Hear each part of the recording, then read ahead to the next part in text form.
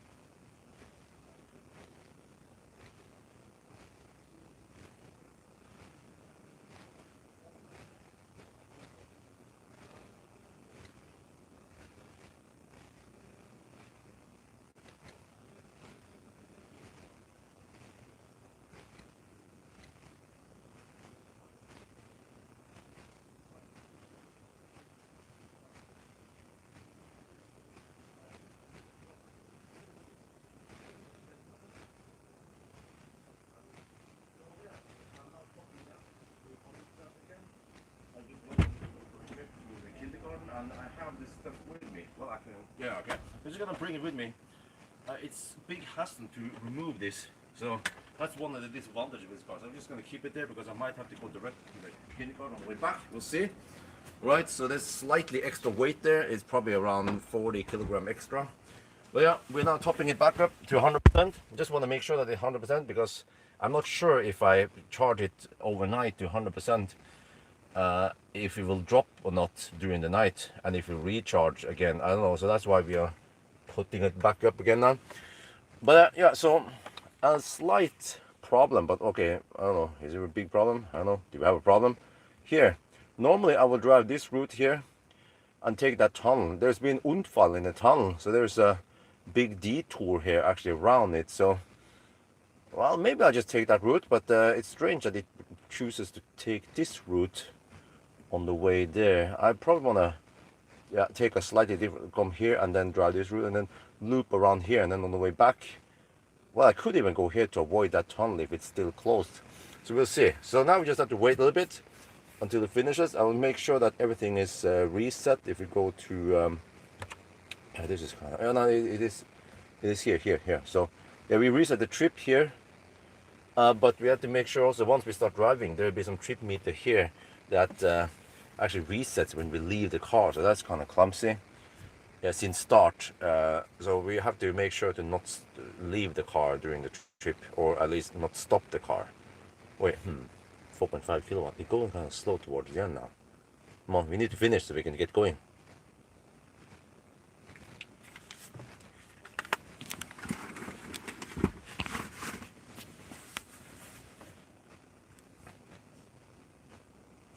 Temporary charging limit.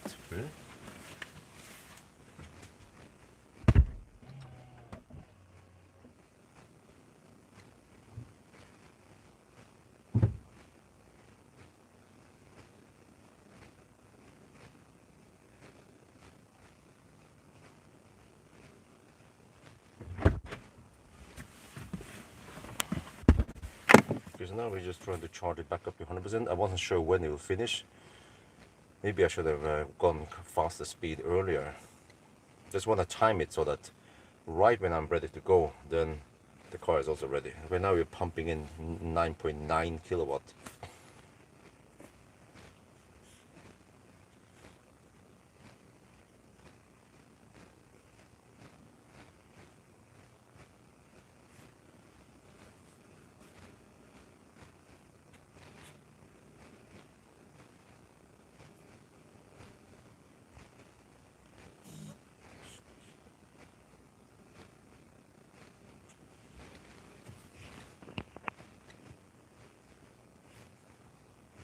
So there will be a closed road. We have to go some, actually some dirt roads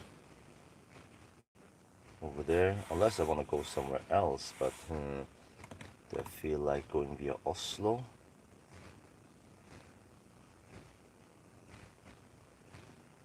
Well, I could go to Skedsmo and then yeah, from there go over to Highway 4.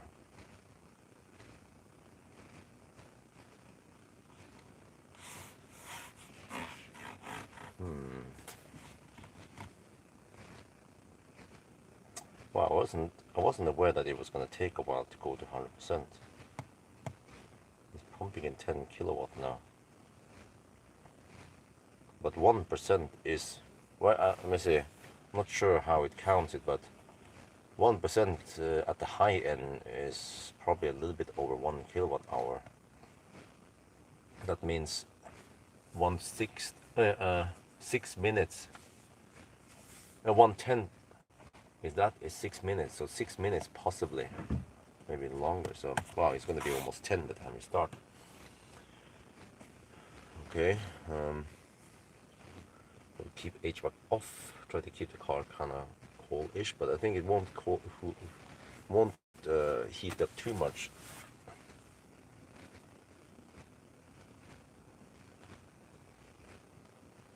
It's a close road. If I go that route, the detour, that road is closed. You have to take that detour. Most likely not too much traffic on the detour, but it's quite winding. So, and then when will they finish? Open the tunnel again? Oh, who knows? But if I go cleavage, Skedsmokorset, I can then take that route via Skedsmokorset, or I can even go Gjelleråsen. But actually, that Skedsmokorset route is okay. It's a bit slow-ish, and then Slaptur, and then just smooth sailing. Well, there's something else. Look, there's also Undfallet. Why can't people just avoid accidents? Huh? Really? Maura. Yeah, I feel like taking the Maura route, and then okay, let's just go for that. See how it goes. Maybe I can talk about the suspension.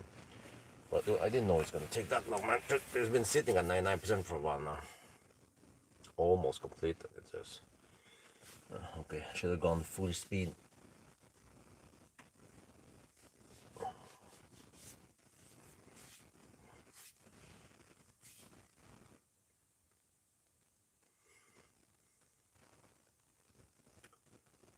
Okay, let me show you guys. Since there's nothing else to do right now.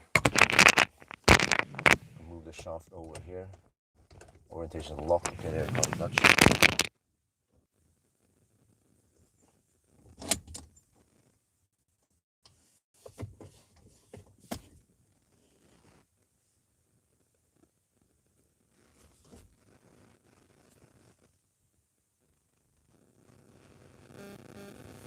So that's what we're waiting for right now.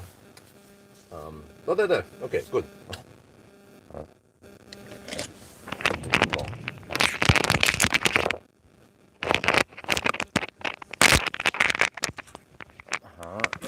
Test the Model Y river dry. Wait, didn't I test that in Thailand? What?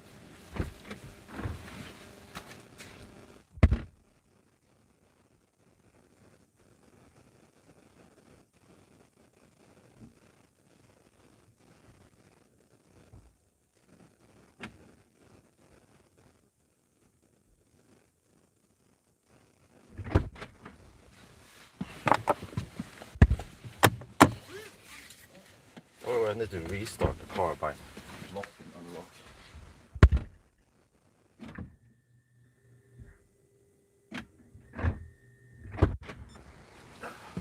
Okay, that's good. And this is kaput. I need to eventually confirm. We got to turn off that annoying lane discipline thing. But we're just gonna go that route. See, with a closed road, there is a small chance it will be open by the time we get there. But if not, then we at least test the suspension on bumpy roads and also the handling on this. Can we try to set the camera here roughly? See, there. See, okay. It wants end filter, all right.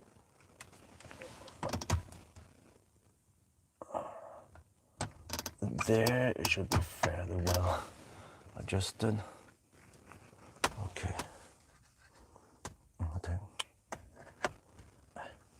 Now I'm going to close this thing. Okay, whatever, just keep it open.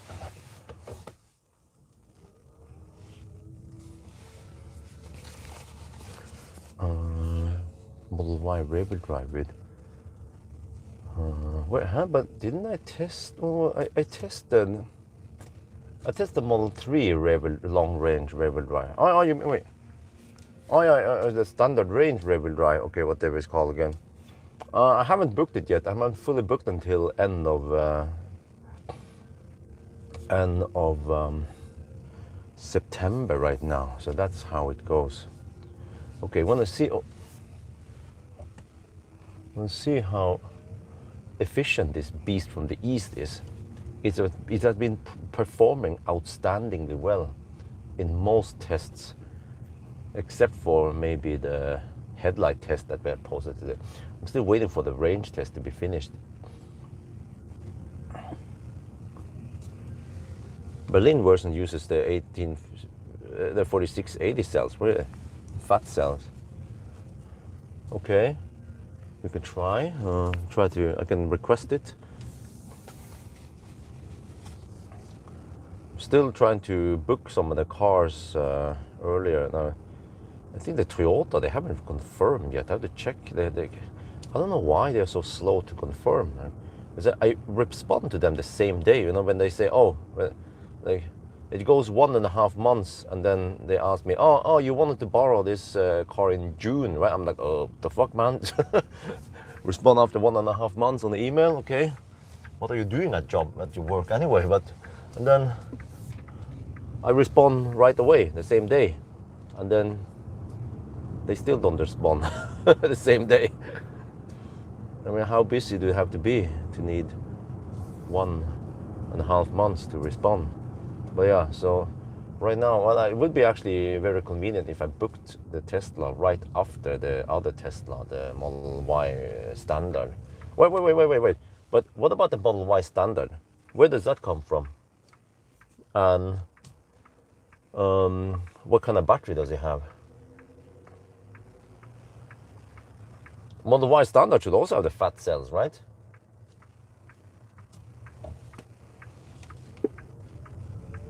Wait, let me see. Mode. I have to check here. Drive.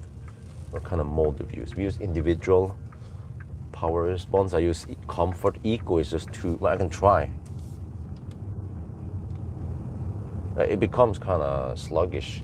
Not sure if I want that. I mean, 99.9% of the time I'm going to be using cruise control anyway. Well, actually, I'm not sure if it will disengage any motor. Okay, let's try the eco mode then. Okay.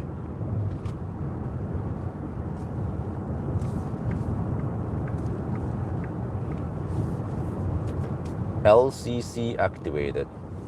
LCC deactivated. Could drive like an old man. Brake on feel. Okay. Suspension height. I just go low. Go low. Go low. Go low.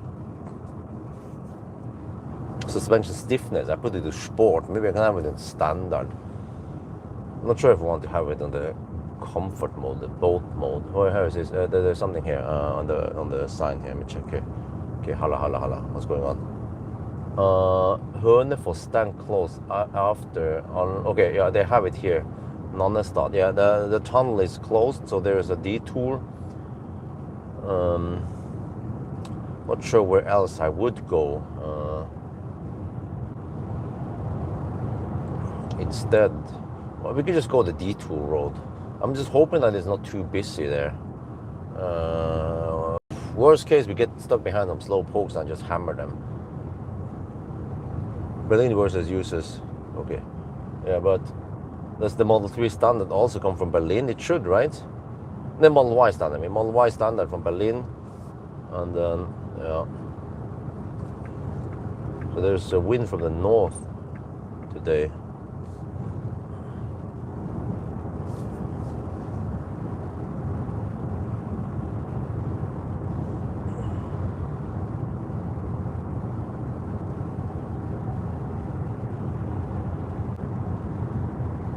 Oh, this would be, well, I was about to say the last test, but one of the last tests.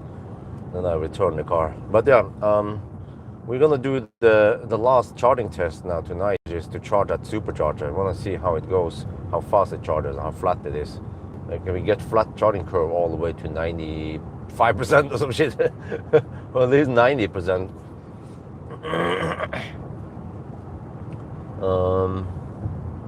And I've done the charging test. Yeah.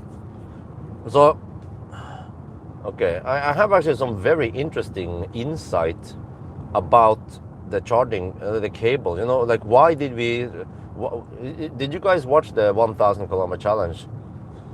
Why did it throttle at Hobby? There is actually a very good reason for it. Same thing. Why did it throttle at Inlandsporten? And then the signs were already there. Same also. Why did I get that Rocky Mountain? Exactly. Why did I get that Rocky Mountain charging curve in Berlin last year? When I look at the pictures, look at the video over there, I was like, oh yeah, oh shit, this guy is slow. He could also be slow poking in front of me if he exits soon. I'm just gonna hammer him.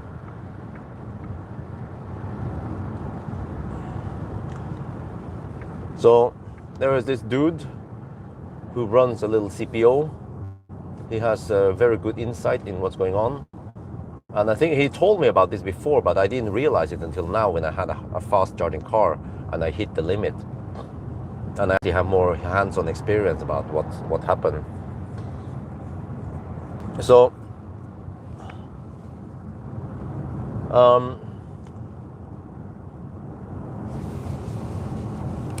yeah, what the heck was it called again?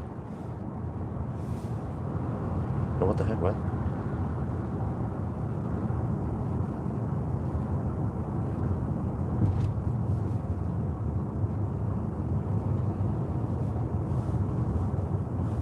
I have to find that name.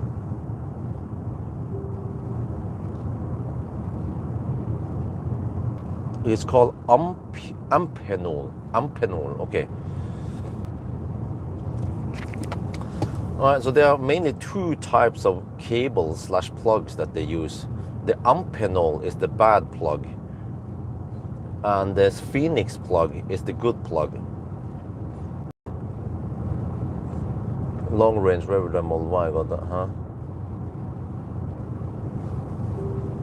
This is okay.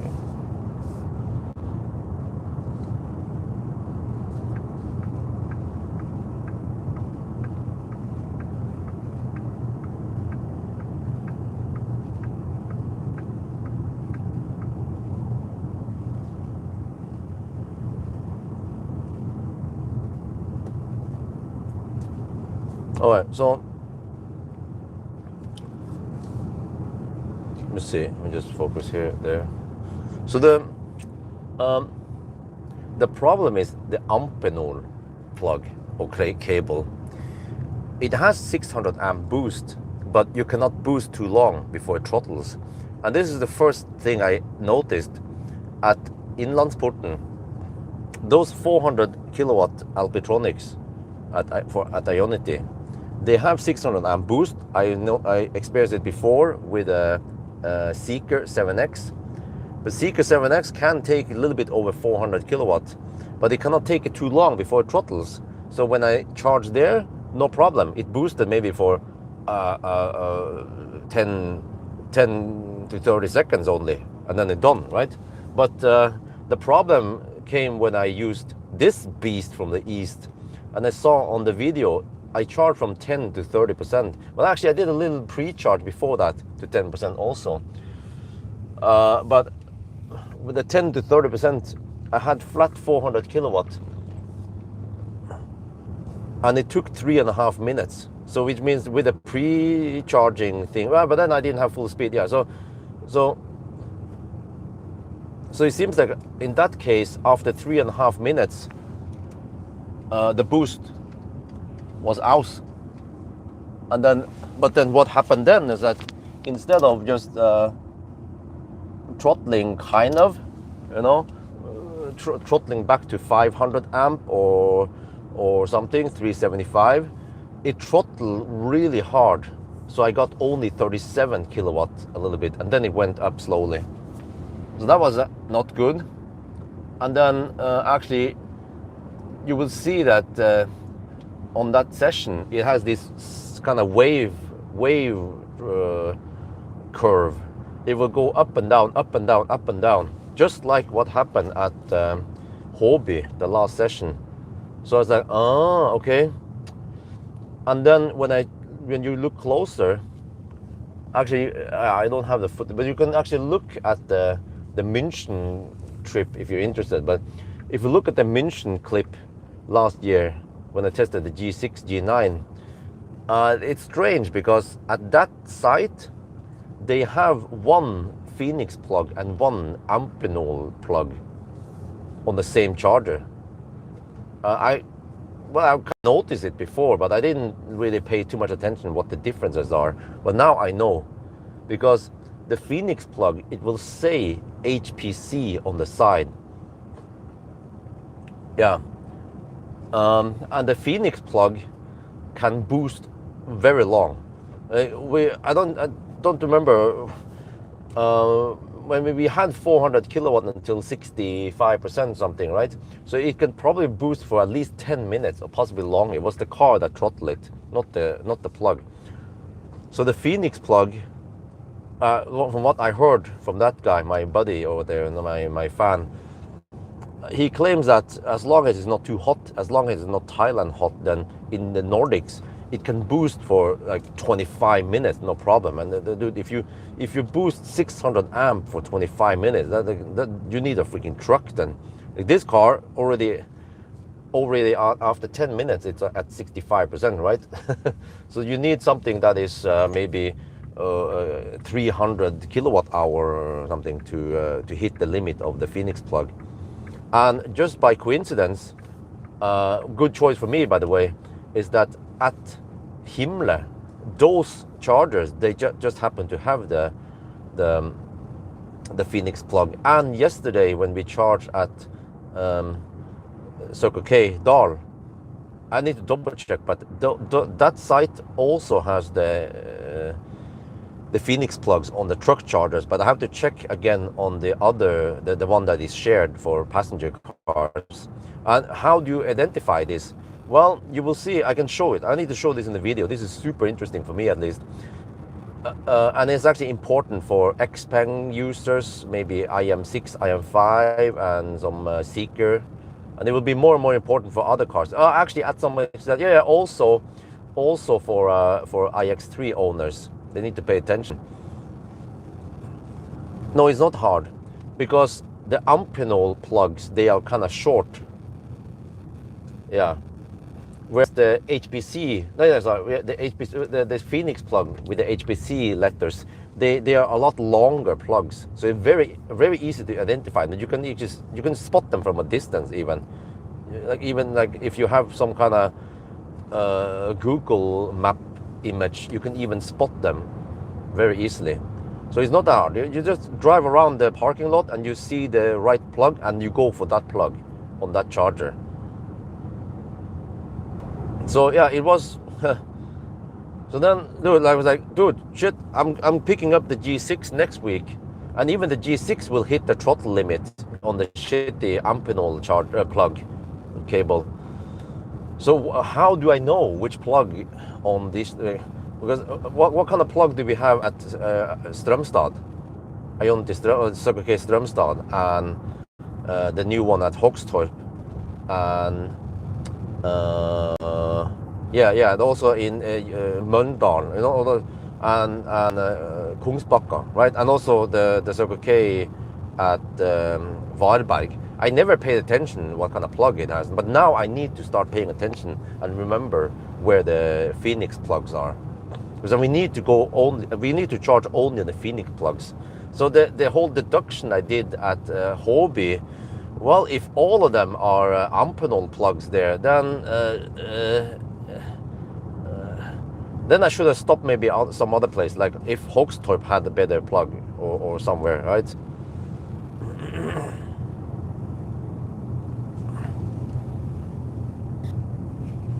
So, yeah, So this is the problem, because it's like 400 kilowatt is not 400 kilowatt. I thought I knew a lot about that stuff.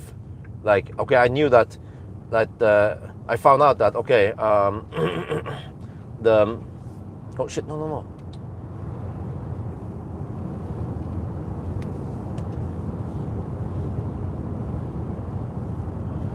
Like, I knew that that chem power plugs for now, most of them, they are 500 amp limited. And what else? That wait, let me see. How do I change? Okay, how to do this? Okay, that's right. I was gonna change the hotkey. Okay.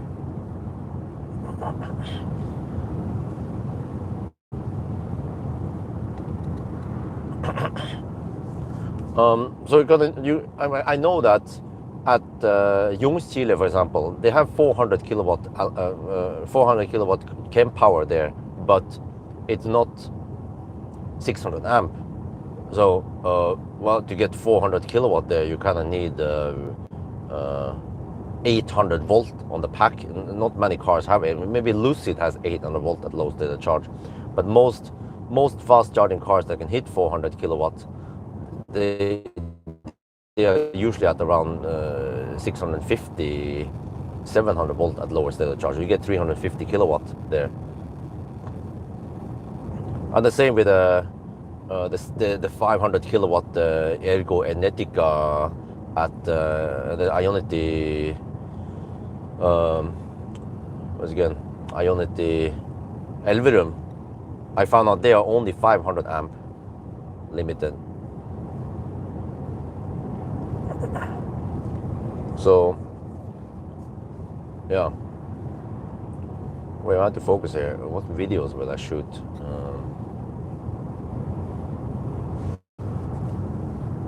Oh yeah, there you go. You can see there. Okay, but can we wait? Can we? We need to find out. Can you look at photos and find out if the Strömstad Circle K and the Hogstorp Circle K and Varberg, if they are there's any Phoenix contact there? Because if we don't know, then I don't know how to do the 1,000 kilometer challenge with the G6, because the G6 will probably, it will most likely hit the cap, because it can charge faster than 400 kilowatts, so it will go flat for a little while before it throttles. Yeah, I guess maybe the Phoenix contact might be slightly more expensive than the Amphenol.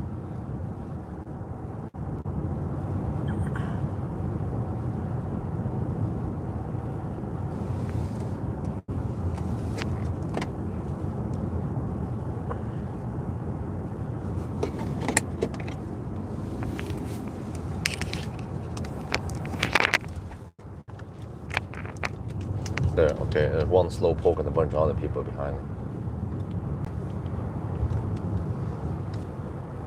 Okay, we're on the move, and as usual we're gonna go at the speed limit, which is 78 kilometers per hour, but just ahead now in a few hundred meters the road will be closed, so then we have to take the side roads around there, so that'll be interesting. For now I will show you that I have the custom setting for drive here. I put the power response to eco, actually low there. Maybe I want to have normal now because of the bumpy roads ahead, and then just use standard suspension stiffness. Yeah, in the region I have it on high. I don't use the stop mode, it's then not that good, but okay. So far 177 watt-hour per kilometer. Oh, nice. I think we even gained some elevation. Oh shit, there's a truck in front of us. Okay, now they're gonna drive dog slow, so this will be interesting.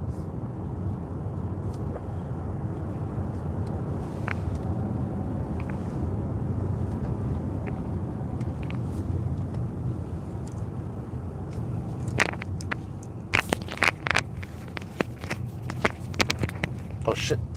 The hell, man.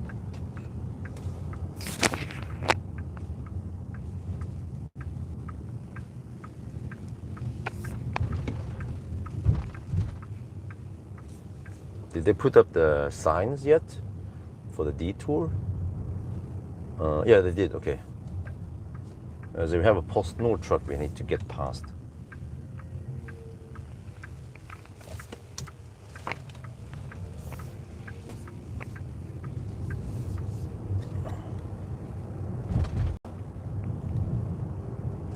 Okay, maybe I'll put it in comfort mode now. Drive. Comfort. Okay, this is a freaking long ass detour, so I'll consider if I want to go the same way back again or take another route.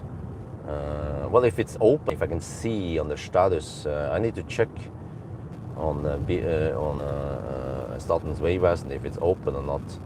I could consider coming back here or take the Gjøvik route or something like that to get back. Oh, yeah, this is okay. Left here. Maura, yeah. This is where I would try to hammer the mother trucker if it's clear.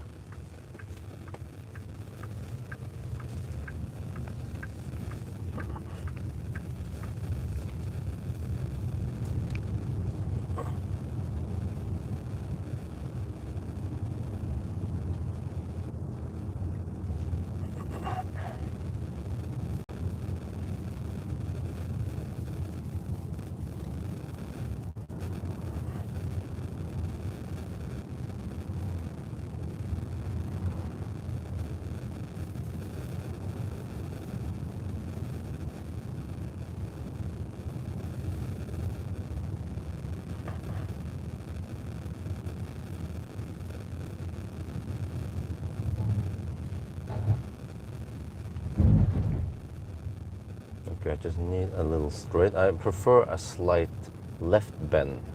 Then I will hammer the PostNord truck.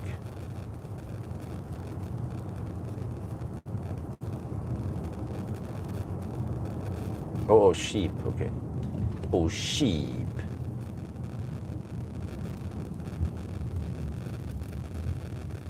Yeah, I have to go slow in case the sheep decides to get up and start running right in front of the truck. Who knows? They're just camping there. Yeah, you would sue.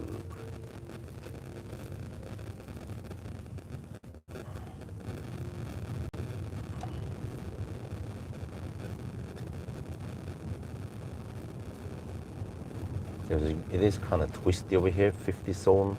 There is some lumberjacking going on. You can't go too schnell anyway. But this is unplanned detour because of an unfall again. I was like, what? We're just weeks before the other unfall. We have sheep around here, so I don't want to get over to the other lane. Yeah, see? There's a lamb walking across the road now. Okay, and then we can hopefully hammer it after this, but I don't know how wide this sheep area is.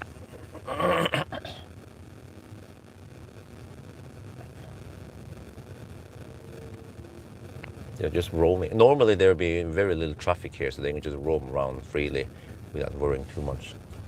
But yeah, so let's see. I see that at least we don't have too much traffic now. There's still sheep around there. Be careful.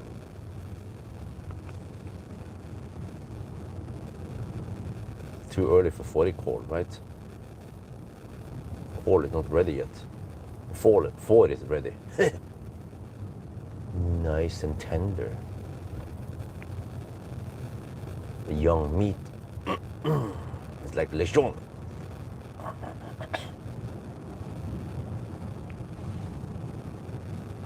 Okay, let me see. Here I would try to hammer. Yeah, okay, let's go.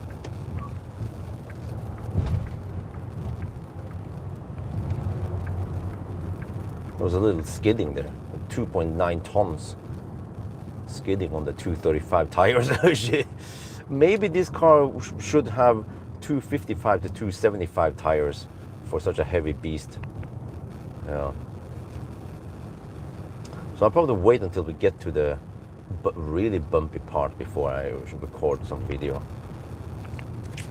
I remember there was supposed to be some bumpy parts here. So now we're just hammering it. Here the child seat in the back rattling a bit.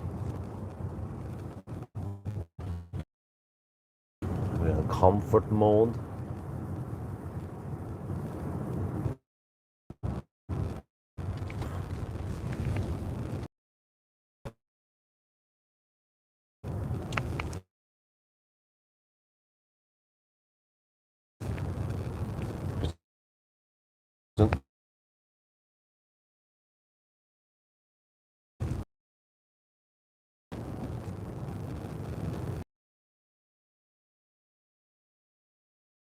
Here is actually fairly okay, but with some bumps here and there. I'm gonna try now in the comfort mode and normal suspension. How does it smooth? It has dual chamber air suspension, whatever that means.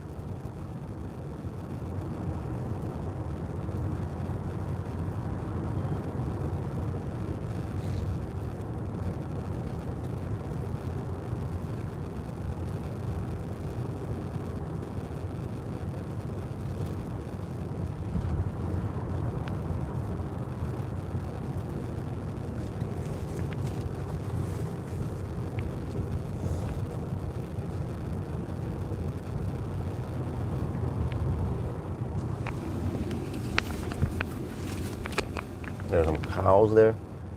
Holy cow.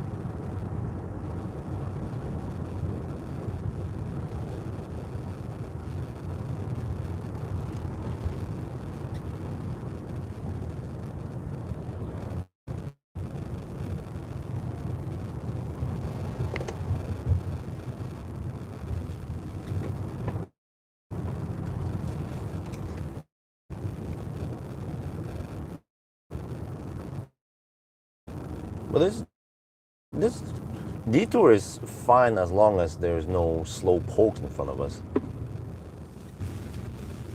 So for this bag is kind of dangling a bit there. Maybe that's better.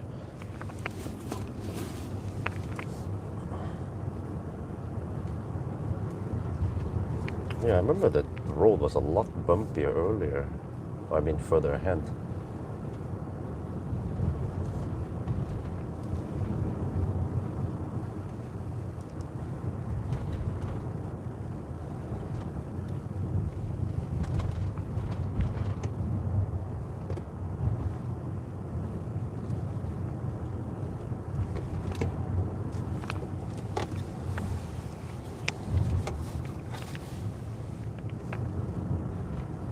Yeah, I kind of remember this part.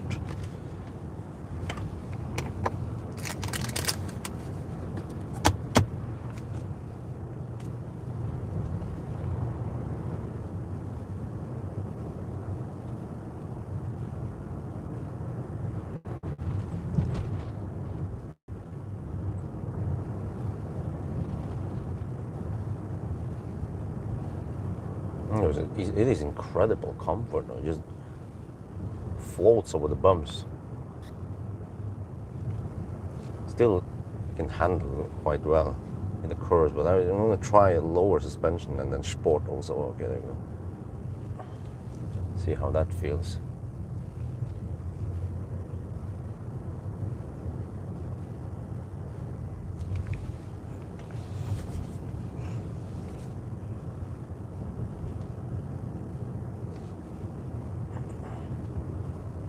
Well, the truck is far behind now in another galaxy.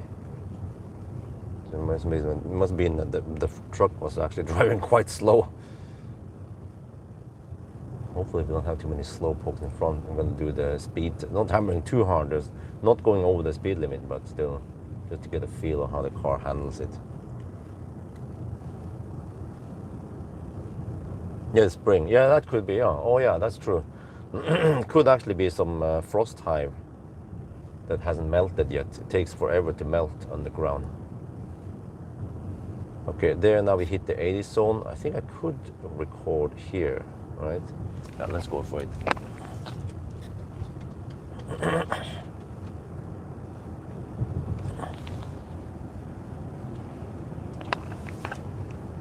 Okay, we're now on the bumpy and twisty part of the detour road. It's actually even bumpier further ahead, but this is already quite good. Wait, no, it's actually not. Okay, it's actually too smooth here. I want to wait until it gets bumpier.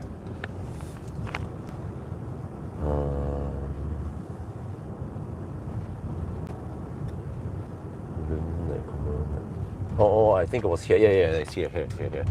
Holy macaroni, you could feel it. Yeah, okay.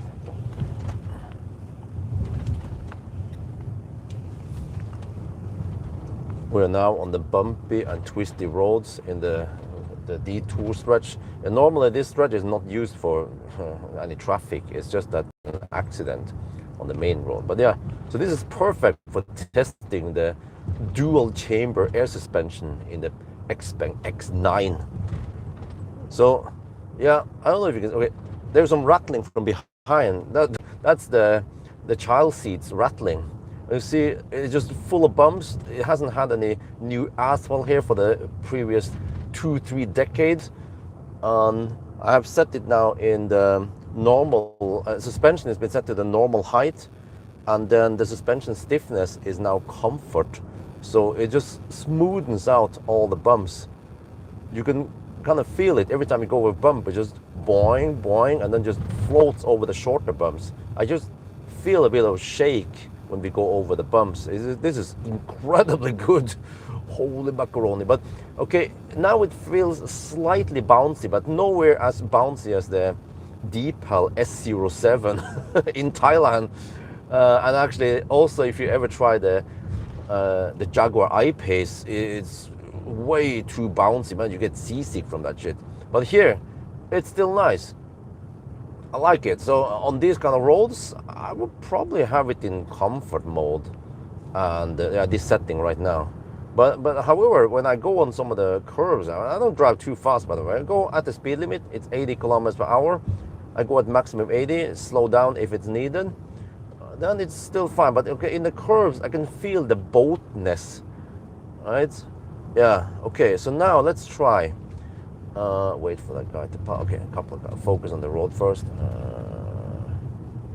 Okay. Now I'm gonna go to low suspension, and it's great that in the display it displays minus 15 millimeters on low, and low is minus 30 millimeters. It's great, you know. Not just show high, low, whatever, and then you have no idea how low it is. And then I'm gonna switch to sport. This is actually what I prefer: the sport and the low suspension, because then it removes some of that boatiness, or what I should call it.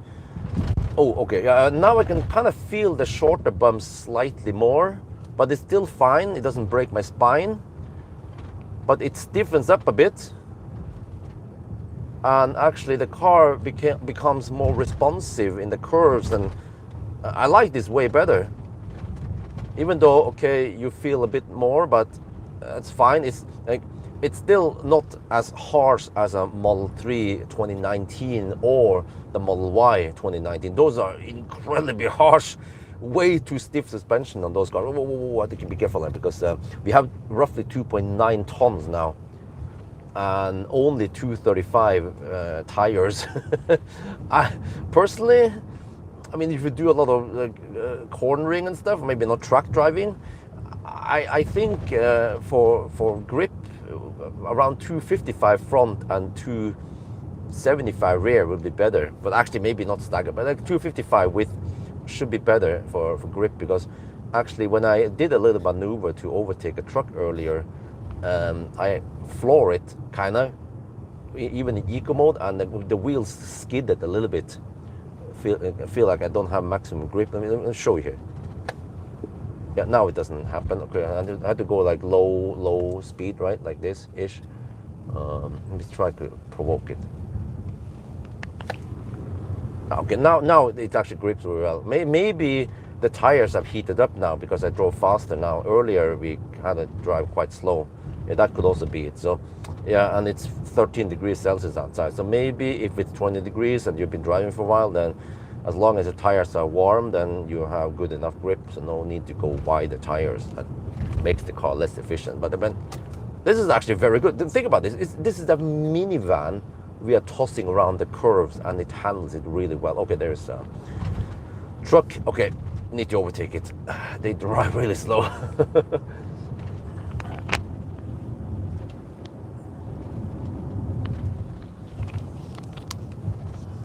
Yeah, they drive really slow, man.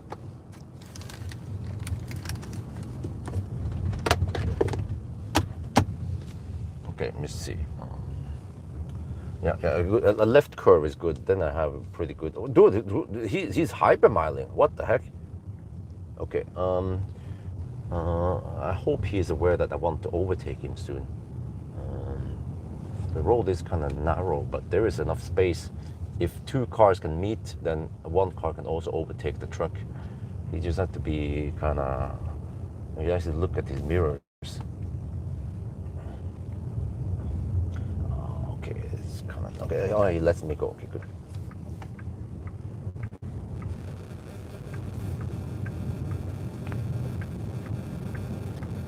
Yeah, that is very nice of him. He probably knows that he's driving really slow, but yeah. Okay. Yeah, so even now, okay, now I stopped the recording, but I can feel it that even in a low suspension and with sport handling, it's still comfy. But now it doesn't become that boat. But can I go lowest? No, I don't know. The lowest is not possible to enable now for some reason.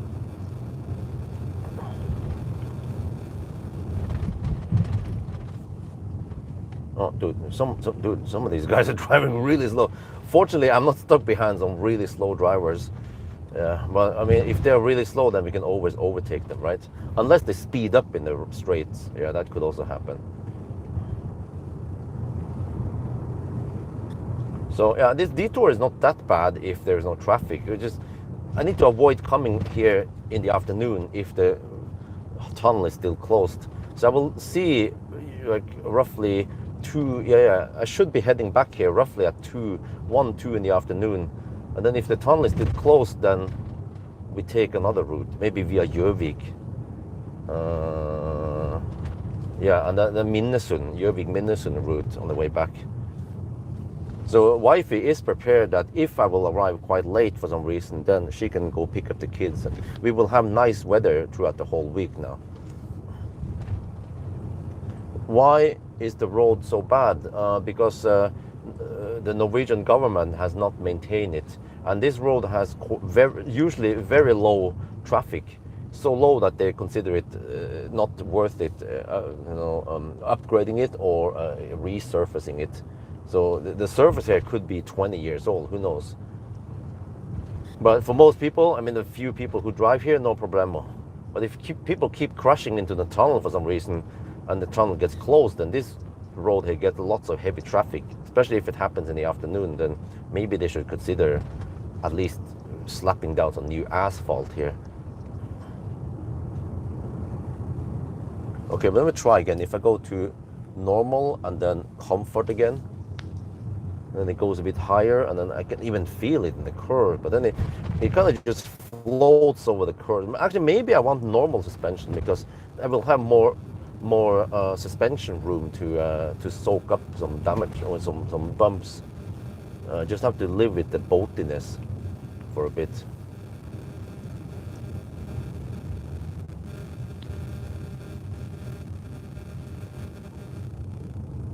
Oh sheep!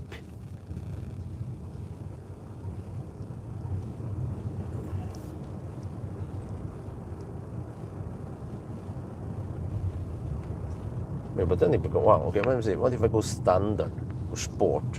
Try sport, but with a normal suspension and see how that works. It seems like that it's that extra 15mm suspension height that makes the car more boat. Oh shit, okay, there we go. Now we have a bunch of cars in front. Just need to find out how many. Oh, there could be a truck in front. No, no, most likely not a truck. They'll be driving really slow. Dude, you're driving in the road.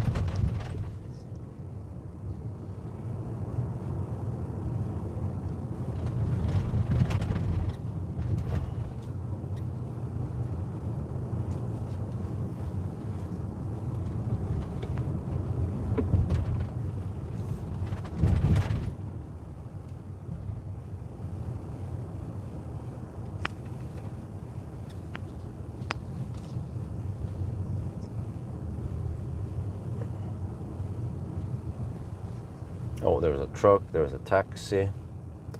Yeah, in 7 kilometers we leave this road. Yeah, I think it's worth hammering them if there's enough room. I'll check here. I need to count. Okay, oh, there's like 5-6 cars in front here. But this guy pulled over. Maybe he's the one that was slow. There's a Toyota, there's an urban cruiser. There's a high chance that he's the one that was slow. Yeah, he now gets in back in the road. Okay.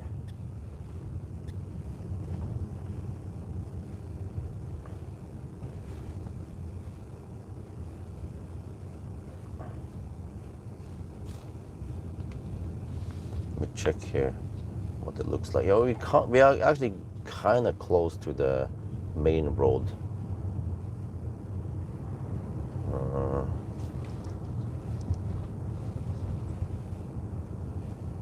But I mean, 6.8 kilometers, that is a long distance. We're driving so slow. But I have to hammer 6 cars or so, 6 or 7 cars. We're gonna get in front. So I need to consider taxis and stuff here. It's also quite bumpy, so when I hammer, I need to go schnell in the left lane, and the left lane is quite bumpy. Yeah, this is the worst section with the bumpiest roads. So there could be some scary potholes on the other side. We need to go there. 6.2 kilometers left. Well, if I can overtake 3-4 cars in one go, that'd be great. Except for that this guy has a long gap into the car in front. So.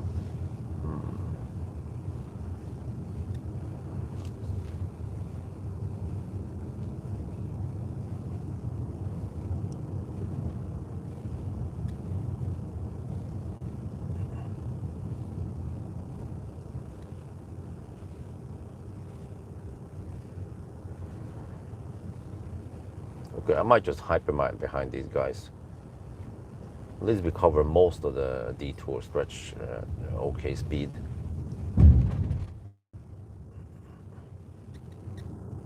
And now it starts descending towards Roa. We're in the highlands now. 233 watt-hour per kilometer. It should be below 170. Well, actually, yeah. This Sunday drive, we should average around 150 watt-hour per kilometer. And then if we do the math based on 107 kilowatt-hour netto, then how much is that? 700 kilometers. We might be able to go further than the NAF test, even despite that we don't go below 0. They did, because we drive maybe slower than them, and we don't run HVAC like what they do.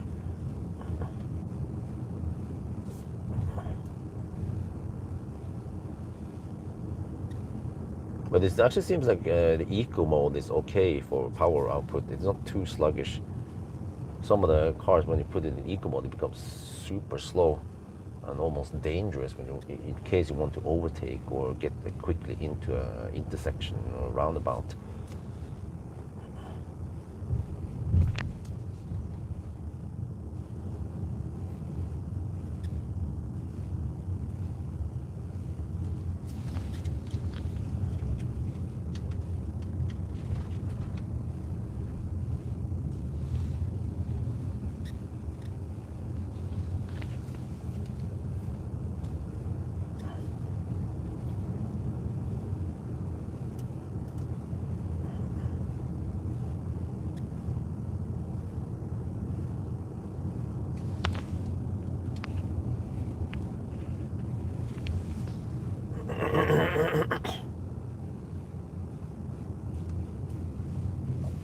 going that way. Okay, I'm going this way.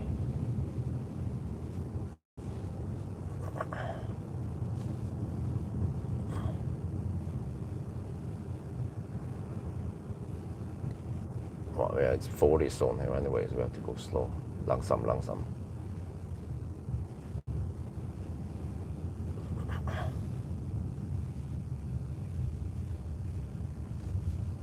Yeah. No, not the truck. It was an ID bus. Well, I guess you call it a truck, right? Oh no, the truck went to the left there, yeah, but sorry, my bad. I misread it. The van went to the right. Yeah, the truck went to the left, along with the other cars. Well, last week there was some. Wait, huh? Well, okay, must be local guys. I don't know. I just followed the rule. The newspaper, Romerike Blad, again. There's a local newspaper in Jessheim. I don't know if they still have a. That have paper stuff. That should, paper magazine should be banned in 2026. Just read it online instead. It's easier. You can search for it. You can index it. Maybe people just want to have that paper copy they can read. But okay, whatever. So they wanted to interview me. Actually, they wanted to make a video of me at work behind the scene. I'm like, okay, cool, yeah, right. I was like, well, he asked me when my next video shot is. Okay, I'm not keen on having him in the car when I do my Sunday drive or shit like that. So, okay, I was thinking maybe Sunday drive, maybe Banana Box then. But then the next possible, video thing was at Nasir last week. So then we met up there. And then he shot video of me while I filmed Nasir. But then while we were waiting for the guys to get ready, he asked me, yeah, so here's the question, if you don't mind replying. How much do you make? I'm like, huh? He said that I have reached 200 million views or something. I was like, oh, wow, cool, okay. Then he was like, yeah, so how much do you make?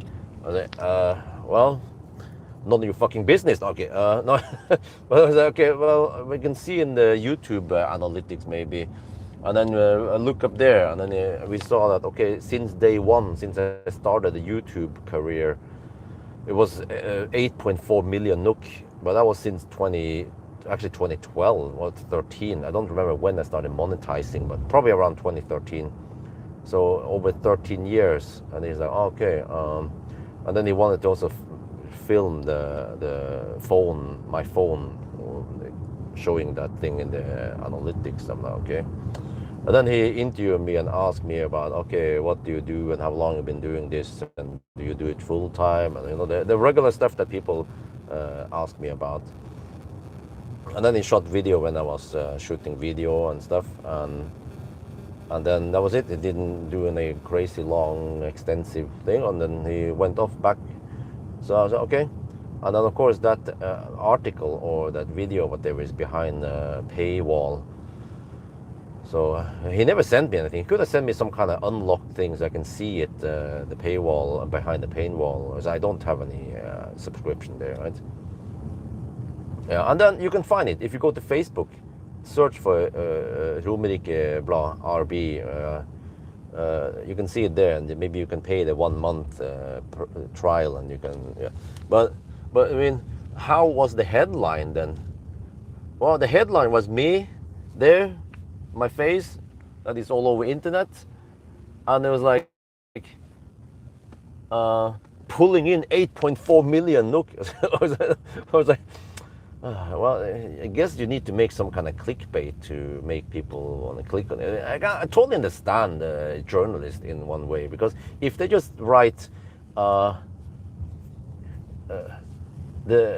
international YouTuber from Norway, for example, or he finally hit 350,000 subscribers after 13 years or something, nobody's gonna click on that shit. But yeah, 8.4 million NOK divided by 13 years. How much is that? 600,000 per year on average. That's only YouTube revenue before taxes. You also have to consider a bunch of well, other things, like sponsors. But yeah, but there is like, well, I don't know. Maybe next time some journalists ask me how much I make, I say, well, you can just go log into Skatteetaten and check yourself. Other people have done that already. Okay, now we are finding smoother roads, and I can probably overtake that mother trucker in the uphill. Well, I mean, I thought that he was gonna. Well, I mean, I haven't seen the video report. Video. It's probably just yeah. How is Björn doing? Romerike Blad, they have interviewed me many times before, also with some other. It was. Remember, they made two articles about the whole house crisis and so on. And well, I was talking about that. You know, I was it was bad timing. Yeah. And delays and stuff caused by Idehus, and that we were supposed to finish this 1 year earlier, and then because it was late, then the interest rate went up. People were more afraid of buying. I got the worst price for the house, the old house. You know, who knows how much I've lost on that shit, you know. Could have got maybe 300 to 500k more on the house, the old house, if there was actually a proper bidding round. So on. So yeah, so I got fucked up, unfortunately. And then they made another case later. I don't remember what that was again. So yeah, they interviewed me several times before. So I'm like, well, what should I do next time? Should I reject to be interviewed? Maybe okay. I don't mind. Okay, I can just they can interview me, but I can maybe well, just have to consider what to answer. Dude, is this a freaking Volvo FH650? Because he goes a V8. He goes freaking Schnell uphill. Let's see, CX14. Well, I had to see this CX14136, I think it was. Can you guys look up on that truck? It's a Scania truck. He goes so fast uphill.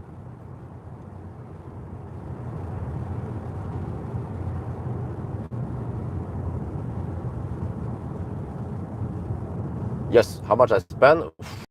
Way too much, man. On the kids, on the house also. But I mean, the house is a very solid investment. Just don't sell it now. Wait, keep that house for at least 10 years, 15, 20 years, who knows. Then over time, it will go, I mean, it will increase in price. Investing in real estate in Norway is really safe. It's one like a way of saving money for the future.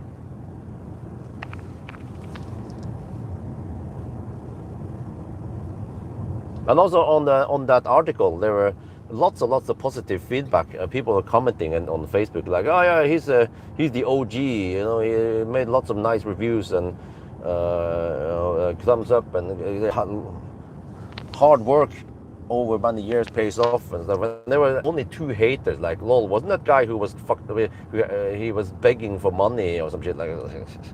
Yeah, the haters gonna hate. I wanted to reply to it, but I haven't done it yet. Well, I can say it here. Probably not too relevant for you guys here, but yeah. Yeah, let me try to coast here. Wait.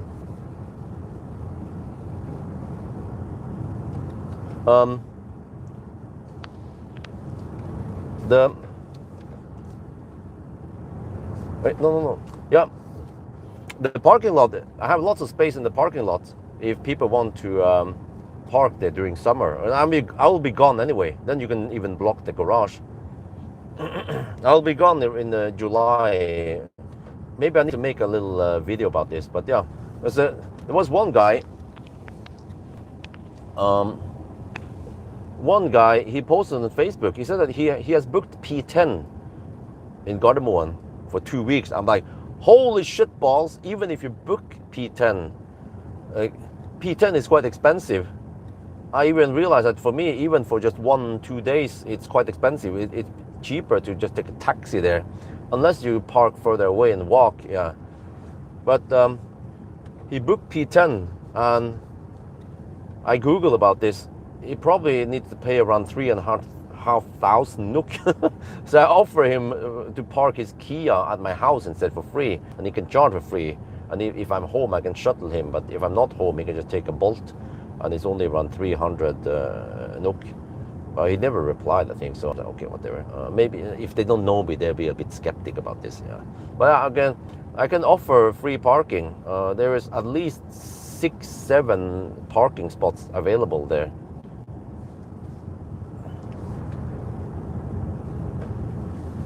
Depends how tight you want to park, and so on. So, I mean, since I already have that spot available, why not? And then I know now I have more experience about, yeah, the taxis back and forth. They're not that expensive in case I'm not there. But if I'm there, I could shuttle them for free. Depends on if I'm home or not.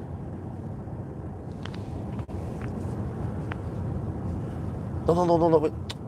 Dude, okay, let me see, hotkey, where do we... HVAC suddenly been running, because the problem is that the scroll wheel is, how do you do this again? The scroll wheel has been assigned to change temperature, and if HVAC is off and you scroll up and down, it will then turn on HVAC and then change temperature. That's annoying, you know. It shouldn't do that. If the HVAC is off, then it's off. That's one of the things that I want them to change. Okay, but let me see. You can press and hold it, or how is this again? Press and hold. There. Now. Okay, now. Let me choose something. LCC. No. What? How about no? None of these. Steering wheel shortcut. Wake up. Voice. Open. Close trunk. Activate. Exit. LCC. No, I don't want any of these.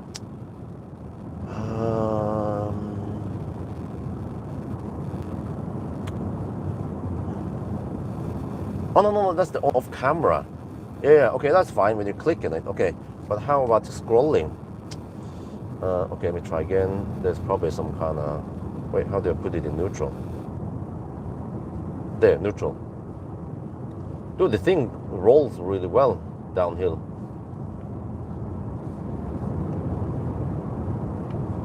Steering wheel shortcut. How do I get to the steering wheel shortcut other places? Seat drive, driver assistance.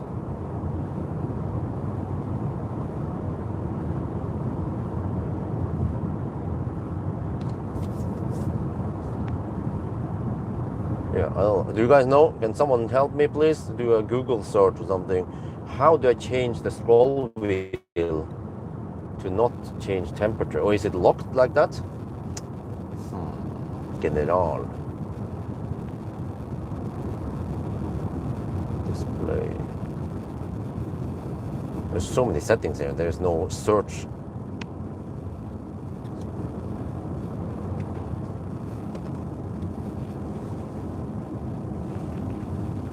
Consumption is 190 now.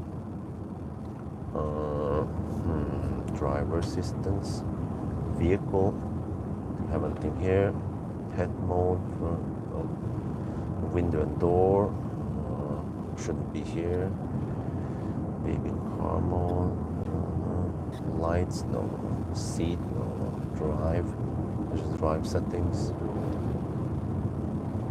auto hold, real time.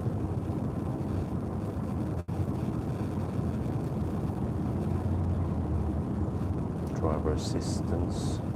Wait.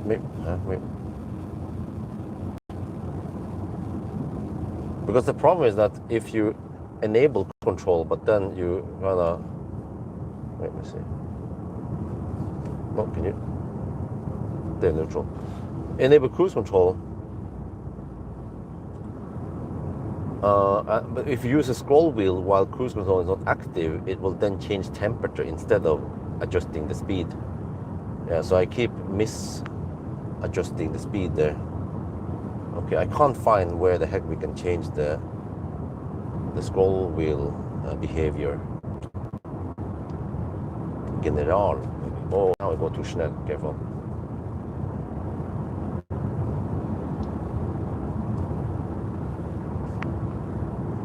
What if I go to drive and then set the region to disable? Oh, I can set disable, really? Huh. Well, it still regions a little bit, even with the lowest region. Okay, whatever. We can go into neutral. The neutral. Gemini says no. Okay, that's a bummer. Just want to try to coast downhill now when I can. 91%. Well, we gain a little bit. 180 watt-hour per kilometer. This car underreported by 2.5%, by the way.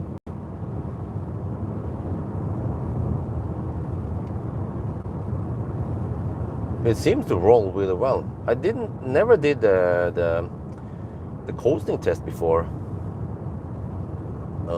Now we have wind for the north nowadays. Because if you can go over 650 kilometers, we should get maybe around 700 kilometers. That means that in the daytime I can only go around 450, and I have to do the rest tonight. But I have to count the consumption thing here because it's gonna reset once you leave the car. That's also silly with this Xpeng. I'm actually surprised they haven't fixed it yet.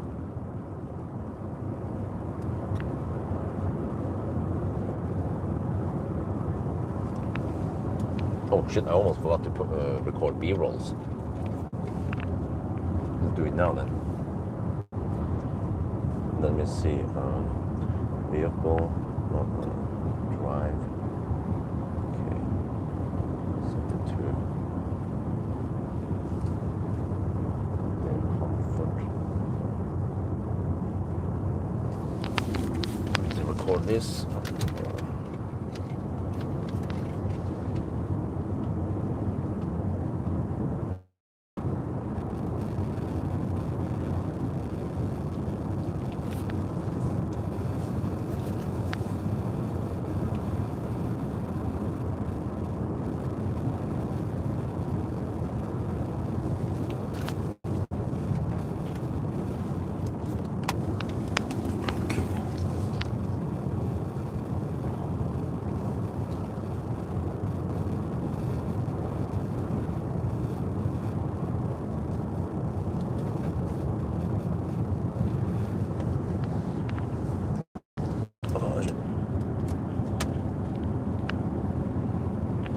Tried searching information for using neutral.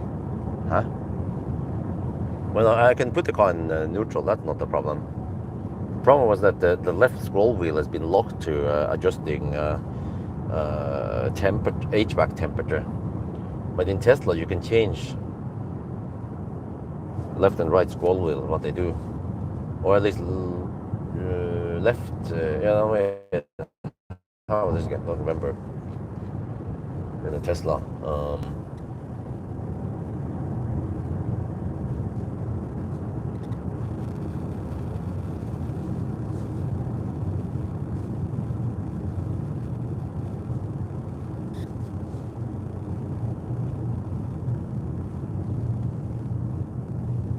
So first stop is going to be Circle K Ghoul.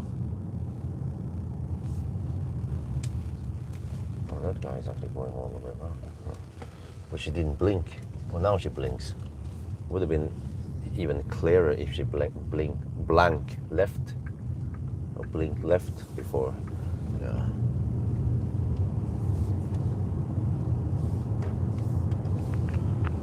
AC temp regulation by default. Okay. Yeah. So it seems like you can't change it, right? Okay, 175 watt-hour per kilometer. That's still kind of high.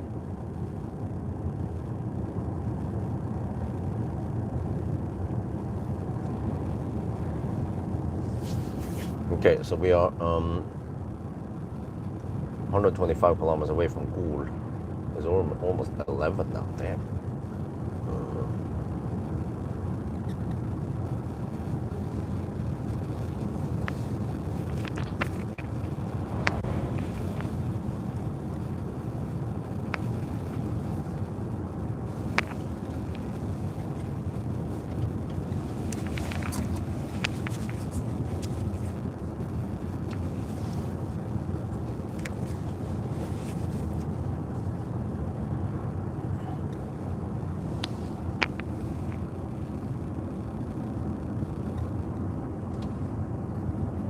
So it'll just be mostly cloudy today on this route. Other parts, South Loop is kind of raining. Venabygsfjellet, somewhat windy. Yeah, lots of wind, strong wind, which is not good for this car. So that's why I chose this route, because around here there's way less wind. Further to the east, we will have around 4 or 5 meters per second headwind, and then it drops in the afternoon. So there will be a disadvantage with a headwind on the way up, and then less tailwind on the way down. So I'm like, okay, that's why I considered this route here to be the best.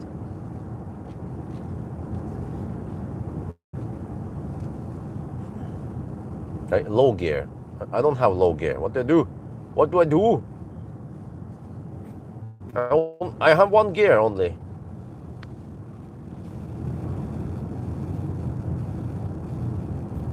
Maybe we should change the sign to say high regen.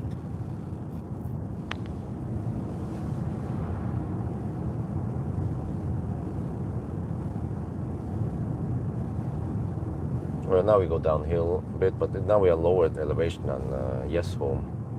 167 watt-hour per kilometer and dropping.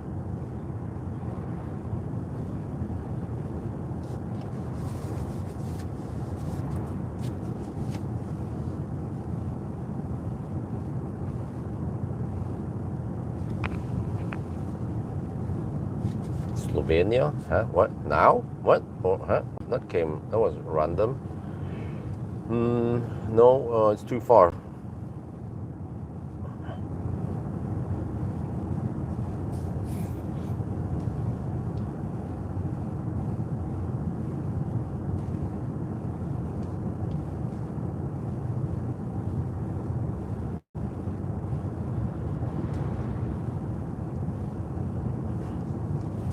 Seems like Xpeng is doing okay job in the curve. Oh, I was going to say, to take over. I was going to say it's going to do a good job, but no, it seems like it struggles in the curves here.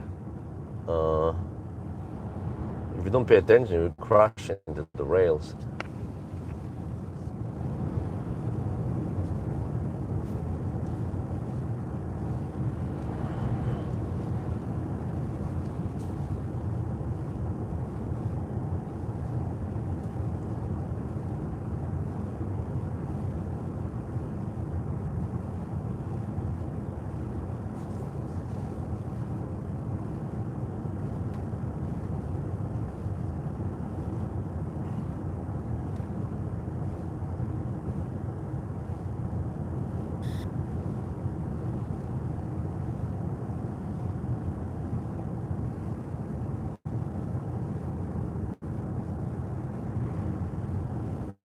Oh, okay. Can someone help me Google something here? Let me see.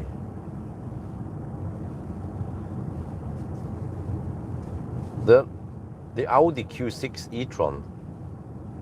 Where are the 12-volt outlets located? Does it have in the trunk? Is it in the middle console? I mean the rear console. I don't remember, because I'm gonna get this Model Y trunk fridge from Jova. I will be testing, but I realize I can use that one on the road trip also if we have enough space, and I think we should have enough space. The Q6 e-tron is quite spacious, so it's very convenient to have a trunk with. I mean, I have a fridge with us. But it's kind of big though. Yeah, but I mean it's compressor based. I have to check how big it is and if I actually have space for it. But then I need 12 volt to run it on.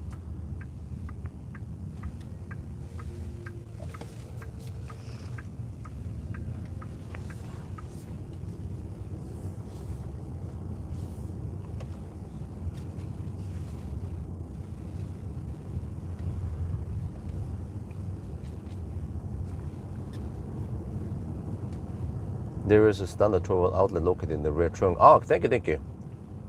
Okay, yeah. I mean that is expected for a premium auto, dude. It's crazy because that Q6 e-tron probably cost more than this X9, and you know which car I would like to take on a road trip. This X9, the beast from the east.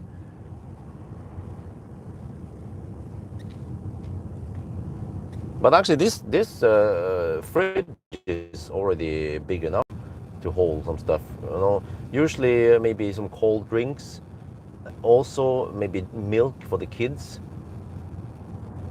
and a soda. No big deal if it doesn't stay cold all the time. But the milk needs to be refrigerated all the time. We keep it at 4 degrees Celsius, so it doesn't spoil. Or other things, we tend to buy ham and cheese that the kids love and bread, and we can put the ham and cheese in the fridge. And actually, very convenient also, many places they don't have a fridge where we stay. But then, I just have to figure out how to power that thing indoor. I could use a 12 volt, I actually could use a power bank. Wait, I think I have the 12 volt converter thingy. Or actually, I can use that adapter, so we can just use the regular, the power, what is it called again, the USB-C charger, 165 watt charger, and then use the adapter to create a 12 volt outlet. Yeah, that's easy. Since we already bring that hardware with us, so that's brilliant, instead of having to bring extra stuff with us.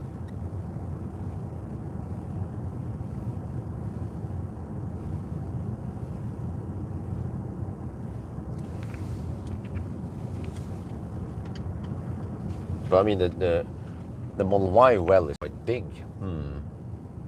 But yeah. But it is kind of inconvenient though. Like, dude, you have the fridge in the trunk, way beneath all the other luggage. You know? Okay. What if you just want to take a drink out of there, huh? Well, unless I can put that big thing in between the seats. No, I don't think there is enough space there in the rear seat. Or yeah. What if I strap it in between the seats, the rear seats? Quite easy access then. But I'm not sure how quiet that thing is, if it's like a noisy compressor running. Let me see if I go to neutral here.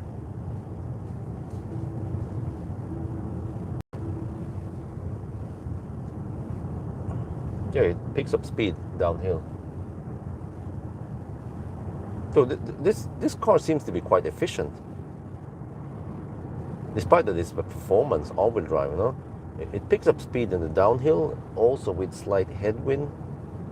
Well, but it has the kinetic energy, or it has the weight, the 2.9 tons. Converting potential energy into kinetic energy. And I have the 2 child seats with me. Anoris T2 weighs around 15 kilograms. And the other one with also the Zero T, because I prepared so that I might have to go directly to the kindergarten afterwards around 4:30-ish maybe. Not sure how long it takes. I want to go via Golsfjell and stuff, but I don't want to dick around too long. Just grab some quick food and then see how it goes. So pit stop will be at Circle K Gol.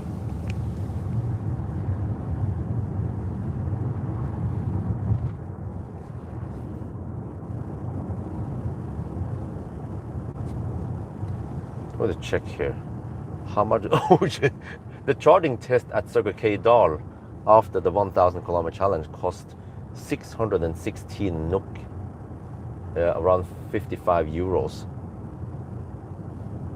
But that should put me to the bonus. Yeah, I got another bonus. I had 3 rewards now I can use.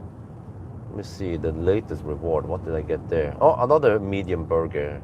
Yeah. So I just, as long as I get the medium burger on the reward, then I should go for it, because it has the highest value for me. They probably have high profit on it, so it doesn't cost them over 100 NOK. But it depends. The guy needs to make that burger, costing time, work time, 5 minutes ish to make the burger. And some ingredients, of course. Wait, so let me see. So right now I have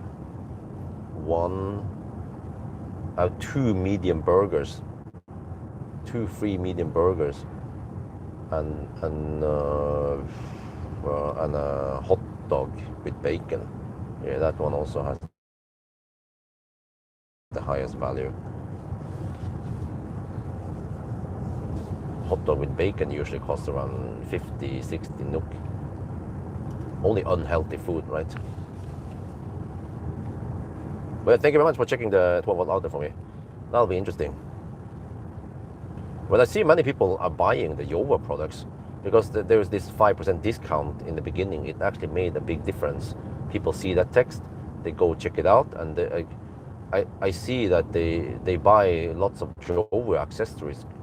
For example, the Active Cool MagSafe holder and Q6 12-volt center console and luggage compartment, max 120. Okay, thank you. Yeah, 120 watt is plenty.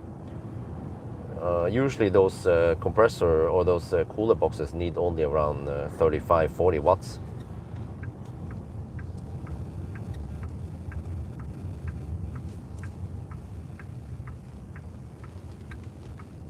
I just wonder where that small ASA clit went. I have this, I had it, an 8-liter ASA clit, but it's not compressor based. It's, I don't know, whatever other type is called again.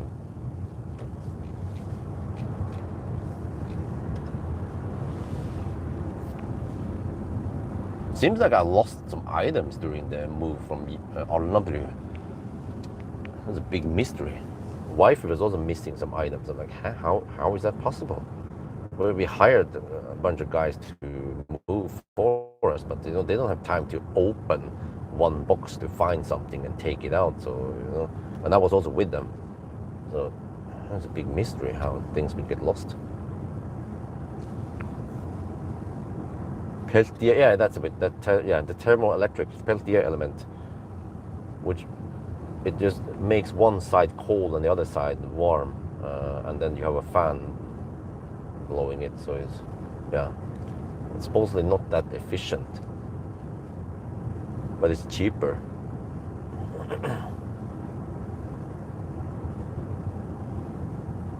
Well, 163 watt-hour per kilometer now, but we have a little bit of headwind and also some rough roads. So now it's just going to be smooth sailing for a long time. Let's see how the consumption goes then. But then towards the end, we will ride on the tailwind on the way back. But it's not that strong wind over here, fortunately. Around 2 meters per second only, which is the best we can do today. Last day. Tomorrow we return it and swap it to the G6. I'm excited about the G6. It's more affordable. The new shit, you know. The G9 just has a newer battery, but it's more or less the same rest of the car. But G6 interior has been upgraded. Also the soundproofing supposedly has been upgraded, so I need to test that. Of course, the charging, very interesting to see how fast it charges. There's LFP action going on.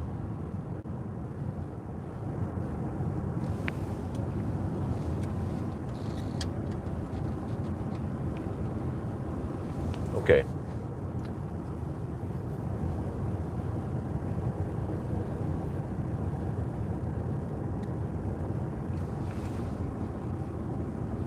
So now I consider if I want to do a 4K podcast, I have the time now, 1.5 hours until I arrive in Gol. 2 kilowatt only. But it seems like these batteries, they don't need to be that hot. Oh, wait, maybe I want to charge that a bit more. Here we have almost full. Okay, let's swap the batteries.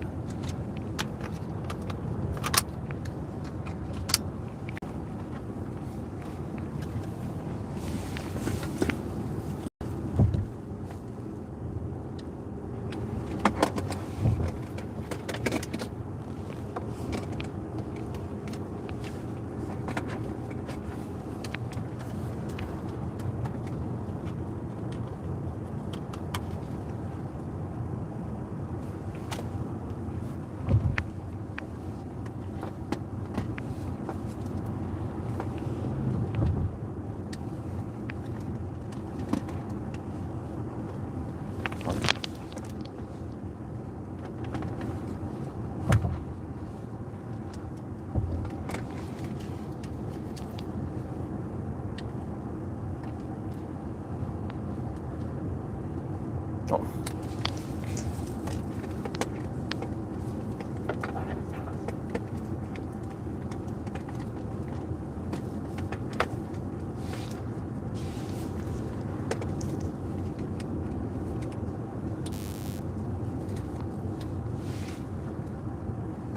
There. Need to plug in that one, okay. So yeah, oh, there's a little bit of sun here, but that's fine. If it heats up, no problem. It's not that hot in the cabin, and it seems to be really well insulated.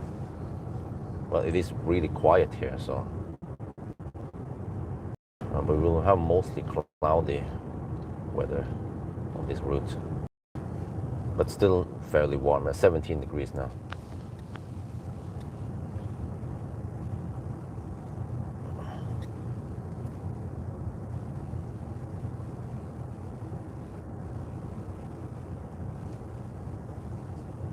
No, 160 watt-hour per kilometer now.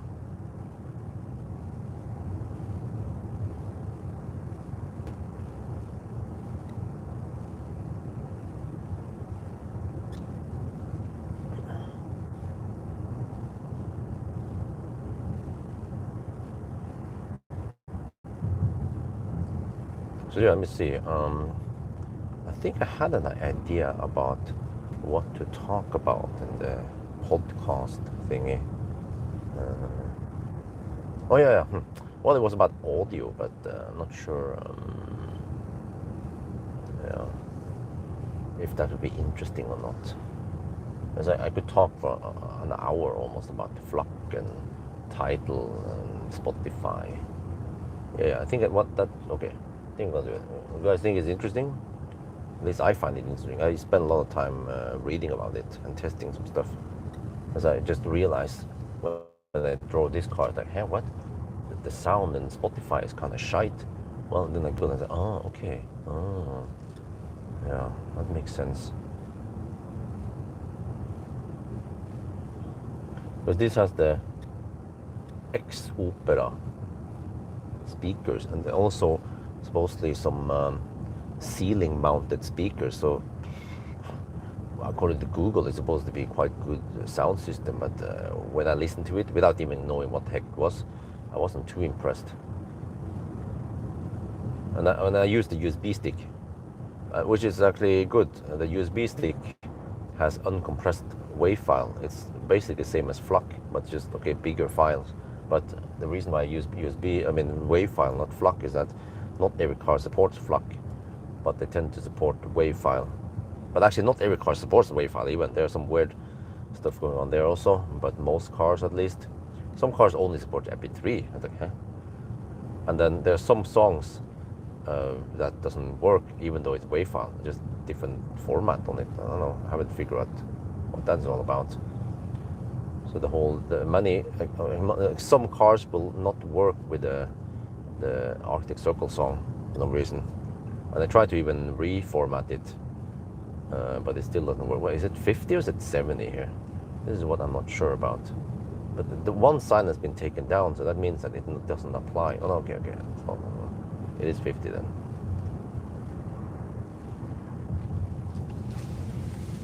Just gonna wait after this Baustelle, and then we can start the 4K podcast recording. I can prepare for now. Okay.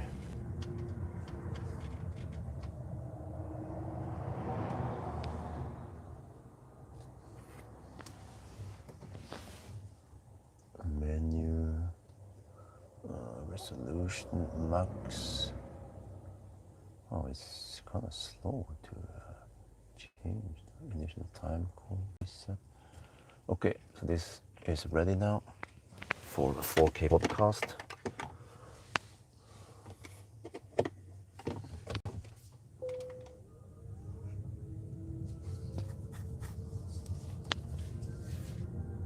Ved rødt lys, stopp her. What is he doing? Is he vacuum cleaning?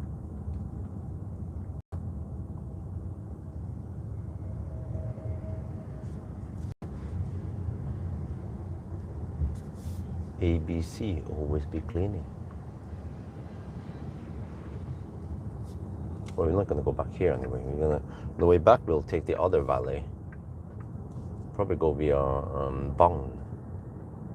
So I might, not figure out how to do this. My stops. Because I don't want to lock the car during the stops, because then it resets the consumption numbers. It's 160 watt-hour per kilometer now. So corrected 2.5% of that is 160, 320, 3.2 plus half of that, 1.6. Around 5 watt-hour per. Wait, 160. 2.5%. 160, 1.6. 3.2 plus half of that plus 3.2 plus 4, huh? Oh, so it's 4 less than that. Okay, so it's 156 watt-hour per kilometer right now. Yeah, that sounds about right. It's supposed to be roughly 20 watt-hour per kilometer less than the 90 test, and the 90 test was 170 something. Okay. Oh wait, I forgot. If we want to do the Sunday drive, sorry. If I want to do the okay, let me switch here. Okay, switch back here. I want to wait until after the last tunnel before I do the podcast, which is after. What they call it again? Ørgenviken. From there are no tunnels. Before that, then we will get some tunnels, which is kind of not super interesting to look at in the podcast. Donut Lab again. Oh, well, but the thing is that there's a lot of speculation, no facts about Donut Lab. So, yeah. So I'll probably just go for something different today, which is audio. Not sure how. Yeah, there's how many people are interested in audio. I don't know, but. It's car related, because we are talking about different players in the different cars, and also about I normally don't use Android Auto, mainly because I want to use the car's own system, and the Android Auto tends to fill up the whole screen. But I have to check here if I do this and connect it here. Oh, it's not connected directly there. Okay. I don't know if we have wireless Android or not. I have to check something. No, it's not here. But take out this. We'll get the cable.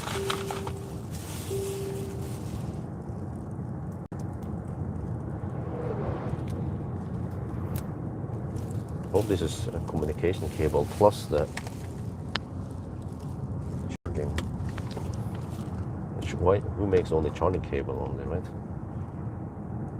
Connected for there.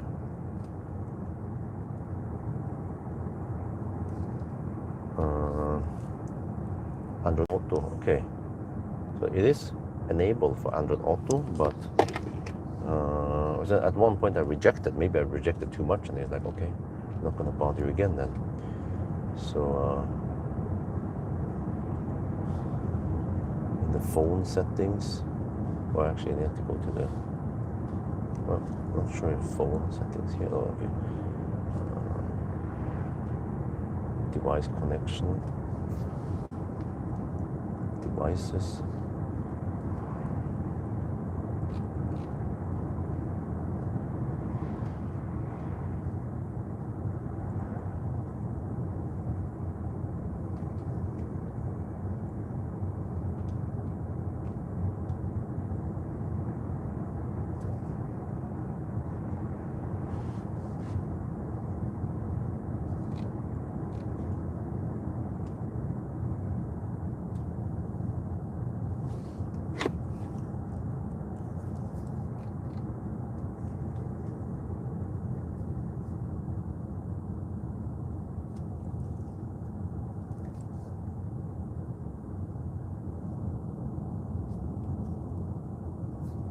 Is it 50 here? Why are the other guys hammering?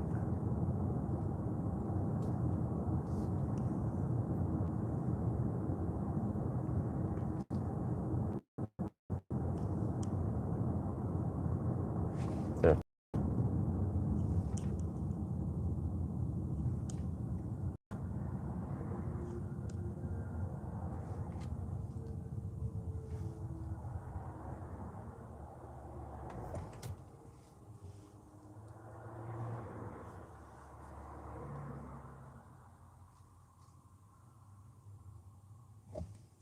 Okay. It's strange why I cannot get Android Auto to work now. I'll try it later.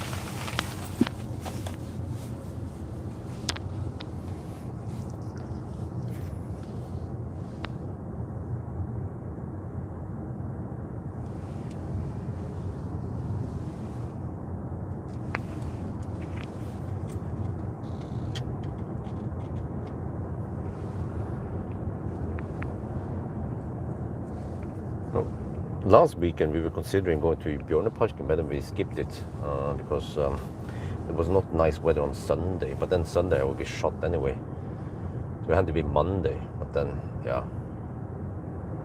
So we'll see this weekend what we do. But if the weather is okay Friday night, I can go Friday night. Not sure how reliable it is now.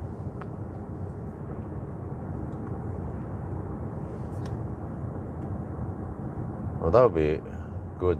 Yeah, it seems like Friday night is going to be okay. Then I can get some afternoon naps Friday. Wait, there's a little bit of rain, but we can accept that. but it could change. And then Saturday night, also gonna be nice weather. Supposedly 17 degrees at night. Wow, really? Because if I do the 1,000 kilometer challenge Friday night, then Saturday, well, I could rest and then we can go to Lilleputthammer on Sunday. That'd be a bit G6. But the G6 is still nice and spacious also. You can take 27 banana boxes, so it's actually right on par with Model Y.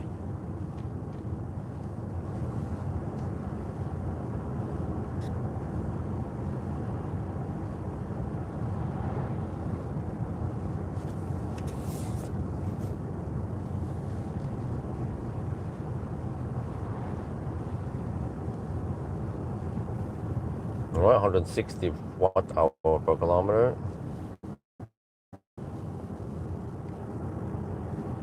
Let's see, what was the consumption again in the range test? I measured 169. Wait, so it should be around 150 then, possibly, in the Sunday drive. Dude, if you get that, 107,200 divided by 150. That's over 700 kilometers of range. It will be in the upper part of the list of how long range we have.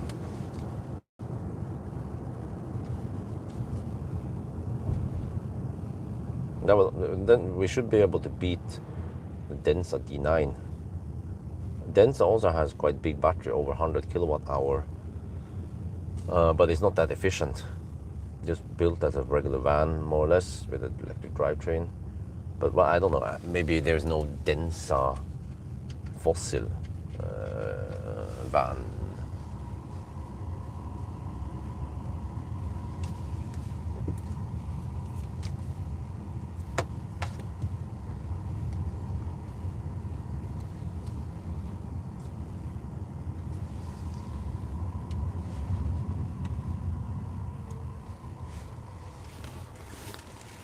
Welcome to Sokna.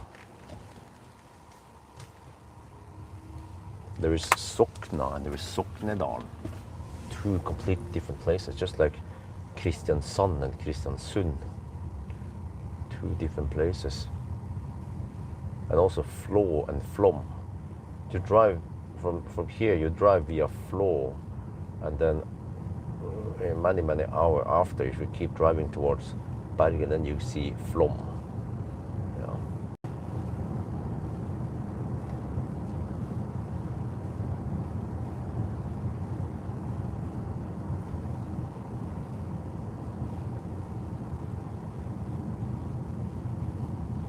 Like Austria and Australia, or India and Indiana. But it's strange because Austria is Österrike. I think in Austria they call it Österreich. So they should have called it Eastrian instead. But the Österrike, the Eastern Kingdom, or whatever it is over there.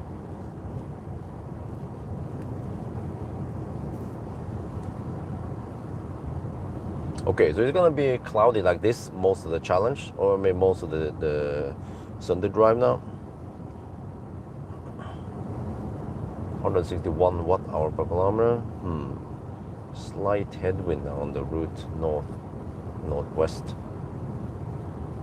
towards school. I turn off the HVAC. I turn off the fridge. Everything is off now to save energy. We don't need any heating, cooling now. 17 degrees Celsius, that's perfect. Cloudy weather. Yeah, if it's sunny, it's 17 degrees and it gets sun blasted in here, then it gets too hot.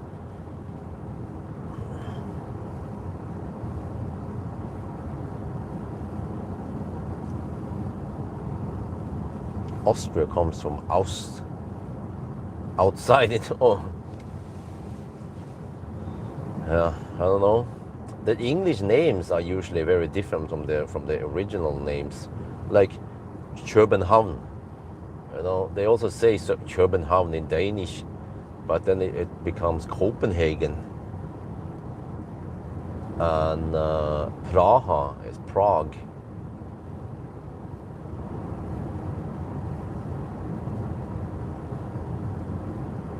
And then Munich, yeah, well, it's München. That's the local name. But I guess Bangkok, well, in the old days, it was called Bangkok. But then they changed it to Kungtep for Thai, but they still use the Bangkok name internationally. But all the Thai people, they don't say Bangkok, they say Kungtep.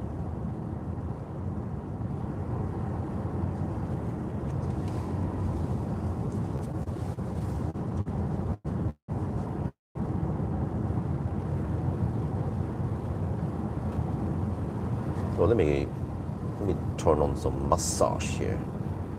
Oh, physical recovery. Oh yeah. How about some long haul relax? Like, how about they create a 1,000 kilometer challenge? Okay. Waist massage. Hey, what is that? Does it have a pelvic thrust? Oh, okay. Long haul relax. Yeah.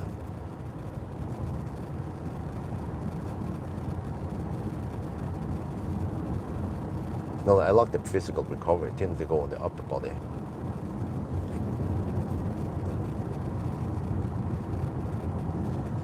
Okay, nice massage.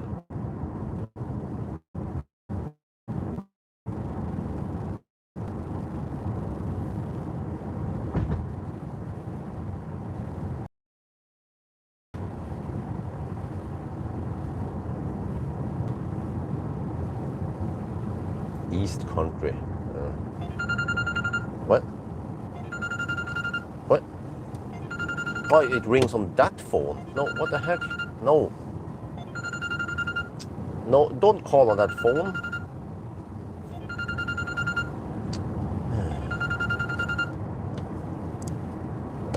People keep calling me on the live stream phone because it's listed there. But it's annoying. I don't want any phone calls there. It has a SIM card. Maybe I need to change it so that the SIM card does not have any phone capabilities. It's data only. But well, I figured out it was the best deal was to go for this SIM card with the data. I mean, calling also.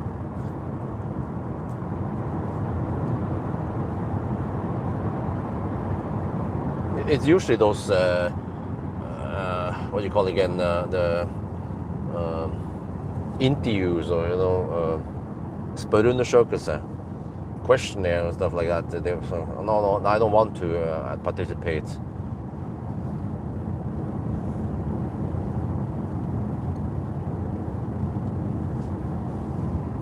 Call me back when I'm retired, then I'll answer.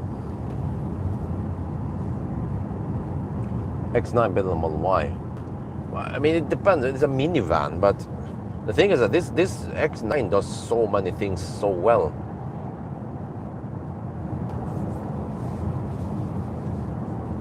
The comfort here is incredibly good. Space also, of course, because it's a minivan.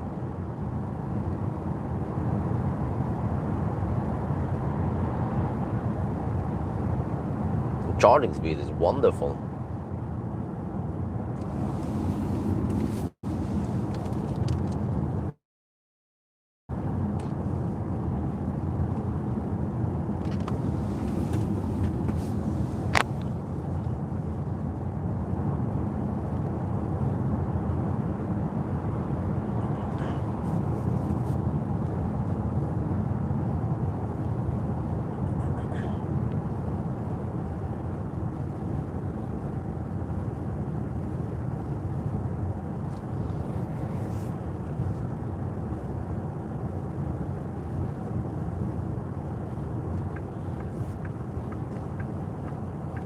Can you just change lane? No. Shit.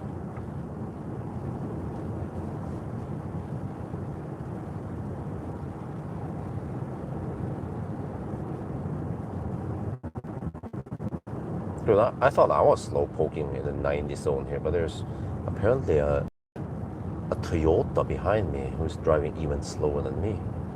What the heck, man? How is it possible to be slower than me? I drive like an old man.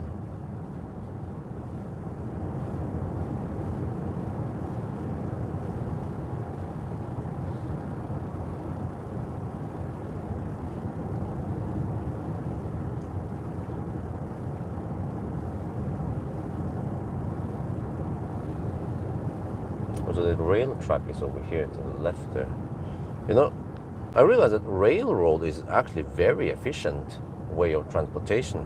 Okay, it runs on rails, but because of that, I get the impression that there's no road noise from rails. Very little noise from the tracks. Super smooth.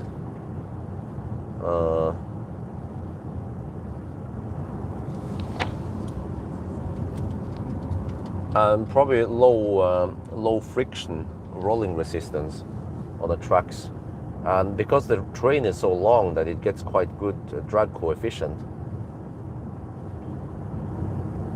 Basically, one wagon is drafting behind the other wagon, and so on.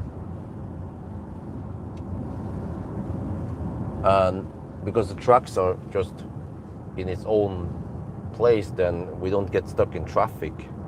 So yeah, I remember when I took the train from Ski to Oslo, the direct train without any stops.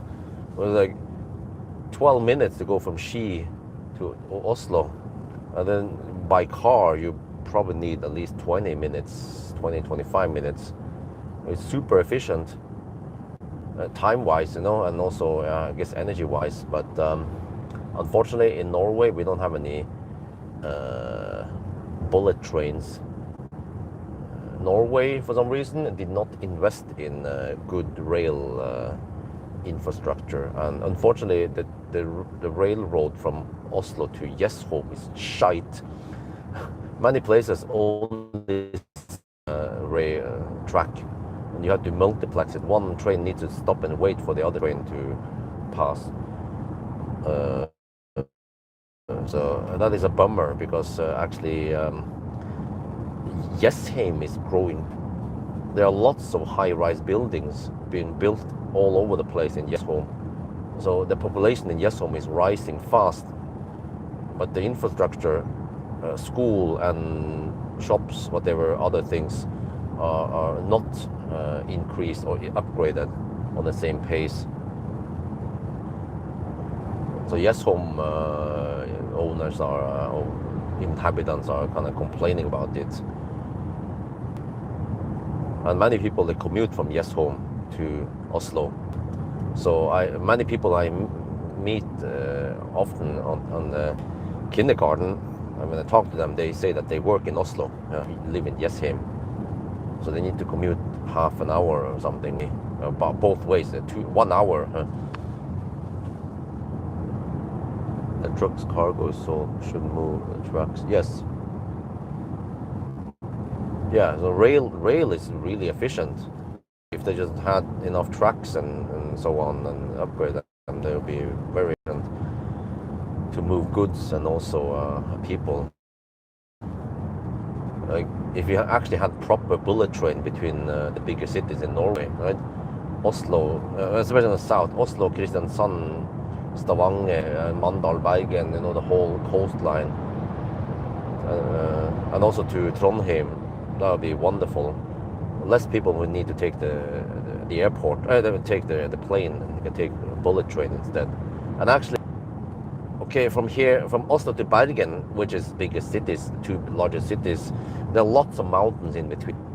Oslo, Trondheim. Trondheim is the second largest city. I mean, third largest city after Oslo. Østerdal, you know, lots of wide open area, fields, just a long valley. Some mountains here and there, of course, but for the most part, shouldn't cost too much. Actually, if you drive Østerdal route, you will see that there is not that many tunnels there at all. So they could have made a bullet train track up there.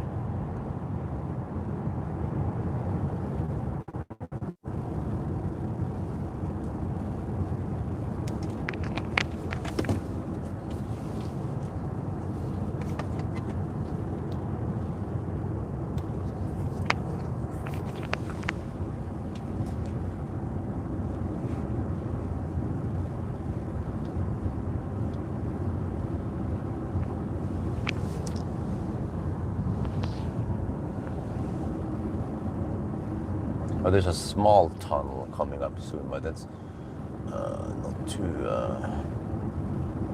relevant, not too big.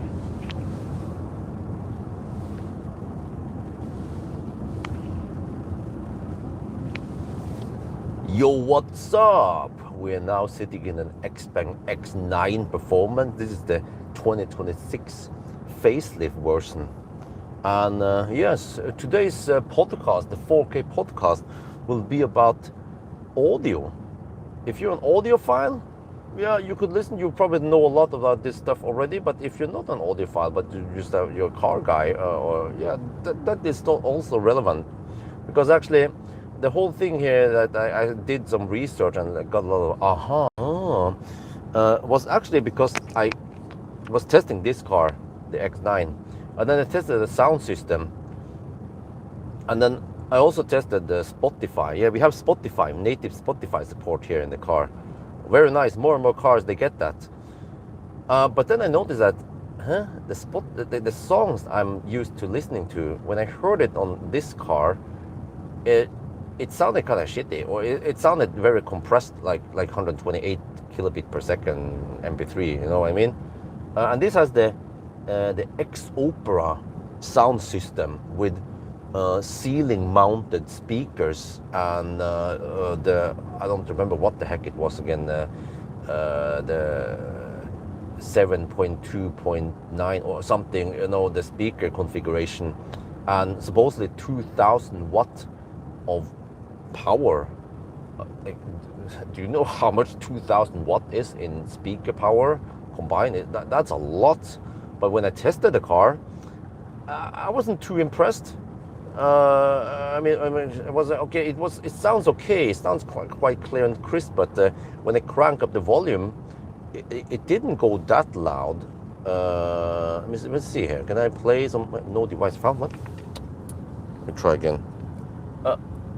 There, I have a USB stick. I usually do the sound test on. Most people, they don't care about this anyway. So I don't expect too many people to watch this.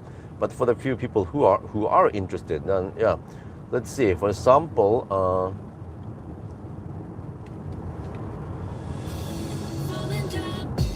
there, this. Okay, the bass is kind of overwhelming. I would tune it down a bit. There's actually a many, quite nice multi-band equalizer we can use to tune the sound a bit to our liking. But I'm gonna show you if I crank up the volume to the max. It changes characteristics. It starts clipping. That was max. In the Lexus RZ 550e F Sport with the Mark Levinson sound system, once you crank it to maximum, your chest is getting punched. Your legs are kind of vibrating a bit from the door speakers. Maybe you can feel extreme, like it was unpleasantly loud. Yeah, from the Mark Levinson. But that is really the upper high tech. I mean the high end sound system. I would dare to claim it's right on par with Burmester and Bang & Olufsen. Sounds really good. And okay, is it important that it plays loud? No, but when Xpeng claims 2000 watts of speaker power, it better deliver. To me, when I crank it up now, this is just a USB stick, right? Sounds like only 500 watts. Yeah, and also it started clipping the bass, which usually indicates that the speaker or amplifier was running on its max, and then it started clipping. Yeah. Okay. Anyway, so in the Spotify setting here, like many Spotify, they tend to use the same interface. You can recognize it. It looks exactly the same on many cars. You go to the cogwheel while you are stationary. You cannot do this while you are moving, and then you can change the streaming quality and the I don't know. There's also usually a quality for download, but seems like the download quality is for when you download it offline on your phone, but they just bring that setting with us in the car. But I believe you cannot download the songs into the car for offload playback. But whatever, the streaming quality, I saw that it was set to automatic. I set it to high. I tried to force it to go to the highest setting, but still, the car, I mean, the sound on Spotify, my songs that I knew well, sounded compressed, the underwater effect, in the lower quality MP3. So I started Googling about this, and yes, Spotify, they operate at lower bit rates, and they have compressed audio, but you can get, when you have premium, you can enable lossless. You can choose also whether you want to enable lossless on your phone while it's on cellular, or if you are on Wi-Fi, because it's gonna suck maybe 1 gig per hour when you're playing this, a gigabyte per hour, so a lot of data. Yeah. But then also I started looking into Tidal, and I don't know if this is a coincidence, but stuff started showing up in my Facebook feed. It's like Facebook is always listening to what you're doing. So, okay, I heard about this Tidal thing, but I was like, what, is that even a thing? Do they have a large enough sound library? And then I've been using Spotify for a decade almost, right? So Spotify is like the OG, the best sounds, the music streaming platform, right? Well, actually, according to some articles, Spotify was the best maybe 10 years ago, but nowadays it's like it's kind of declining. Many people actually, they are complaining a bit about Spotify because they move more towards, in the old days, it was all about discovery and matching music that you like listening to. They can match it and find similar music, so you can just keep listening and like, oh cool, and you add it to the like song, and you add it, but nowadays it's more like about the music videos and podcast and stuff. So that's what I read on those articles. But then Spotify still supposedly has the largest music archive. But I also look into Tidal, because I remember like, hey, Tidal, and then I Google, okay, Tesla has native Tidal support, or Tidal, I don't know how to pronounce it, sorry. And also Lucid has it, but not that many cars has Tidal support, or in a Tidal native in the car, but they might have, you can run it on your phone maybe. But Spotify is more widely available in different cars. The BYDs have Spotify, the BMWs, they have the BMW have Spotify now, so very convenient. And at least for me, for the longest time, I thought, well, as long as you use Spotify, then you have the best sound quality, because you're running it natively on the car, right? Well, up until I played it on this Xpeng, and I was like, what? Okay, change the setting, problem solved. No, still sounds bad. So then when I Google also, lately I like Google AI, and I can almost just talk to it, and I just say, well, I said, I got the impression that the Xpeng X9 Spotify sounded compressed, and then the Google AI replied, yes, that is correct. Other people also notice the same thing as you. And Google AI claims that the Xpeng cars could also apply to the G6, G9. They are stingy on the bit rate or the data rate, because the car manufacturers are paying for the SIM card, for the SIM, for the data package. So they need it because they need to send data to China. No, I'm just kidding. But they need it for software OTA, for example, for live traffic data, or maybe live charger status, or other things.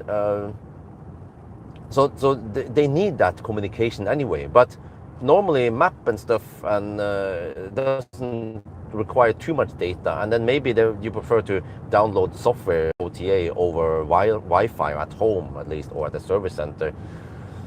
But they will try to limit this, and this is also the reason why Tesla introduced the premium connectivity, because for the longest time, Tesla, they paid for the data plan on Model S for a long time, and it was actually a headache in the old days, like 10 years ago, when people went roaming around Europe, which was fine because we had the roaming thing in the really old days many decades ago. We had no SIM roaming across Europe, and as soon as you crossed to the other country, even Sweden, from here, Norway, Sweden, Denmark, you had to pay way higher price for conversation, SMS, and data, right? But fortunately, some EU law fixed that so that you have roaming in most countries, except for Switzerland, and I don't remember if it was UK. UK is not part of EU or Europe, is it? Okay, that was kidding. But also Monaco. So some, of course, Tesla owners went to Monaco, which didn't include in the roaming thing, and then some massive roaming cost went data plan, and then they listened to music. I don't remember, maybe back then Tesla didn't support Spotify yet, but just using the map, and you could listen to the internet radio, right? You guys remember, I used to listen to the gay pop radio. Man, so many songs. Gay pop radio for the win. Yeah, and then suddenly Tesla got some huge roaming bills, but they paid because it was included in the Model S. It was the premium cars back then, before Model 3. Okay, a little bit back and forth here. So just explaining that many car manufacturers are taking the bill on the 3G, 4G data. And that's why many of them, they limit the power. Strupe det. They limit the power. They limit the data rate on data-hungry apps like Spotify. So some people say that you could, in some cars like, I don't know, Tesla or some other cars, if you connect to Wi-Fi and use tethering on your phone, or if you have a dedicated device for Wi-Fi, so then the car, as long as the car is on Wi-Fi, it will automatically detect that and switch over to higher bitrate on Spotify or whatever other things you're doing. That could be one solution. How do I get the best sound quality then? Well, with a native already, or quality. And I was like, wait, what about Tidal? So, okay, so I made a Tidal account. I paid for it, or at least paid for the test day, 30 days or something.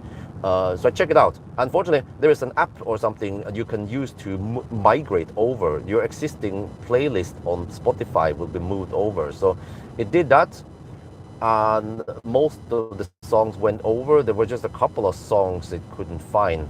I was like, okay, no big deal. So that was good. So it seems like Tidal has also a pretty good catalog. But Tidal is lossless, FLAC, and also Dolby Atmos. And I remember, I wonder if it was the Xpeng earlier or some other cars, when the importer wanted to show me how awesome the sound system was, they said, okay, do you have a Tidal account? I was like, Atmos features, I don't remember. So I was like, okay. So then I remember, so Tidal, they have the best shit because they have lossless audio, which is the best. But okay, some people could argue this. Maybe Linus Tech Tips, they did some blind test between, let's say, high bitrate compressed audio, 320 kilobit per second, versus lossless, and it wasn't that easy to hear the differences. But I have been running some tests at home. I have the Marshall Acton 3. It doesn't run on batteries. It needs AC power. But the Acton 3 has one dedicated subwoofer and two tweeters. And what do you call it again? The DL filter, it needs it, of course. Don't remember what it's called in English. Yeah, okay, but you know, it has separate elements to make the sound better. And when I switch between Tidal, Spotify, I could hear it on something like Lionel Richie, Say You, Say Me. In the beginning, there is this synth, high frequency synth, and in Tidal, I hear that it's crispier. Also, many other songs I listen to, the Tidal uncompressed audio has crispier treble. That's where you usually save data, by compressing it on the Spotify. But I did enable the lossless on Spotify, but it doesn't seem to make it that much better at all.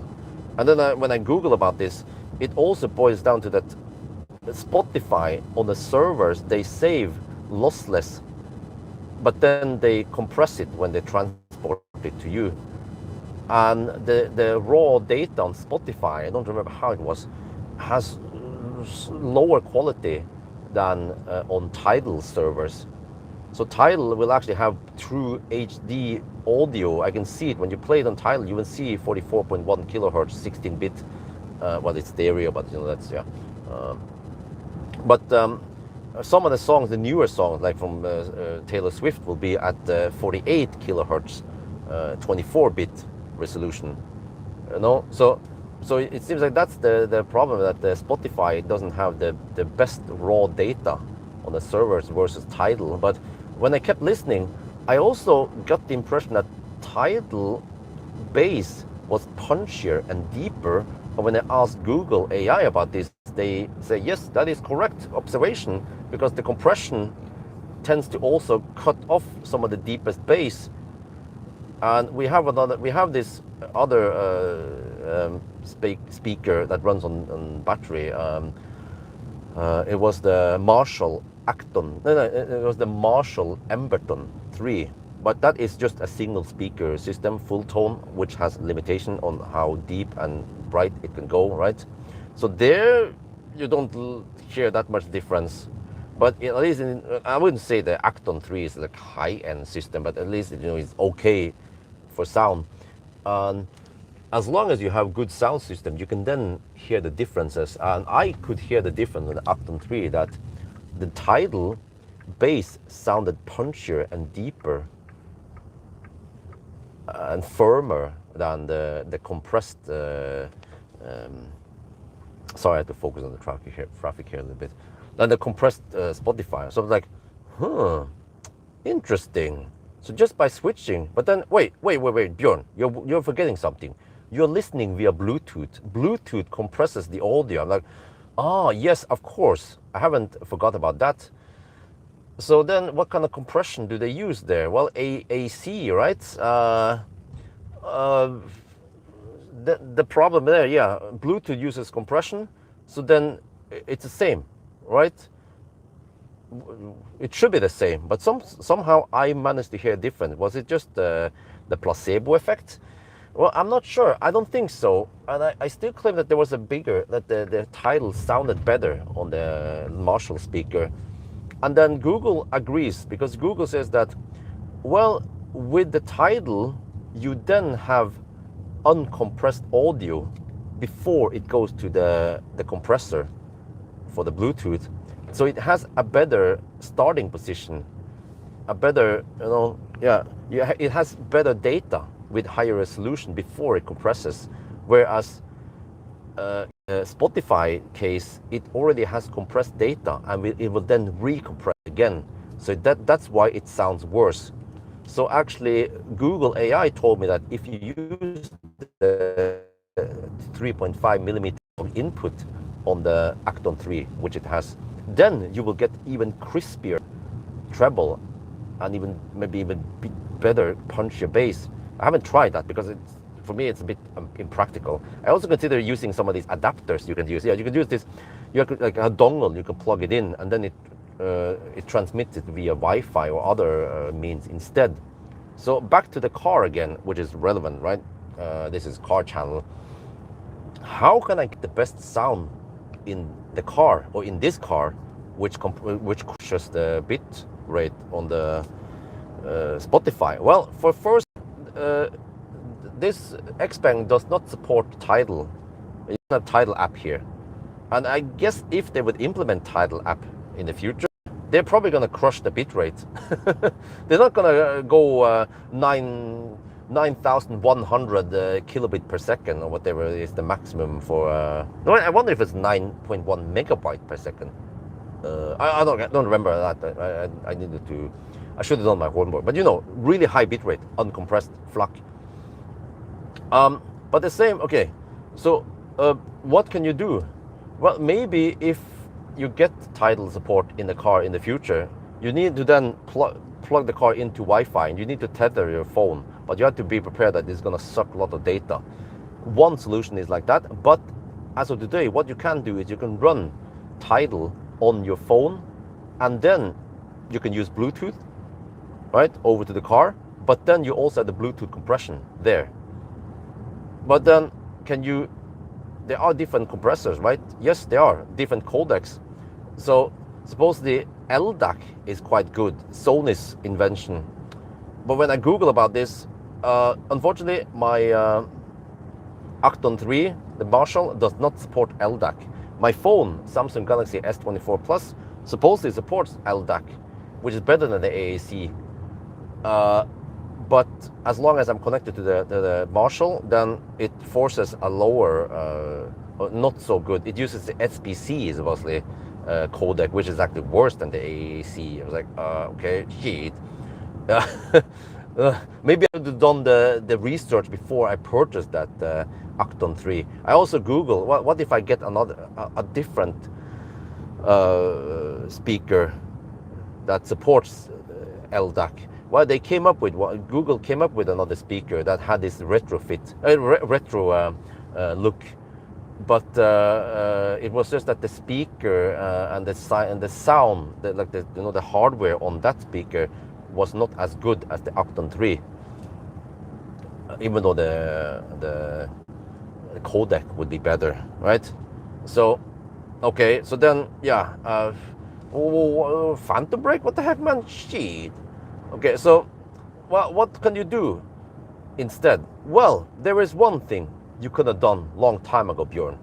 Why don't you use Android Auto or Apple CarPlay? Well, the reason why I don't use them in general is that they tend to fill up the whole screen. They go full screen, and I want to have parts of the screen for car stuff. Like I want to use car functions.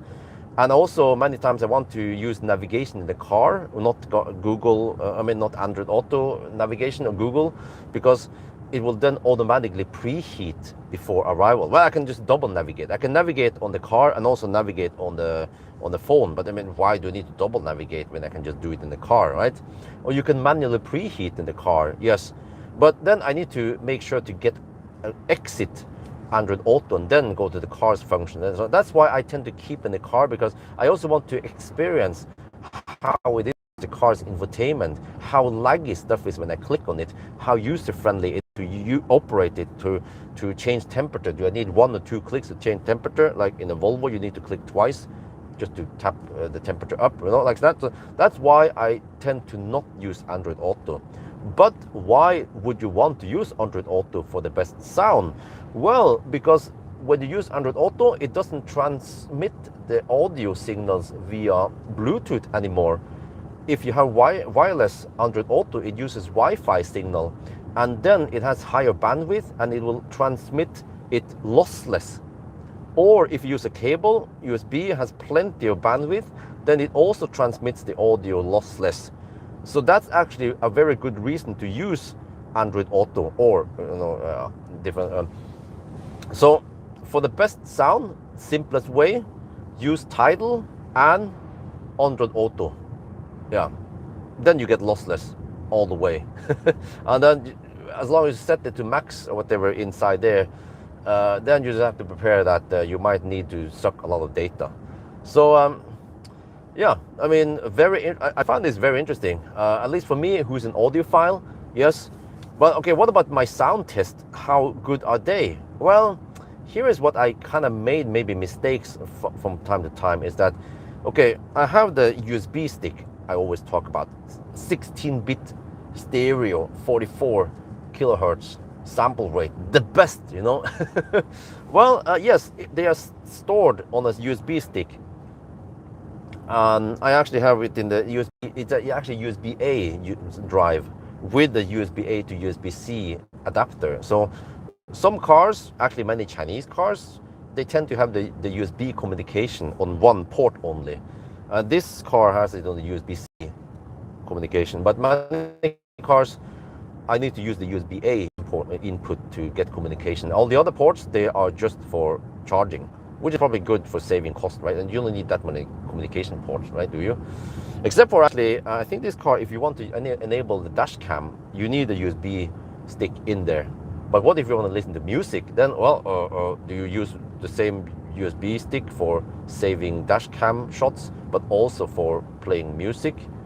What if it needs to override stuff? And I don't know, I haven't tested it. So it would actually be great to have 2 USB ports for communication at least. But yeah, so yeah, that's the one I used. That's the USB stick I use for testing audio, and it is uncompressed. And then why don't you use OGG files, or you know, the FLAC? Well, it's good. Yeah, it's just compressed. But when I Google about this, WAV file and FLAC files, they have the exact same quality, except for the FLAC files, they are smaller size, and size doesn't matter for me, little, because I'm an Asian. Yeah, but it's how you use it. No, it's how long you last. Okay, no, but it's it's how hard you thrust it. No, I'm just kidding. But for me, the file size is not a big problem. Compatibility is more important, because many cars I test, they simply, well, I haven't Googled about this, but I assume that not all of them support FLAC, but many of them support WAV file. And actually, some few cars, they can't even read the WAV files. They need MP3. It was some of the old cars. I wonder, it was like a Leaf or ENV 200 or something like that. So I was like, heh. Okay. But at least WAV files works in most cases for me. And as long as it's uncompressed, then it goes straight from there into the amplifier, and then yeah, no compression. So which means that my sound test should be as pure as possible, right? Yeah, but it is strange actually that some cars, they cannot play some of the songs I have. Actually, the Arctic Circle song is troublesome in some cars. It just says, you know, it just skips it. Many cars, it skips it. I tried to re-encode it or whatever. It's just WAV file, 44.1 kilohertz stereo, 16-bit, but something about it, it just doesn't work. So I haven't figured out. Well, I don't want to resample it.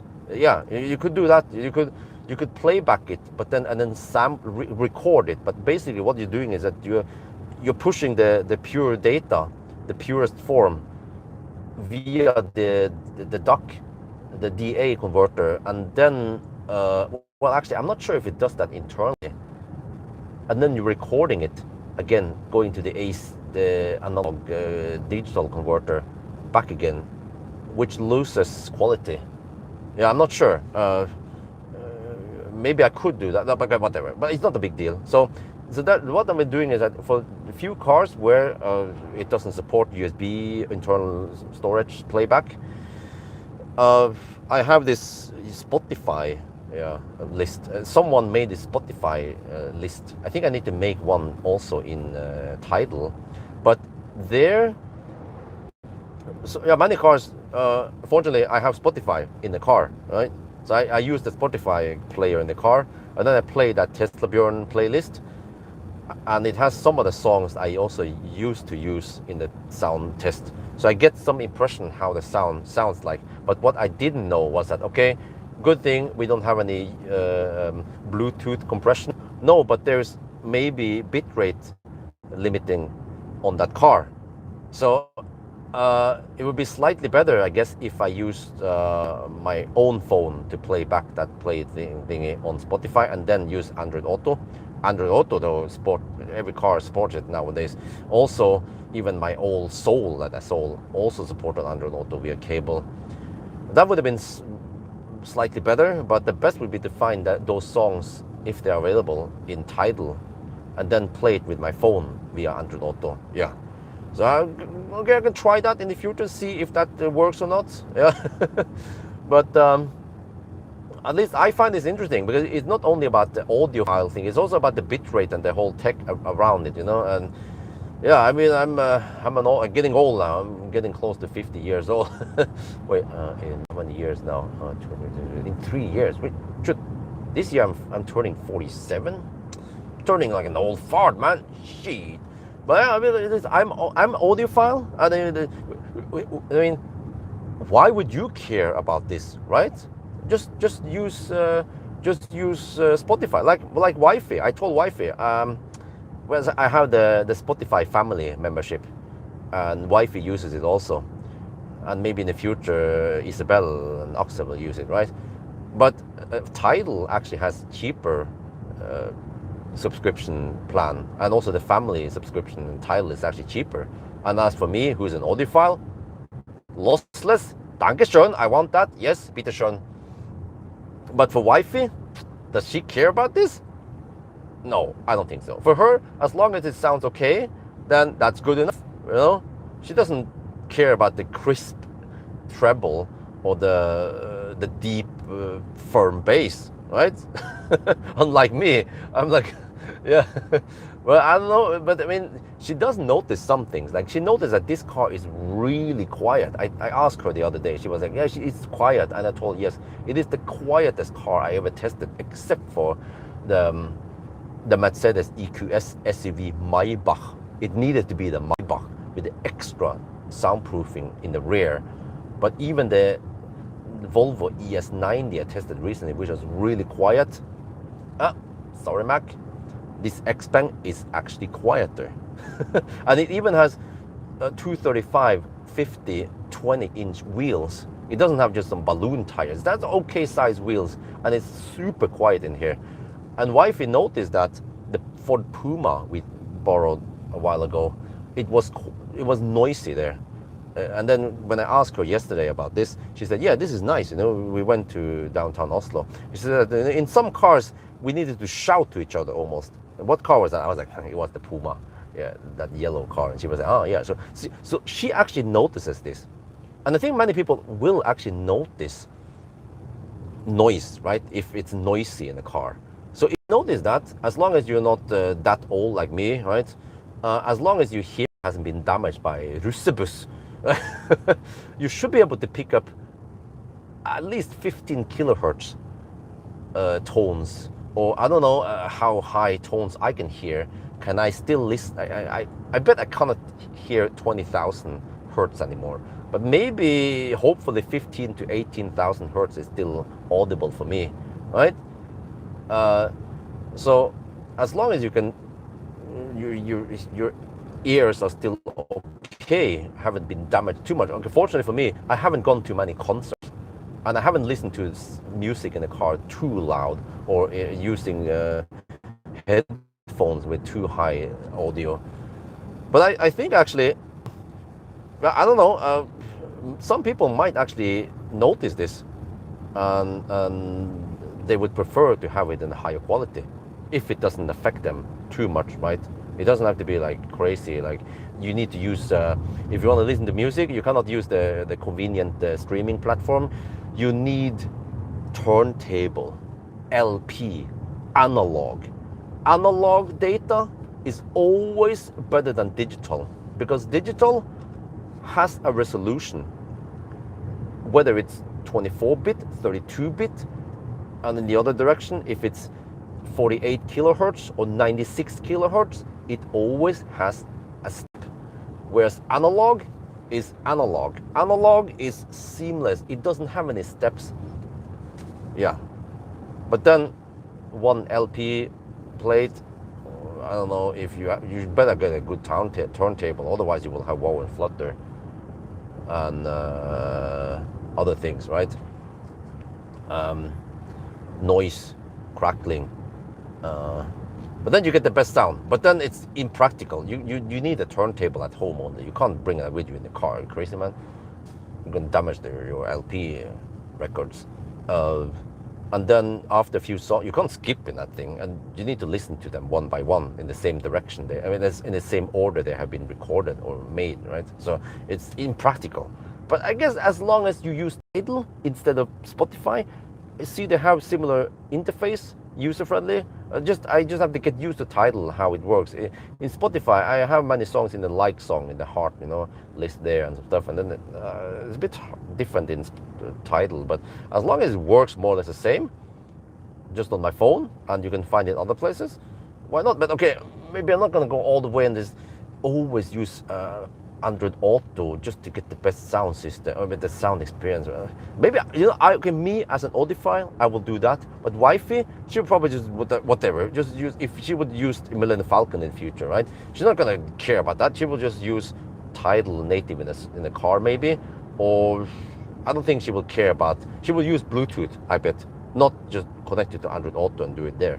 But I mean, who knows? Who knows, right? But okay. Anyway, long TED talk about this, about how I run my test, the sound system test, and also how to perfect it and how to test it the best way. But also this makes me wonder, I tested the sound system in this Xpeng. Was it not done correctly? Well, I used the USB stick. It's as pure as possible, the signal. And then what about the sound level in this USB stick? Maybe it was set to be lower than what you would get if you play Tidal via the phone, right? That's why it wasn't that loud. Well, okay, if that was the case, why did I hear clipping when the volume went past actually already went past half or 2/3 on the scale? Then I started hearing clipping in the bass. That is usually indicator of limited amplifier power, right? So I believe that I already tested it the best way possible. But okay, now at least in the future, I'm better prepared so that we don't get any incorrect test or wrong impression of the sound system I test on different cars. But yeah, so did I forget anything? I don't think so. Or yeah, also I forgot one thing also. Yes, I already did this. You go into in my phone, Samsung Galaxy S24 Plus. You go into the developer settings, and you can check which codec it is. And when I was connected to the Marshall Acton 3, the LDAC was grayed out, so it was not using LDAC because Marshall doesn't support it. So yeah, I should test it again, but I already tested it. I think I have the Sony headphones, the one that is over ear. There was an XM4 though, the older version, but still sounds pretty good. And also I have the in-ear Sony headset, the butt plugs, whatever you put in the hole. They should be using LDAC as long as my Windows 10. Yeah, I refuse to upgrade to Windows 11. But as long as my Windows 10 supports it and also my phone supports it, then I get LDAC. And also there, when I listen to the computer, I still could hear. I listen and I use the over-ear, the headphones, Sony headset. I heard a difference. Yes, I claim at least I heard a difference. Between the Spotify on the computer and the Tidal. I claim that the Tidal songs had punchier bass and crispier treble, and just in general just cleaner sound. So, but this could be the what they were calling it, the effect, right? Maybe I need to do a blind test. Yeah, the placebo effect. Yeah, because I knew which source was what before I started listening. So I need wifey to help me and play, and then I can just listen to it blindly and try to figure out which is which. But also there was another thing. I did a lot of stuff. I Googled about this. Also on the computer, you can enable this direct, or whatever it's called again. I don't remember. There's like this mode in the Windows. You enable the direct mode, or whatever it's called, and then it bypasses the sound cards messing up, because by default the sound card will adjust the volume, and I don't know if it does any processing before it goes to the DAC, and then, well, actually, does it go in the DAC? Yes, it does, right? The DA converter.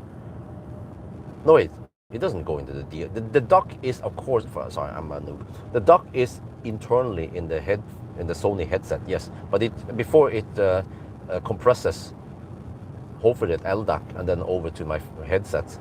So I tried that pure thingy, enable it, and I couldn't really hear that big difference.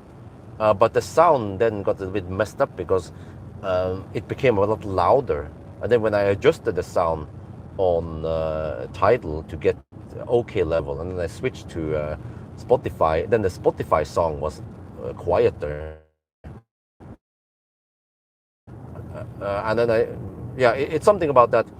When you use the pure mode, it bypasses the sound cards, messing up things, and then the level then gets adjusted. But then when you switch back to Spotify, which goes via the sound card settings or whatever, then it takes the lower volume over there. So I'm like, okay, so I tried a bunch of things, tried to find out as much as possible about how to get the best sound experience for me as an audiophile.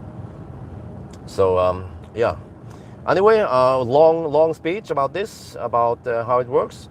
So what else should I mention? In general, I can also tell you that I've been testing lots of sound systems in different cars, and also I prefer to have everything flat during the test. But for if I own the car, or I will listen to it like seriously, some cars like the Tesla Model 3 Highland, it has too high bass. I then actually tap down the bass to around -3 to -5 decibel to get okay. Otherwise, it's just way too loud, way overwhelming. But also many cars, they actually have okay sound, but of course different. Like when I describe each sound system. But in general, like just because one car has Harman Kardon doesn't mean that it's the best out there, right? Or if like the Ford Puma, the poor man's car, right? Puma has the Bang & Olufsen, but does it mean that the Bang & Olufsen there sounds as good as an Audi A6 with the Bang & Olufsen? No, the Bang & Olufsen in the Audi sounds better. So just one brand doesn't mean that it has the best sound. It depends, actually. So, and also when it comes to Harman Kardon, especially in Harman Kardon, I noticed that there's a big gap between good Harman Kardon and not that great Harman Kardon. So, but in general, expensive cars tend to have better sound system than not so expensive cars. And actually, unfortunately, many Chinese cars, they don't have that great sound system. Like MG, the lower prices, like MG4 or something, MZ EV or some of those many Chinese cars, they tend to not sound that well. They tend to clip. They don't play that loud. It seems like there's a software limit on how loud they want to play to avoid clipping or in distortion. And even the more expensive cars like Neo ELA, EL8 I tested, they brag about the 1.5, or I think it was a 1500 watt speaker system. Okay, but I mean, do you want Russebus or do you want audiophile experience, right? So then the bass in the EL8 was too loud and a bit boomy, and the sound in general wasn't that nice and crisp, unlike, for example, the Volvo ES90 I tested recently. Really impressive sound system, like wow, crisp, natural, great, pleasant to listen to, nice, warm, yeah, whatever. But so in general, I would say that German cars, some of the best. Tesla, the earlier cars, yeah, kind of ish, like Model S and so on, but versus the newer cars, way better sound system. But also for the longest time, problem with Tesla is that they tend to not be so quiet. So then when you're on the move, noise from road and wind noise is kind of ruining the sound experience. Yeah, so that's why EQS was some of the best I tested, because the Burmester in a quiet car like an EQS was just so pleasant to listen to, and also of course in the Volvo ES90. So yeah, so that's actually one thing that the Chinese cars could improve, is to make the sound systems better. So not just make it loud, you know, like Neo, just make it sound better, more pleasant. Avoid clipping, for example, right? Yeah, and maybe consider where you place the subwoofer, because when you place a subwoofer in the trunk, which tends to happen, many cars, they have the subwoofer in one of those wells in the rear end of the trunk, it becomes boomy. One of the best car sound system I tried was actually in the Lotus Electra.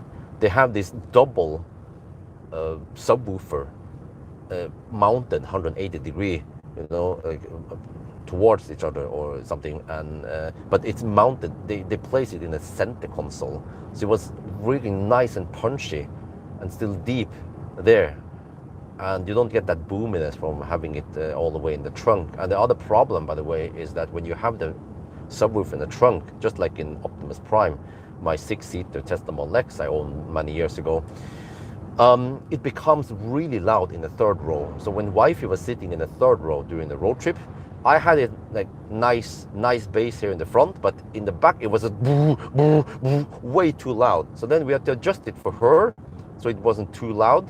And then for me, it was way too flat. So that's why it would be better to distribute the speakers other places. Actually, my BMW E61, 2014? No, it was, okay, whatever. No, 20, no, it wasn't. It was 2004, it was. E61 has the Hi-Fi Professional. It was before they started using Hamad Cardon or other providers. And supposedly it has a subwoofer under each front seat.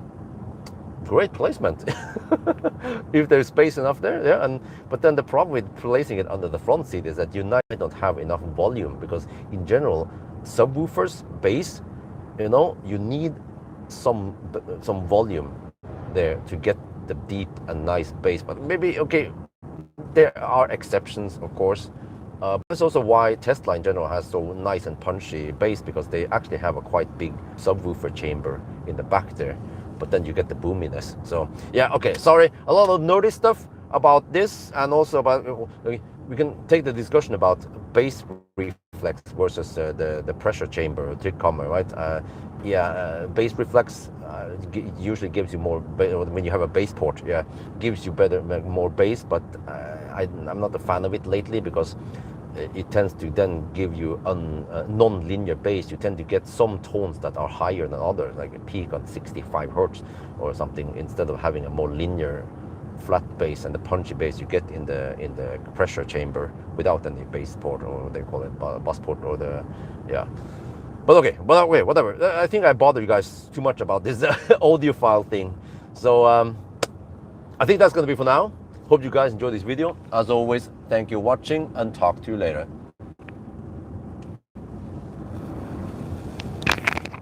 Okay. Oh shit, the microphone was turned off. No, I'm just kidding. Let me see. Let me switch over. No. I think I need to charge this resolution. Wait. There, turn on the resolution. How long was that? I think it was around 40 minutes long, right? Okay, I can't see it. Well, almost an hour. Damn. Okay.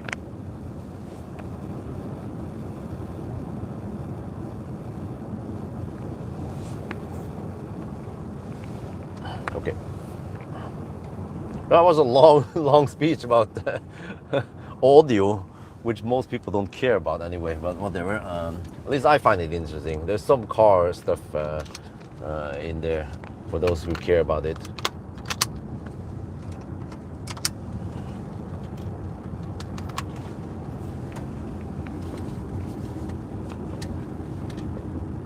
Now I need to chart my thing slightly. Where is it? not a big fan of this new inverter I purchased because you need to power it on every time you want to use the thing. But I guess it's saving some juice then by not having it on all the time. Yeah, but the inverter needs to be powered on. Okay, I need to charge my camera a bit. You see? How is it now? Okay, 50%. All right. We charge a little bit before we arrive at Gol. What is the consumption? I haven't paid attention here. Whoa, 159 watt-hour per kilometer. That means 155-ish. Yeah, that ain't too bad in it. With some headwind and uphill, seems like we have the potential to get it as low as 150, which should mean over 700 kilometers of range today, or tonight rather, before we finish. Yeah. Okay. Anyway, long speech for me.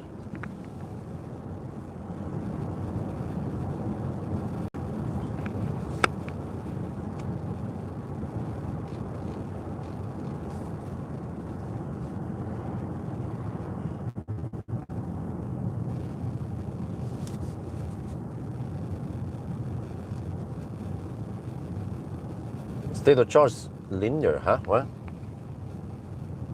No, it's not linear. I measure it. It's not linear. It's yeah, non-linear. Okay, down to 75%. I can 180 kilometers done and 159 watt-hour per kilometer. So you can do the math now.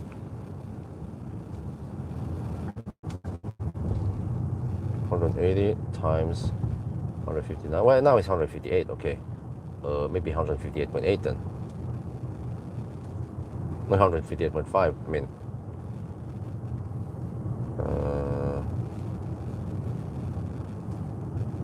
okay, go multiply by 4. Yeah, so now it seems like we have 114 kilowatt hour. You see, but it's actually 100 and oh shit, I have to increase my speed. It's under 107. So it's yeah, non-linear.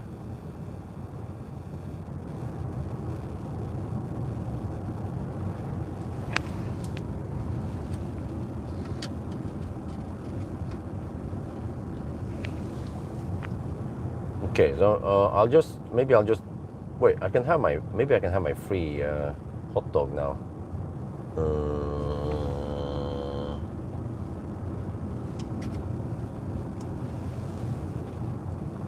Well, I can just buy two hot dogs. I got the drinks with me anyway, or I could just get the drink. Maybe I'll cash out the free hot dog now.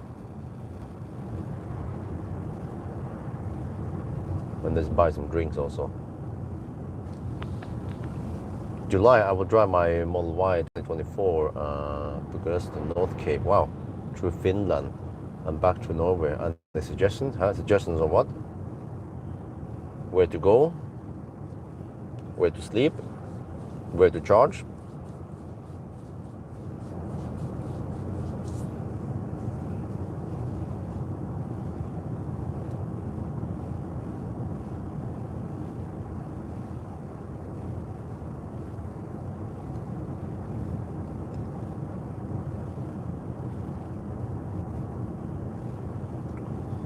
But I need a new mic eventually. How do I do this? So I need to carry. We can try the Wi-Fi mic. Well, you know, I could borrow the mic from the car cam thing and just plug it in and see what happens. Since I'm not using it most of the time. Actually, I could. No, okay. I could even just use that one. Most of the time I don't use the car cam mic, and then in case I need it, then I can just plug it out, and then you guys will just hear the internal mic for a little bit, for the few minutes, and then I switch back. Because then I only need to buy more equipment, and also I don't need to carry extra equipment. I already have the one I have, right?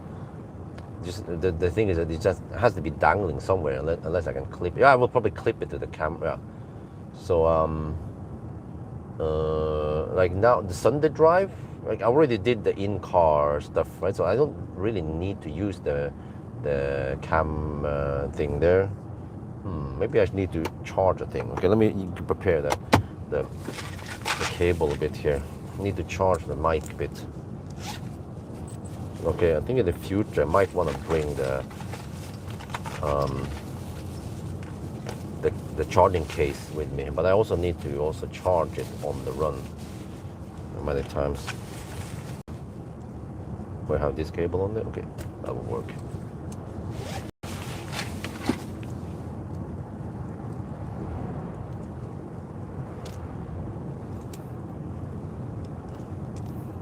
Otherwise, charging legs. That whole thing there, it's totally up to you guys, what you guys feel like doing.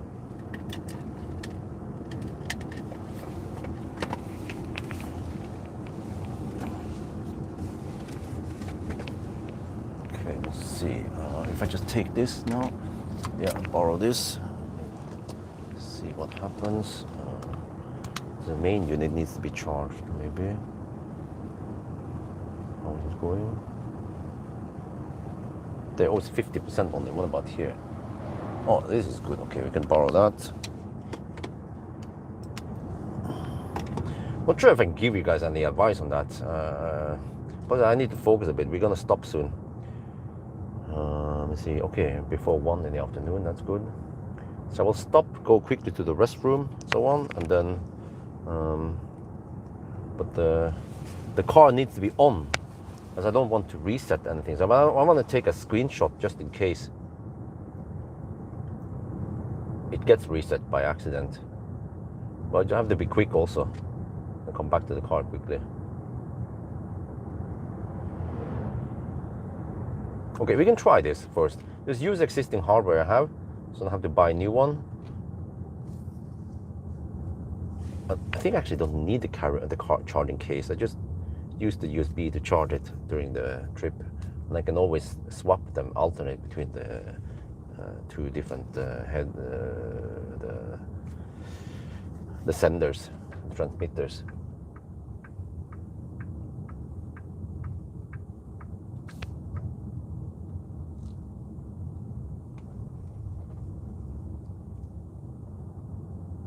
$18 degrees Celsius, nice and warm.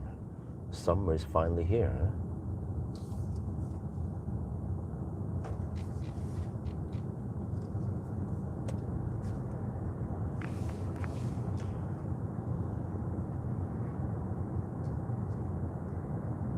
Well, because I mean, you could easily do 1,000 kilometers per day, but maybe, well, it depends. But in Norway, 1,000 kilometers per day, especially if you have to take those ferry stretches, will be hard. Then, but it also depends how far you want to go. For me, I don't have a problem going 1,000 kilometers per day. But if your wife is tired because she's been sitting in the car all day, then you might need to do only 500 kilometers per day.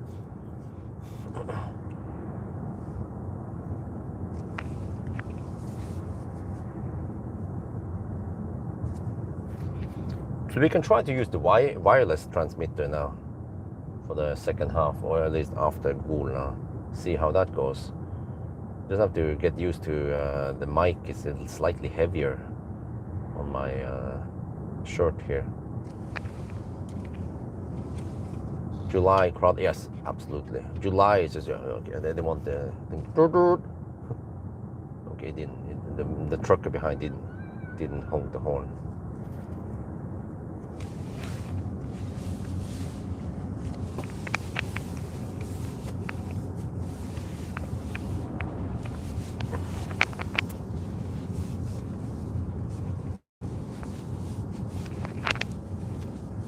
We have Gol, SD1. I'm gonna go to Circle K, of course, because I'm a loyal Circle K member.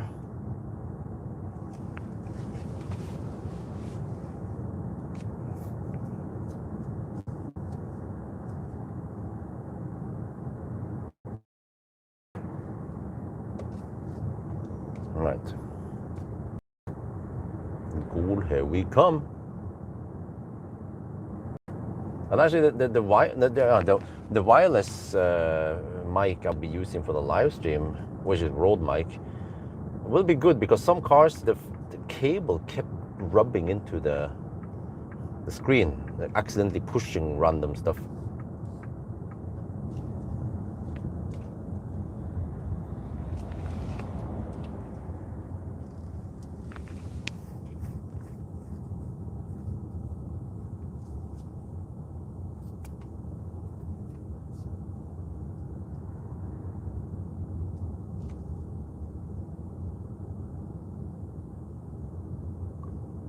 Welcome to Ghoul.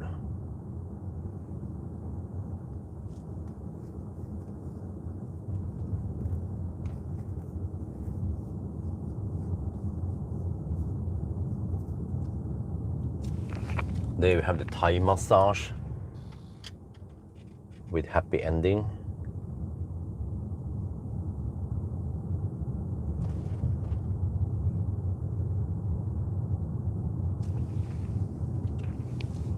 Here we have Remen and Uno X charging. Yeah, actually very convenient to have fast charging at grocery stores. You spend around 15 minutes only there, right? Depends, yeah. And you can top up.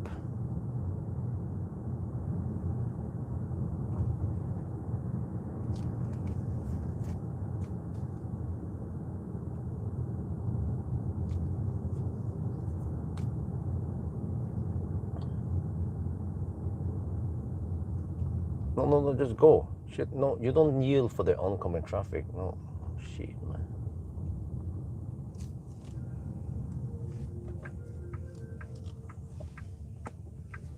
Holy macaroni, this woman. Oh, shit. Okay. Welcome to Ghoul. Go to Circle K.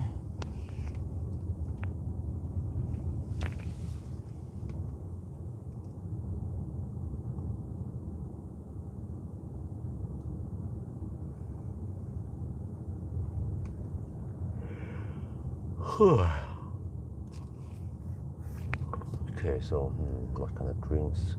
I think I'll just go for the regular double hot dog, double wiener penetration.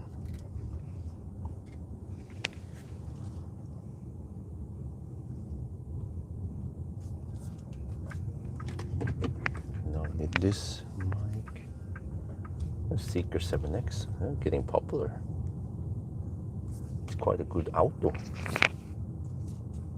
Okay, click my mic here. I don't damage it. That's what's been happening. I've been accidentally damaging it. Oh, here. Oh, shit. Maybe I'll park there.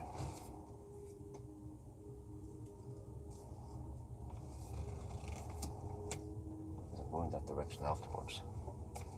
Okay, park here. Zook. Zook. We want to auto park. Okay, I can do this manually, don't worry.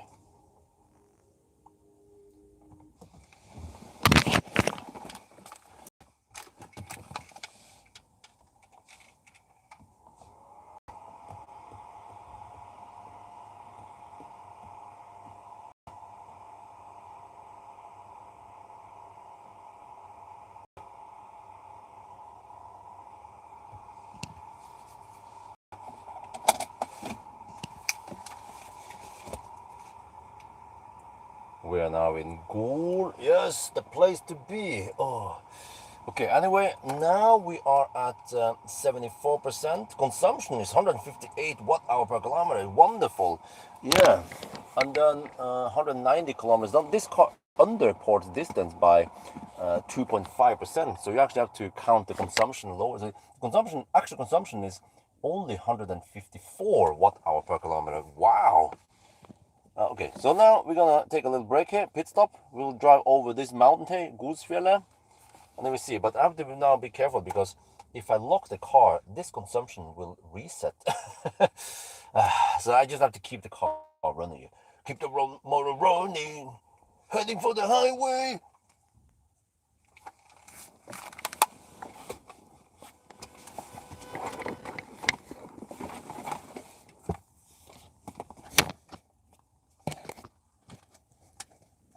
Oh, there's Laderstau at Cool. What the heck, man? No, it's Monday today. Heck is going on now? Okay, I don't know, but let's let me see, do this.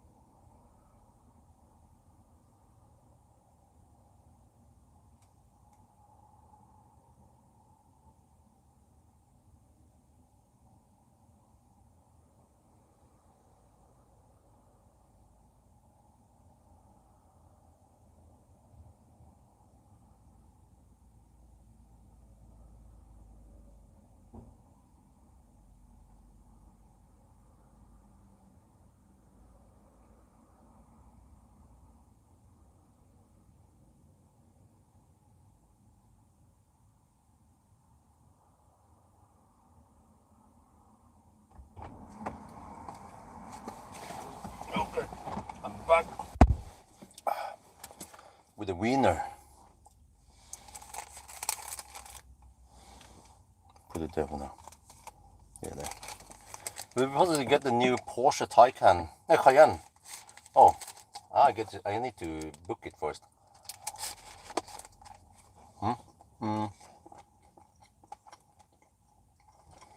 What is the car? This car we're sitting in right now.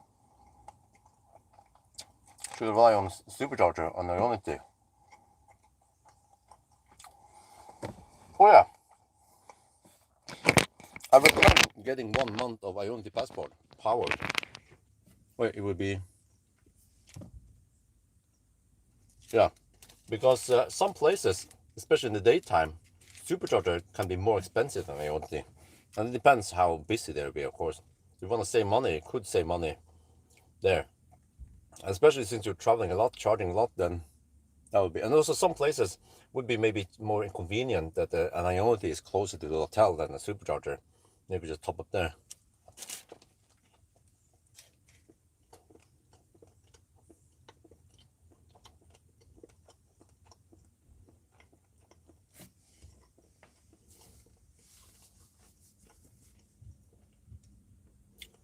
But how fast does a Cayenne charge at? I'm guessing that this van here might be more efficient than the Cayenne.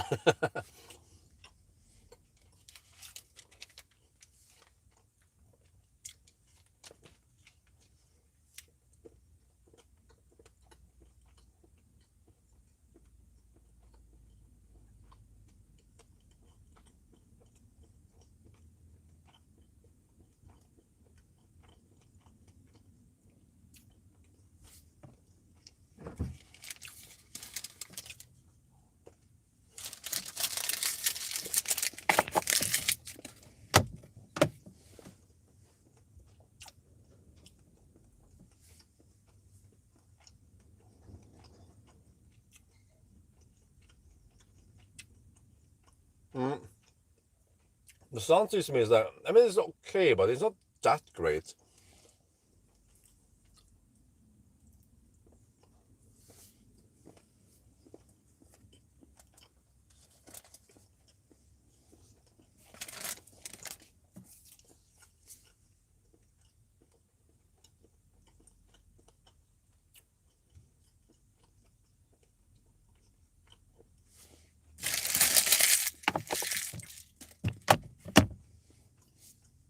I want to switch over to the other mic soon. And let's see. What, we're not charging?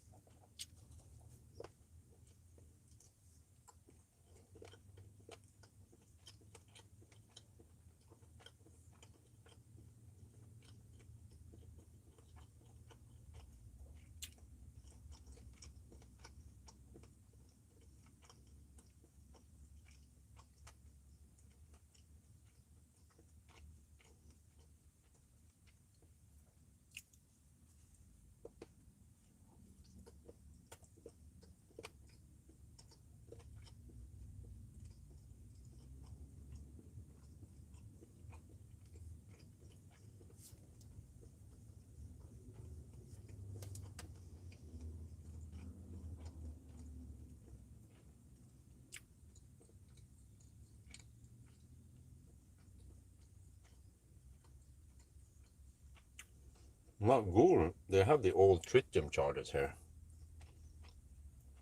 They went extinct most places. I remember Circle K had them for a while, but I think they replaced them with Alpitronics, probably because they were troublesome.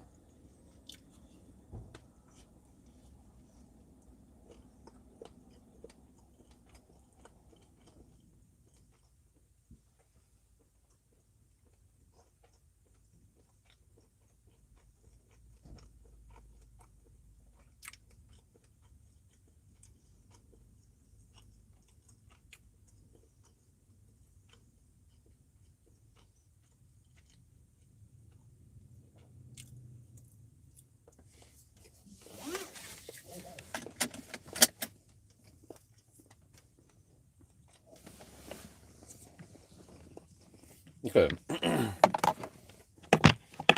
Now let's try, huh?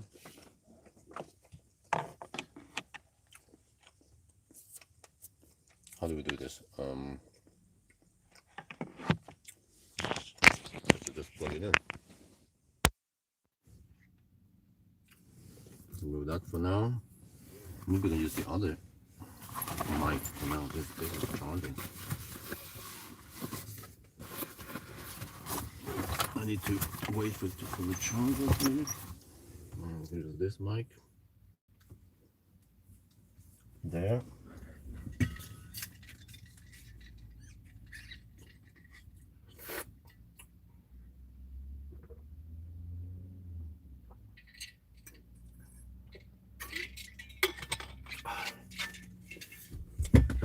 Okay. Now I guess we can just keep it plugged in. Well, as long as it gets power plug in, then we. There. Should fire up now. What's gonna happen? Oh, interesting. It does not fire up. What? Oh, it doesn't have the phantom power on it. What it's called. Interesting. Okay, can you guys hear me? Testing, testing, sound. This is the first time we tried. Now, I guess I can clip this onto that, or how to do this. I kind of want to charge that thing still. Does it sound okay? I can clip this on there. Okay, this will work. And then how do I charge this? Okay, whatever, I charge later.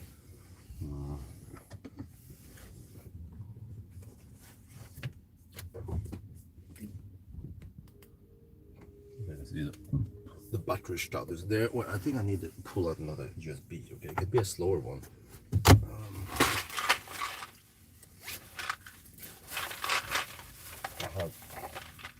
Let's see. I always bring USB. I can use a USB A. Okay, that is actually quite slow. The USB A here, I measured to be only 5 watt, 1 amp, 5 volts only. But that will do on this.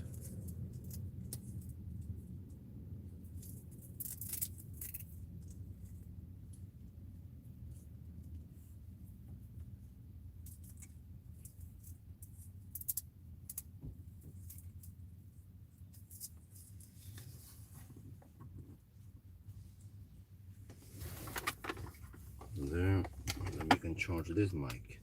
I might want to need it eventually. Okay, let's see. Oh, right, I think we're ready now. Off we go.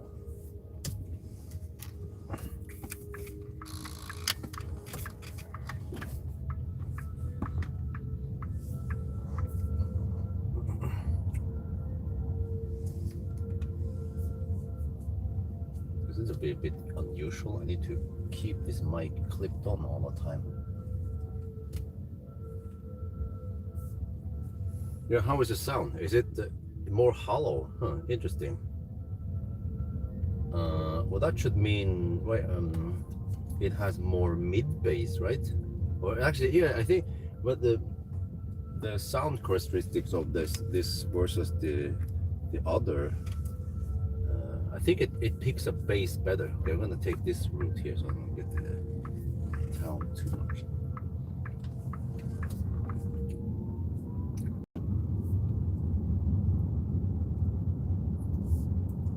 Well, is it good? No, it's not annoying, right? It's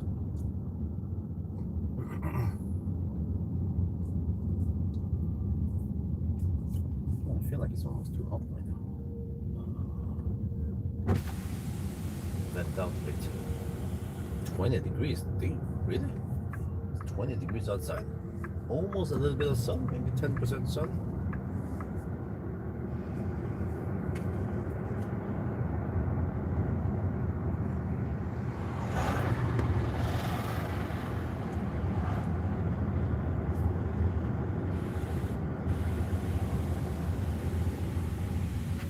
Yes. Yes, what?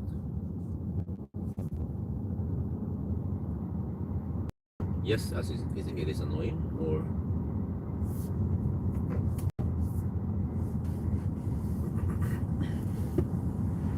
Okay, I brought the Schwartz with me, but it doesn't. I don't need it now. I guess it's on Sunday, so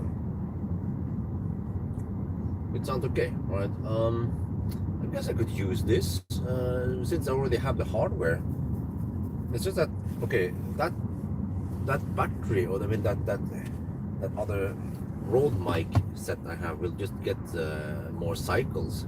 It will be used more. Or maybe it's good because it's mostly not just sitting there. So yeah. So until now, I mostly use the other road set for the main cam, and then the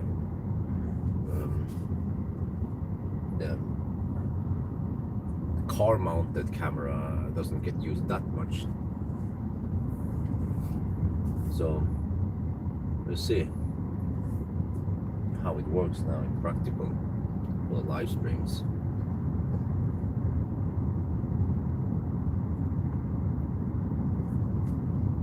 If you have any problems, no, but I mean, well, it has some okay range. Well, what is the benefit here? When I park the car, or when 1,000 kilometer challenge, I don't need to unclip it, just keep it on. I could just bring it into the toilet even. You can hear me shit. No, you won't, it's too far, then it goes out of range. But even if I go outside and stuff, you can still hear me. You know? Or if I pee outside, oh shit, you know, you can hear that. It should have at least 10-meter range, depending. If it's direct sight, it can go up to 50-meter range. But as soon as you go move into the building, then it tends to disappear quickly. Oh gee, I do sneeze. But then do I still want to keep the wire mic? Yes, probably, just for emergency.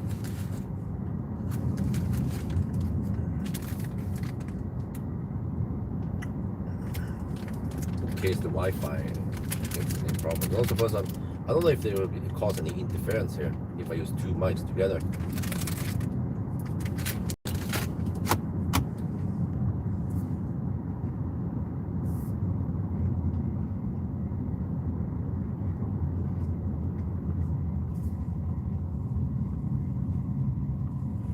Well,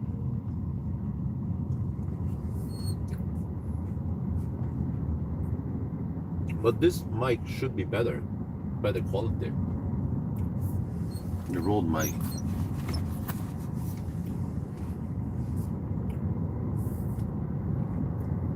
And maybe it's more sensitive, maybe it picks up deeper bass. Well, let's try something.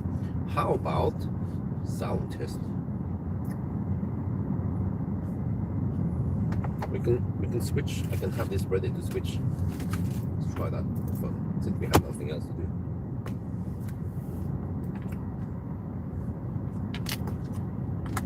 Okay. Let's see.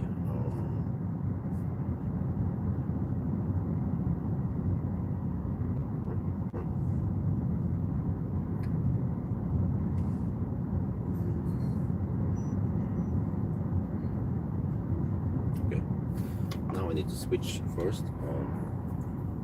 Switch this house.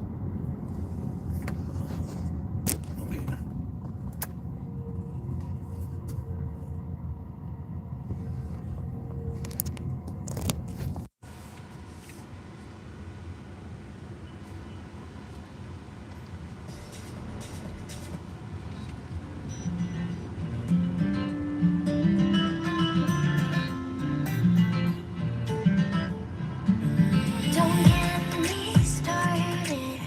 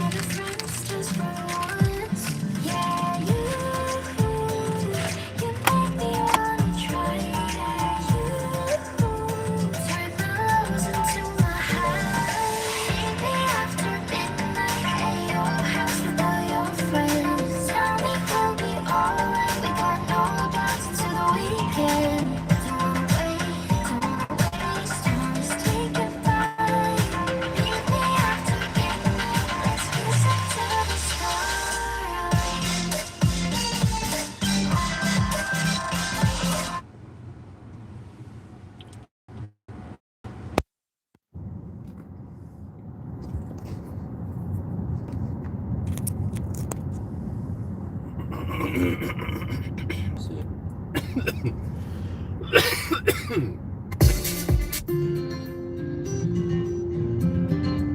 Okay, which sounds better? The first or the second mic? Don't get me started about the way you look at me. Don't you see where you've been? Don't want a broken heart, and please never let me go. Can we be more than friends just for once? Yeah, you make me wanna try. Yeah, you turn my lows into my highs. Meet me after midnight at your house without your friends. Tell me we'll be alright. We got no doubts into the weekend. Don't wanna waste time. Just taking time. Meet me after midnight. Let's kiss up to the stars.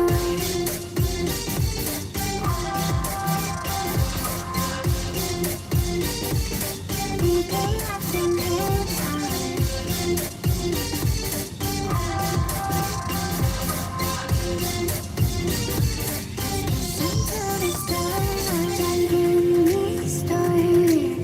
I just can't help it when I see your face and your trace under the stars. We'll leave this party, yeah, sneak around the back and drive away to my place or somewhere far. Yeah, you. Okay, voice test then. Alright. Then I need to clip this on. Hold your horses.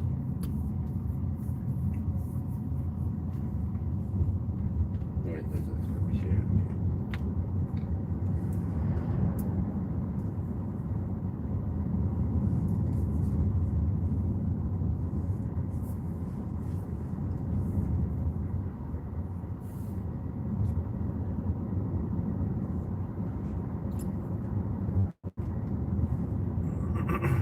Okay, I'm gonna quickly switch here. Okay, so this is the old mic. Yeah. So I need to say something then. Okay, we are just wait. I need to. Well, I can stop this. I think I have enough charging on the. There. Okay, I have enough charge on the camcorder now. That should be enough. 80% is plenty in the new battery. So this is the old mic that you guys have been listening to for a long time. It's getting worn down. I think actually the holder that broke. Why did it break? Wear and tear, right? I think it got pushed too many times. And I accidentally bump into it or pull it and so on, to the point where it breaks. The clip part. So yeah, I kind of know that these microphones, they have some limited lifetime before they die eventually. But I only need to replace the clip anyway. I can super glue it there. I never move it anyway.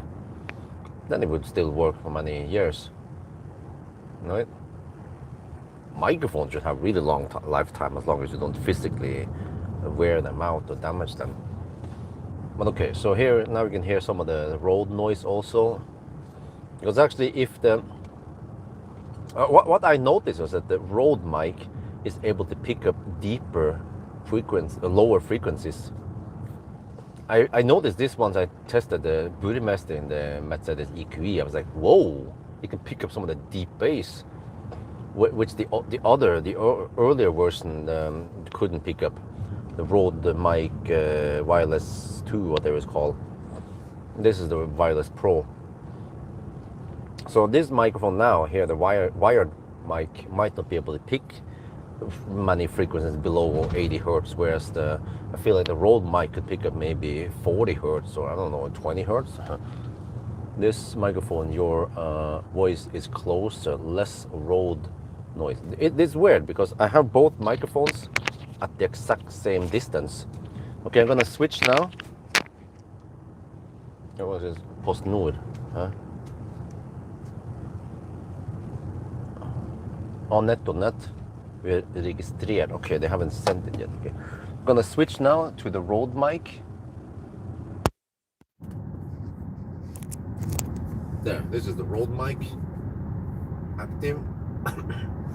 So how does this sound in comparison to the other? More road noise, right? Wait, it sounds further away, really? Wait, if it sounds further away, it might be that the sensitivity on this mic is lower, but the distance is exactly the same, and the acoustic should also be more or less the same.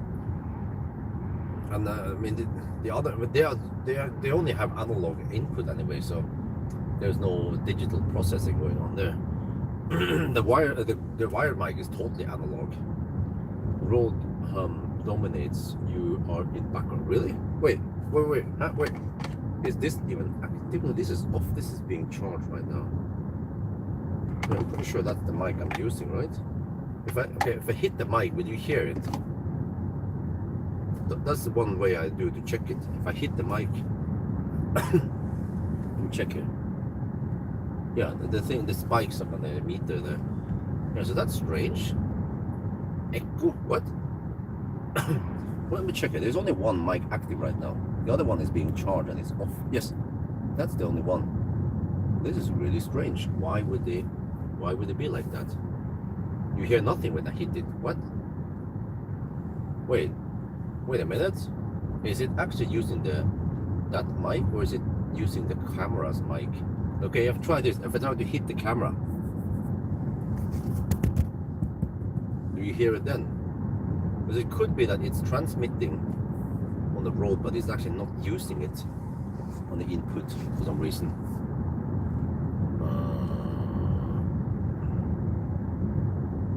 What? Wait, huh? Wait, do you guys hear stereo? I snap left and right, close to the camera. But this was strange because when I plug it in, the mic didn't fire up by itself. Wait, maybe I should look.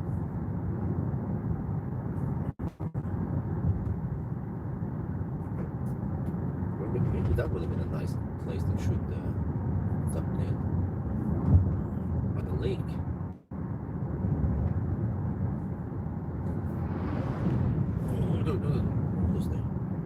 You heard something, huh? What? But how did you hear my snapping? Can you hear stereo, or is it mono? Okay, let's try something. I'm gonna turn off the Rode mic. Okay, now the Rode mic is off. Now you shouldn't hear anything. If you still hear something, then it's not coming from the Rode mic, that's for sure. Let me check here. The Rode mic is not transmitting anything. You hear the same? Okay. It seems like it's not using the Rode mic. It's using the camera's internal. Okay, that makes sense. Why you guys have why it feels more distant. It's using the camera. It's using the phone's internal. Why? Did I not plug it in correctly? No, I did. I could do that. Do I use Bluetooth directly? What? It's physically connected. Oh, I forgot. You noob. I'm using TRS plug. I need to get the TRS to TRS. Yeah, that's why it's not working. Okay, I need an adapter. What TRS on one side and TRS on the other side. Yeah, okay. Alright, we have to go back to analog then. Okay, let me switch once we are stationary. So I can kind of switch now ish. I'm gonna stop soon anyway.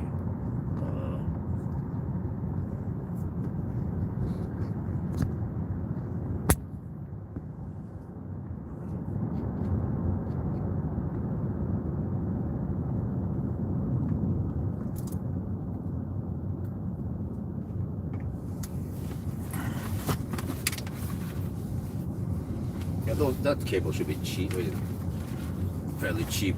A TRS adapter, like $1 from eBay, right?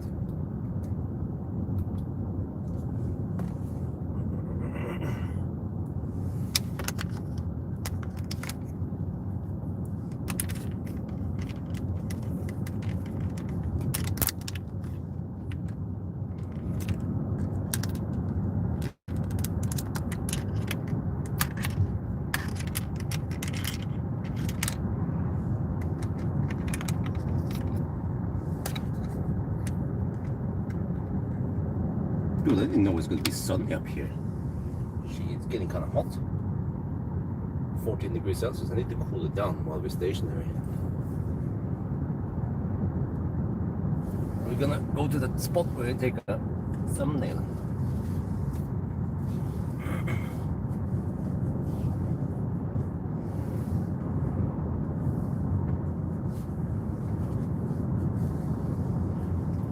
It's getting hot in here. Shit. Get this mic back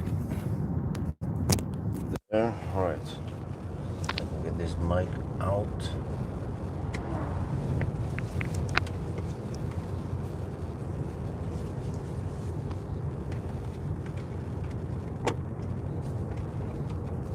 Dude, the auto steer is actually not good here.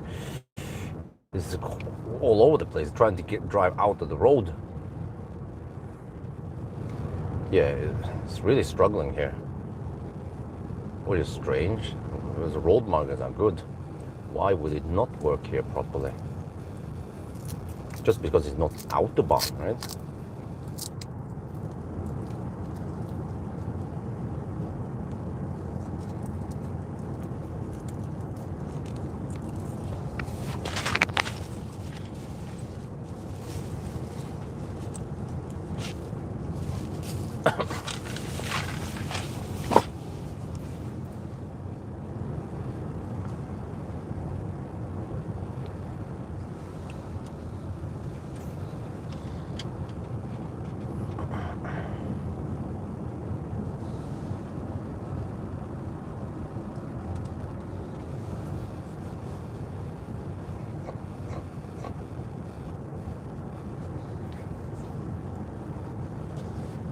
Oh, I forgot. I don't need I don't need a new cable.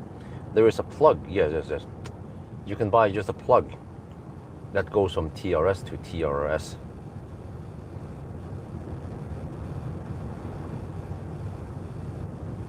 It's still 2.5 millimeter.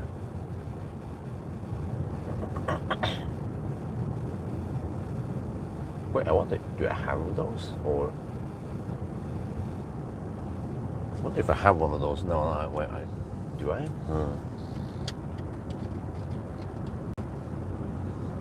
Yeah, the hytte, lots of hytte over here. So people, they like to go to hytte. They can chill over here in the mountains. That's what Norwegians like to do. Fritidsbolig. Not for permanent use. Just weekends and holidays. Wait, is this the part not? Yes, I think it is. Okay. Well, the clip now is kind of kaput. There it is. Okay. Stop here. As always. Hop, hop, hop. Okay. There, and then I just take a photo. That's the plan, right?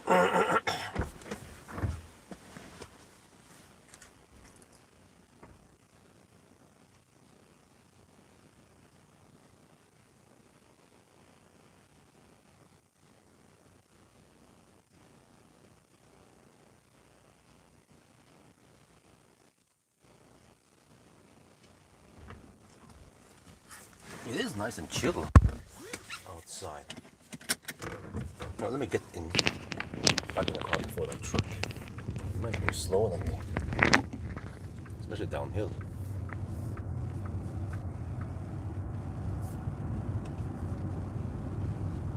Okay. Put the mic again. somehow.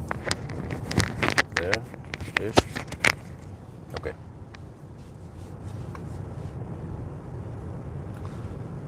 Right, and now 1 in the afternoon. Can you guys check that tunnel near Roa? Is it open yet?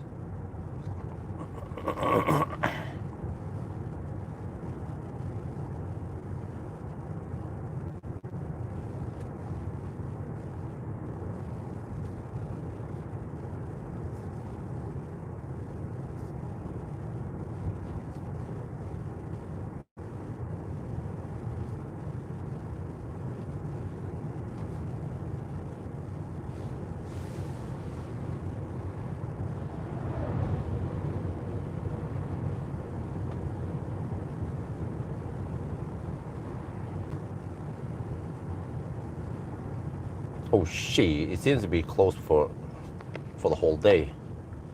Okay, in that case, we need to drive via Jövik. I mean, I can take the same detour back, but I'm not keen on that, man.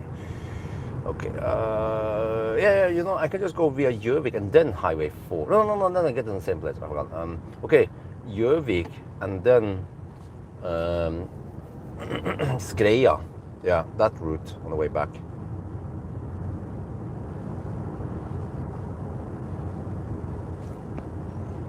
No, let me just circle K. Kollerud. There, Jövik. Okay. Let me see which route the car picks. Oh, okay. That one. Bybrua, that route. Okay. I want to go there. All right, we'll go via Dokka. I'll take the shortcut also. All right. But now I'm not sure how much of time I have, so I don't want to dig around too long.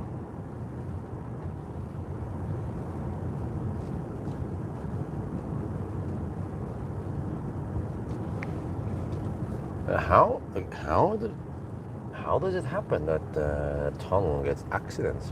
Okay, so I would probably just take some super glue and duct tape and just glue and tape this thing together on the clip.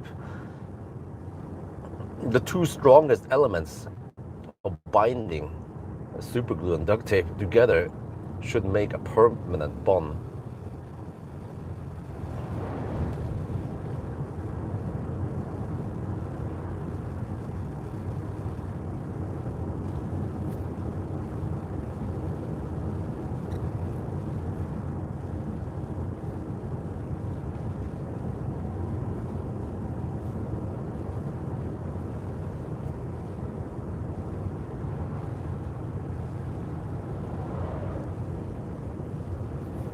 Yeah, I'm looking forward to that Osmo Nano I'll be getting soon. I'm planning on using that pendant, they call it, right? The thing where you can have it around your neck, and because it's so small, it just snaps on with a magnet. I can just snap it on. And then I have both hands free. I always wanted a chest-mounted camera, but I wasn't keen on getting that the whole strap thing, the chest strap, just to get the camera there, like on the GoPro or the action camera. But yeah, the Osmo Action is now 6. Action 6 is the latest and greatest. It's big, slightly bigger, and also of course more expensive, but better for low light. But I know that for low light settings I'm not going to use this much, or I mean it's not critical at least. And then I will use a big camera with bigger sensor, better optics for it. So it will mostly just be the POV shots, and then hopefully I can start using it for the acceleration test. And also, yeah, sometimes if you just want to film the dashboard, I can just mount it there, and it gets a nice angle.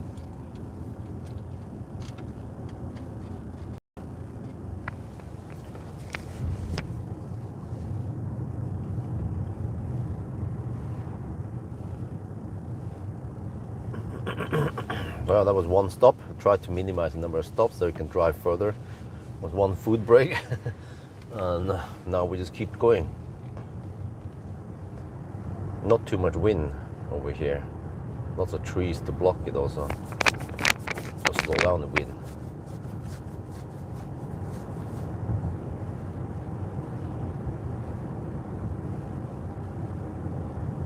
Okay, 178. Oh, I'm in the highland now.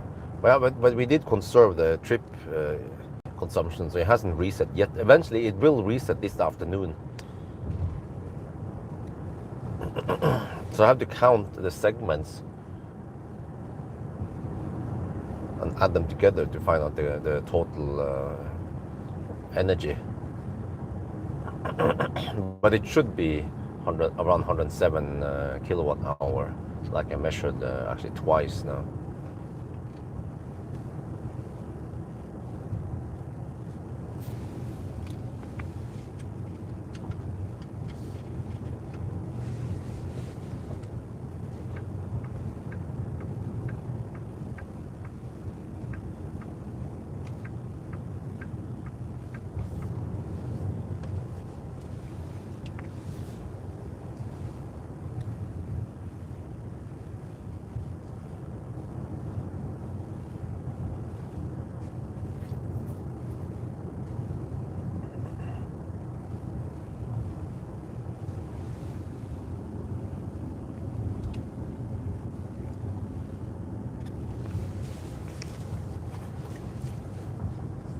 Oh, there are lots of cabins here.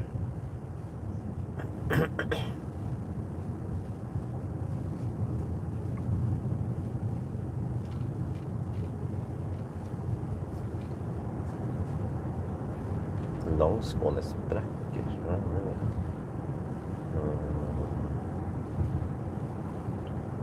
Oh, that mother trucker is all over the place, man. She.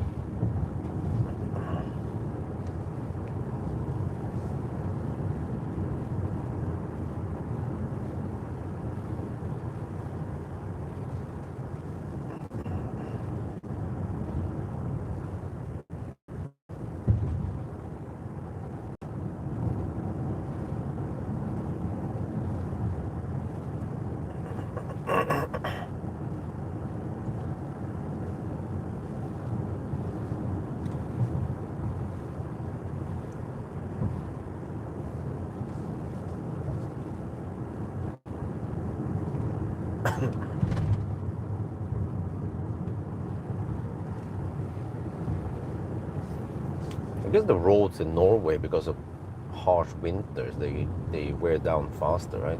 There's more like heating and expansion and cooling, ice and stuff going on. So I got the bumps we have here. We don't see those bumps down in München, do we?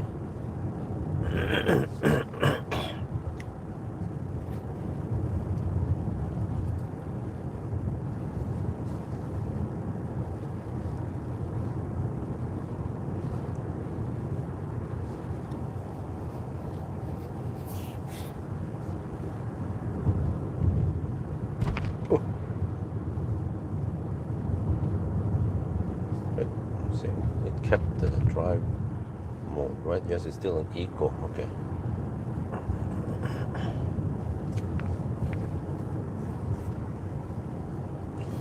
Yeah, Monday today. Yeah. Well, I'm not sure which. Need to make an appointment with Nasir again. He's very busy. I'm also very busy, but we need to just shoot a video about the Millennium Falcon. He found the leakage supposedly in the air suspension, so I want to know, can it be repaired? And yeah, supposedly they put in new air suspension in Millennium Falcon. I got it for low price.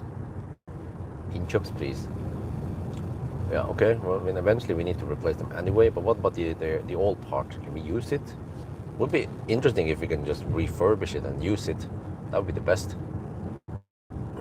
Just to see how long it actually lasts, because air suspension is already 13 years old. So can we just keep it alive as long as possible?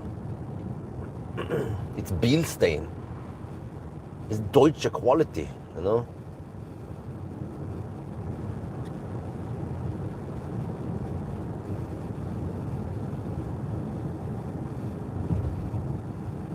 Okay, again, bumpy roads, no problem for the dual chamber air suspension.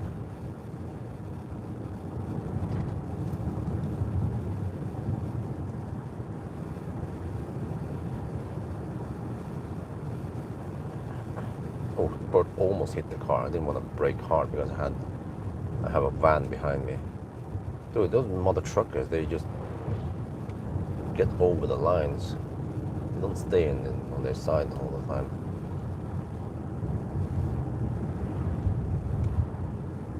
Man, that ID7 also looks damn good.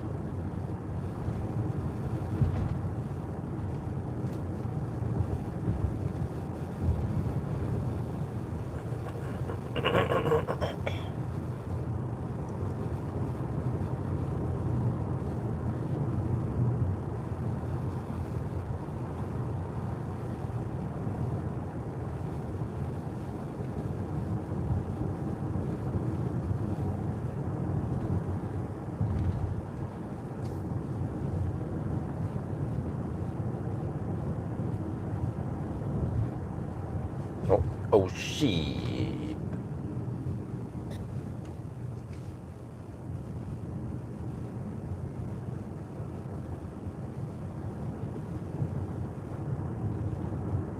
Okay. At 450 meters we will turn right. Yeah, this is kind of annoying that the meters there, it's like 302 meters, 280 meters, 237 meters, 250. Why don't they round it down to 100 meter precision and then towards the end 50 meter precision? Chinese cars, they're always like that. Okay, at least they don't show decimal because they probably get the distance with decimal also, but they round it up, but they show that weird number. Humans, they're normally not that used to that. They want to relate to, like now, it says 4.9 kilometers. Yes, it doesn't say 4.82 kilometers, 4.73 kilometers, you know?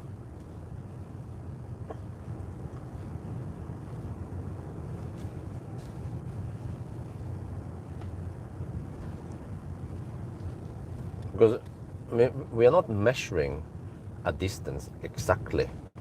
Then you want exact numbers. We are just in around about whatever distance.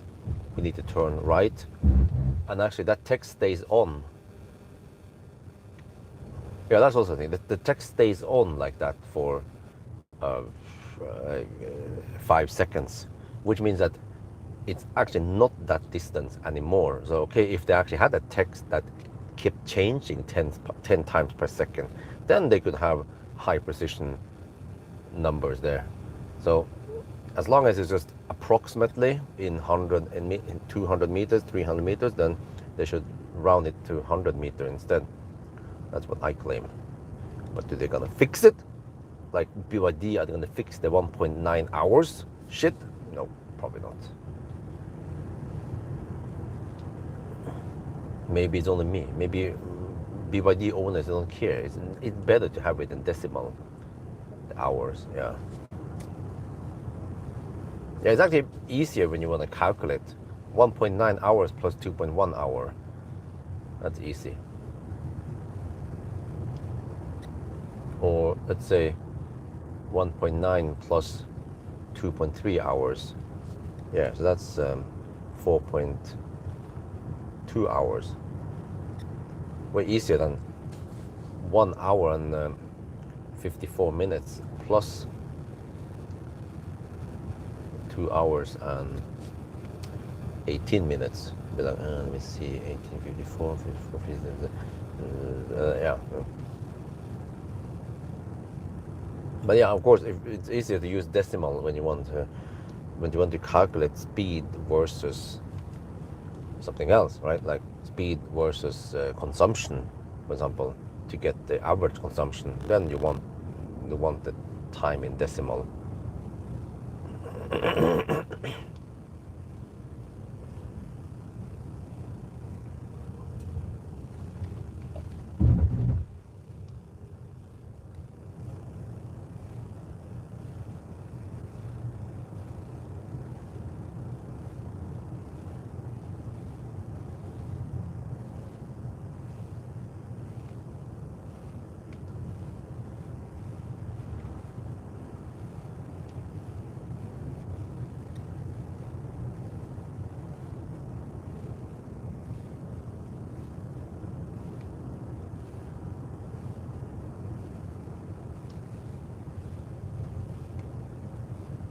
Oh, there's a lot of regen going on now.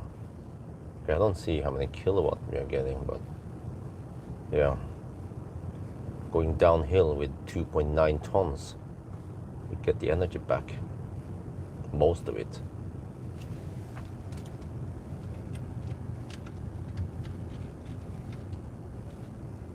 But with fossil car, you will have to then waste all that kinetic energy into heat. Actually, wear down the brakes more.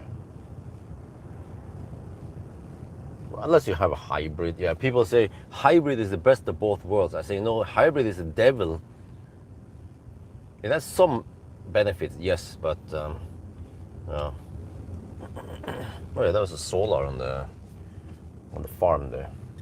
Solar farm, yeah, that's what it is, right? But you know, okay, so I like the idea. If we can just of the solar at home.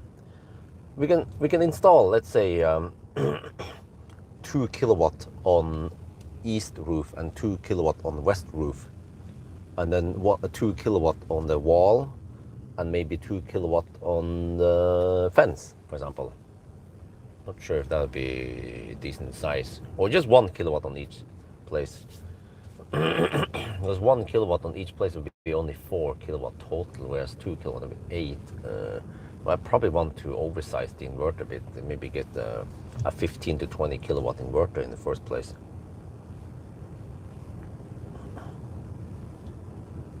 And then, but I have to be able to somehow split them so we can see the production on each.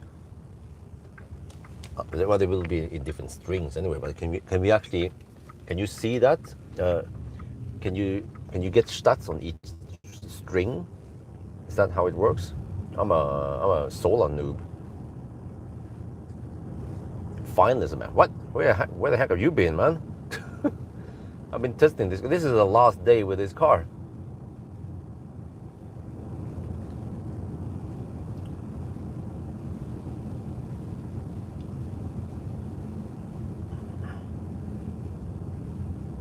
Okay, some Baustelle. Where is that? 1 lane or 2? Wait. Okay, so you just have to agree who's gonna go first, then, in case there be 2 cars passing. Oh, it's just 50 meters. Okay.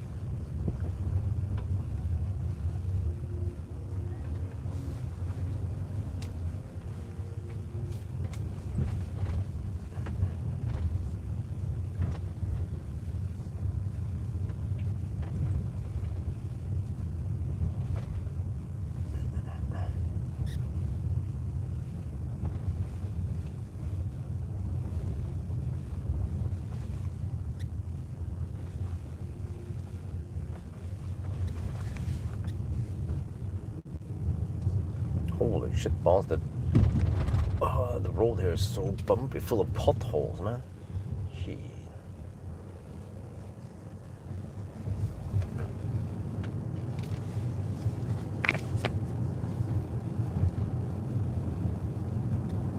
Oh, the suspension is actually really good. Even out the bumps, even in sport mode and minus, well, let me see, I have it in low, right? Check here, it's still there. Yeah, low and sport, that's what I prefer. Then it doesn't become too boat. And it's still plenty enough comfy, even on these bumpy roads.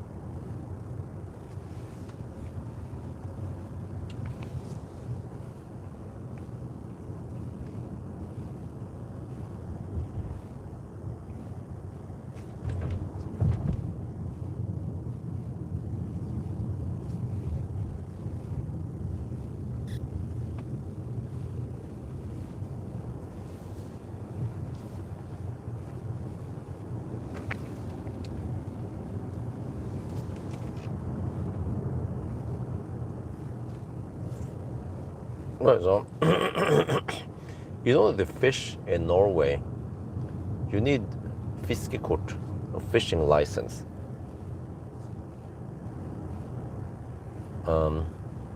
Except for, well, in the ocean, anyone can fish there for free. But also kids, yes, beneath below a certain age, I don't remember, it was 16 or 18, they can fish for free anywhere. But Mjøsen is license free, so anyone, adults can also fish there. But in lakes, adults, they need license. And I think there's an app you can use, which is great. And you can find out which lake it is, and then you pay the license, and then boom, boom, good to go. But what about rivers? I saw there was some guys fishing by the river there. Each lake might have someone owning it, or grunneier, so then I guess the money goes to them, or I don't know how that shit works. Who gets the money? Who's producing the fish? Huh?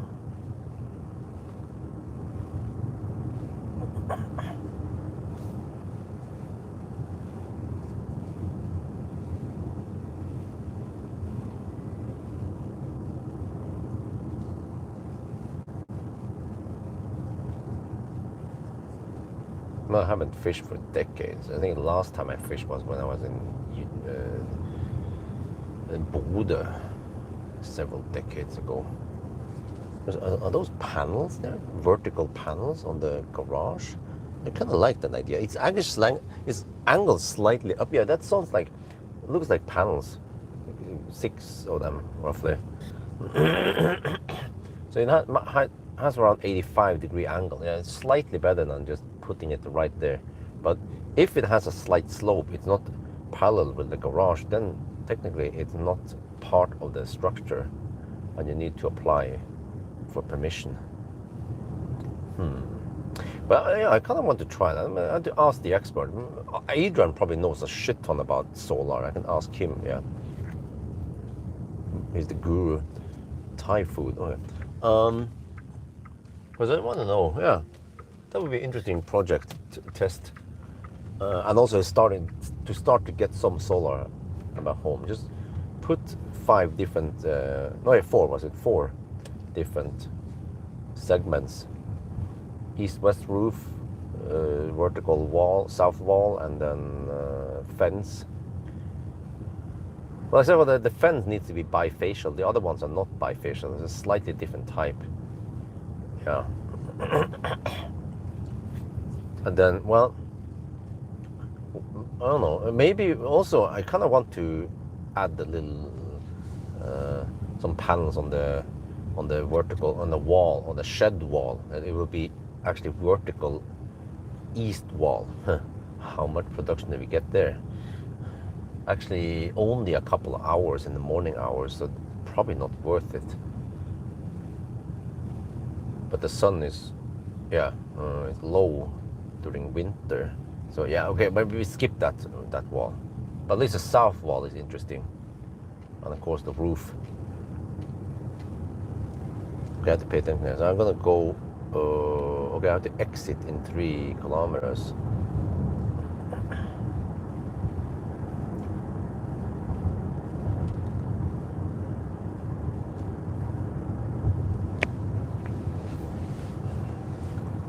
Take that route over that. There's some kind of mountain or something. I'm not sure what it is. Wow, I still wonder why there are fossil taxis in Norway. Because I think, well, maybe taxis they get different price on toll road, but at least for now, toll roads are cheaper for EVs. EVs, they have lower running costs, especially for taxis who drive a lot. That would pay off, right? Taxis, they don't have to pay VAT because it's company car.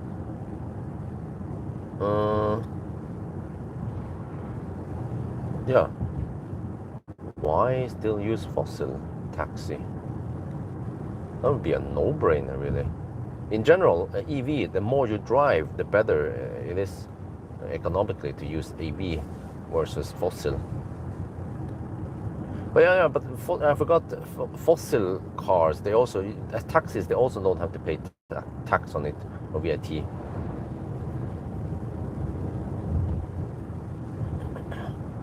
Many taxis, they are idling a lot. Just burning dinosaur juice.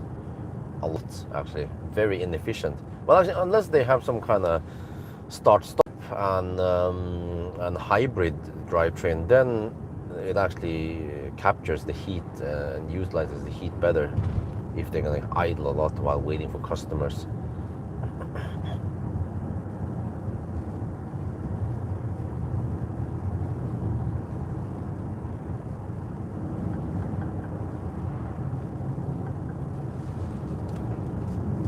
Okay, we'll go towards Dokka.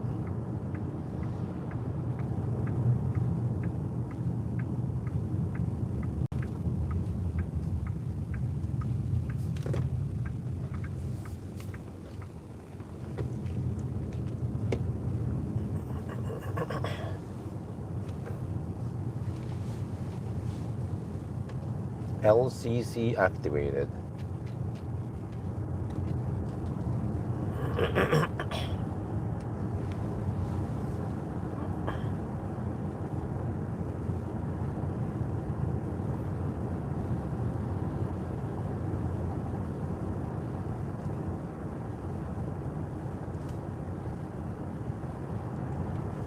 Dude, auto stairs sometimes it's doing some weird courses against the wall. It is strange once we go on these B roads how the LCC works, man. This would be one argument against getting an Xpeng. Or they need to fix this shit.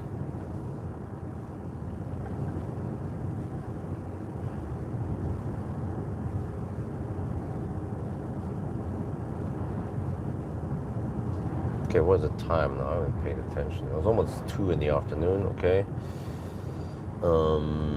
I should be home in 2.5 hours-ish. 70, okay. We'll be in Gjøvik in 1 hour. We'll be in Gjøvik at 14:50-ish, okay. And then that means, yeah, we should be around Yesholm. 4. Right on time, right? For the kids.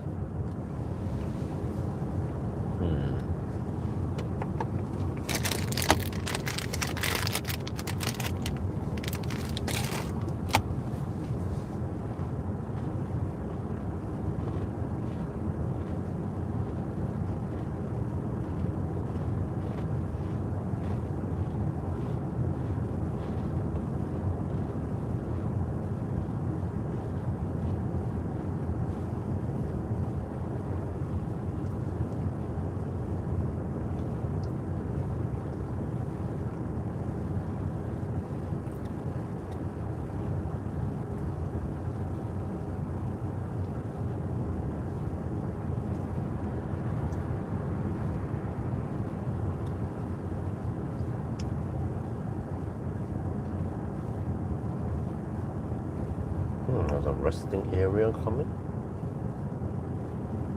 Here, oh, it's over here. I see. It would have been nice if they cut some of the trees so we can see the view.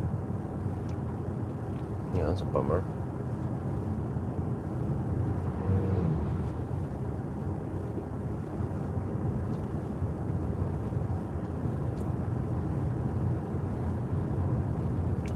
Well, 172 watt-hour per kilometer in the highlands. Okay, that's looking good. Just have to wait until we are down in the lowland and with the tailwind on the way back now. Then we'll see.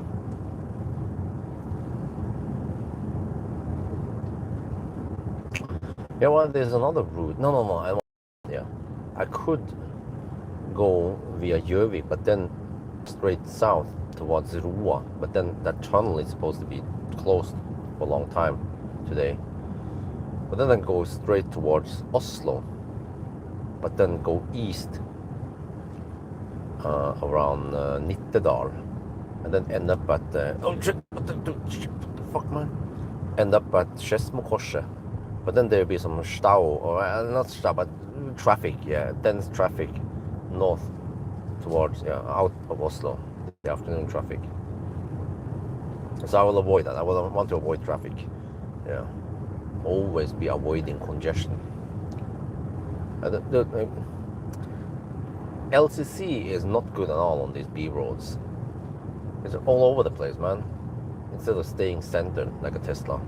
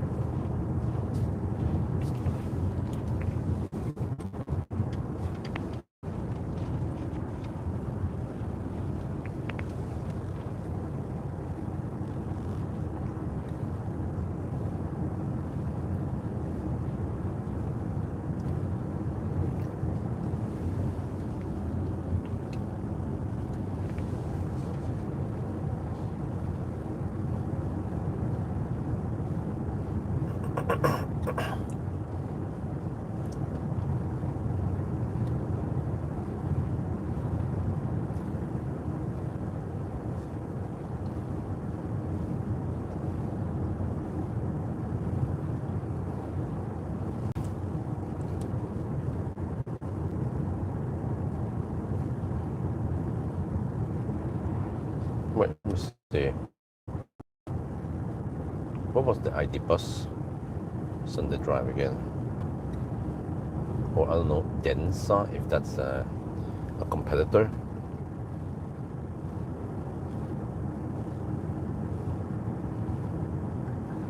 Oh, there's auto stairs all over the place, man. Shit.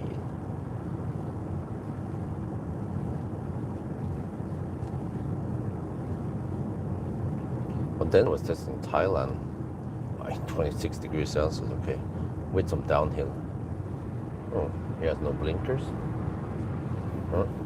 Yeah, Mercedes Vito comes with no blinkers. Shit. What, 167 watt-hour per kilometer, that's despite the tailwind. Damn. 615 kilometers.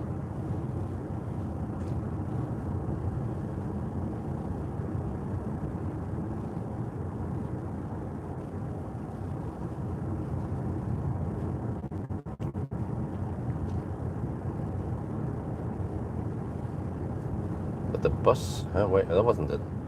That was not the long wheelbase bus. Yeah, it was a smaller battery. 72.5 kilowatt. There was a regular, the short bus. 172 watt-hour per kilometer, really? Dude, we're in the highland now. We are at 170 watt-hour per kilometer. We're gonna beat the bus by far. The bus go home.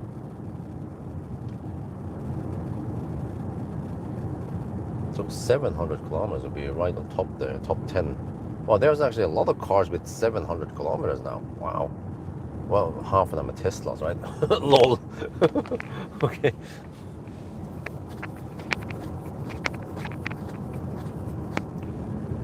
Right, well, since you guys are so quiet, I can play some music then. No.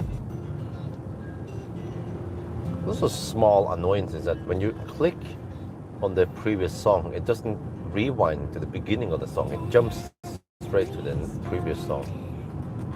Many cars, when you click on the previous, it will actually go to the start of this current song.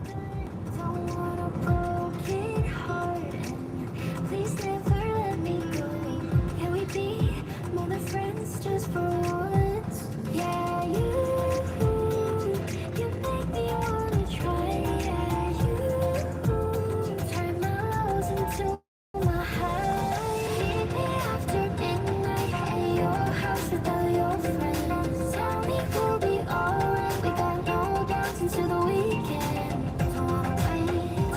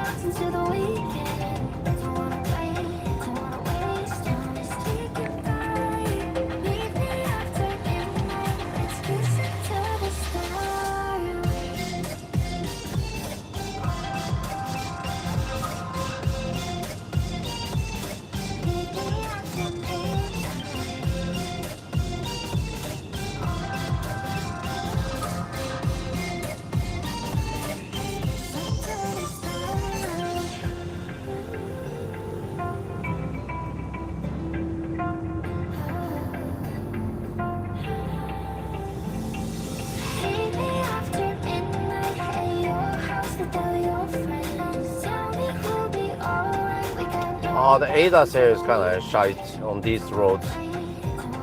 On the motorway it's okay, but here it's all over the place. It goes too close to the middle line marking. It tries to crash toward like now, and it's also uneven, and then many times it just gives up turning. So it's almost a disaster on these roads, man.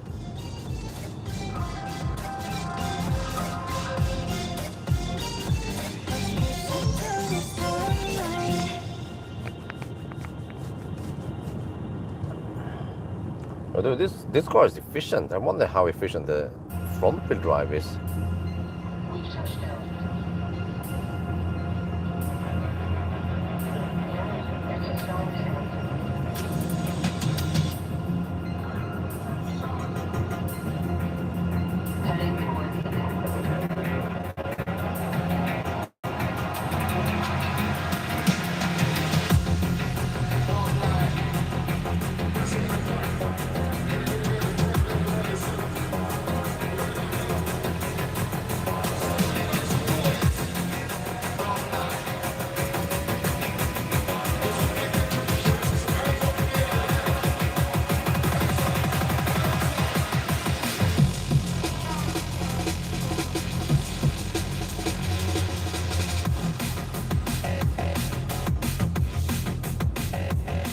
ID7.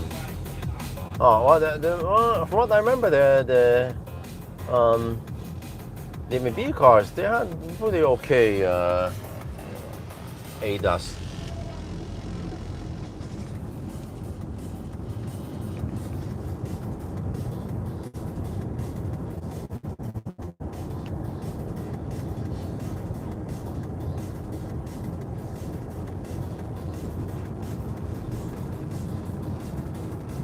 Is that Lucifer's? Some kind of hippie?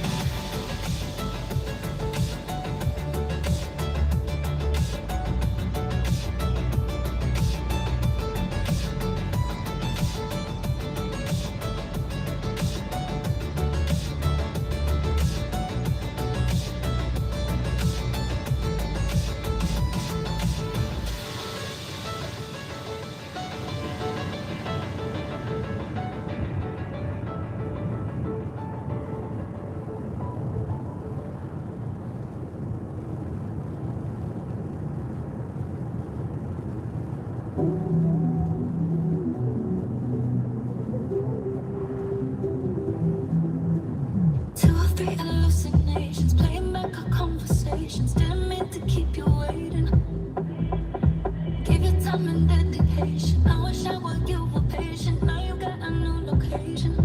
My heart is sinking. I need to stop loving you. Don't wake me up 'cause it feels so real. Don't press snooze. I've been sleeping on my late night dreams. I've been dozing off on you and me. I've been scared to face reality. I've been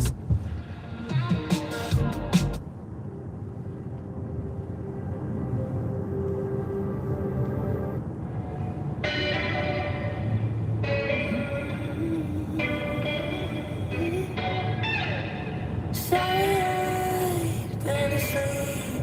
Could barely hear your words when you're talking to me.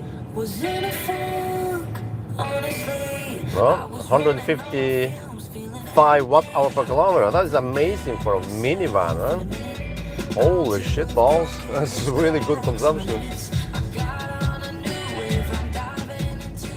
X Opera is called what is it called again? Yeah, X Opera, yeah.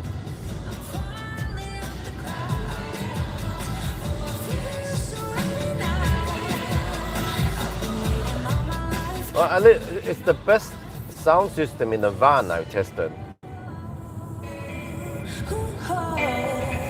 Yeah.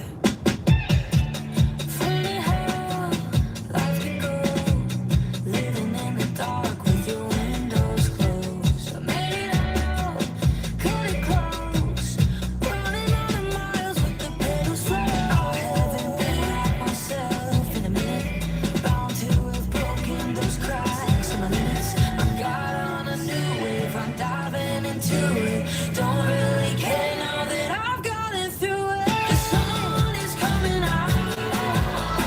I'm falling off the cloud. Oh, it feels so right now. I've been waiting all my life. I've been waiting all my life. The sun is coming out. I'm falling off the cloud. Oh, it feels so right now. I've been waiting all my life. I've been waiting all my life for this.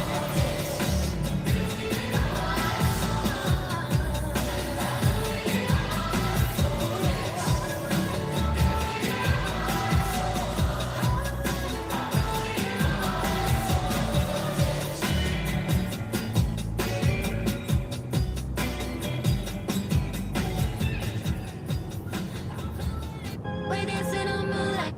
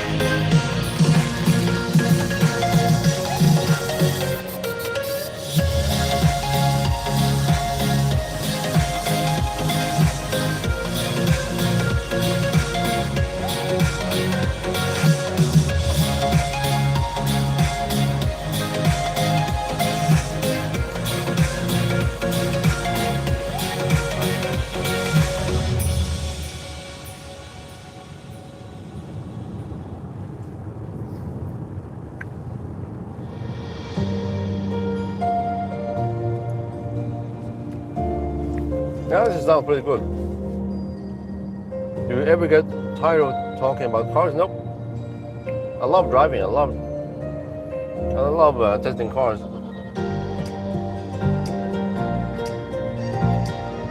The Dyn audio I tested in the old Xpeng was not that great.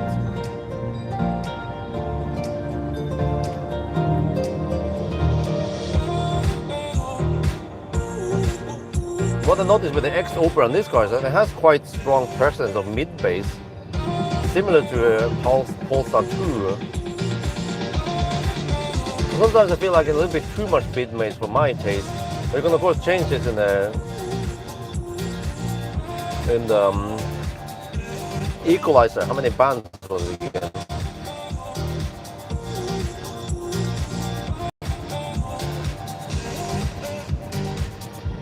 Speaking of Polestar, there's one.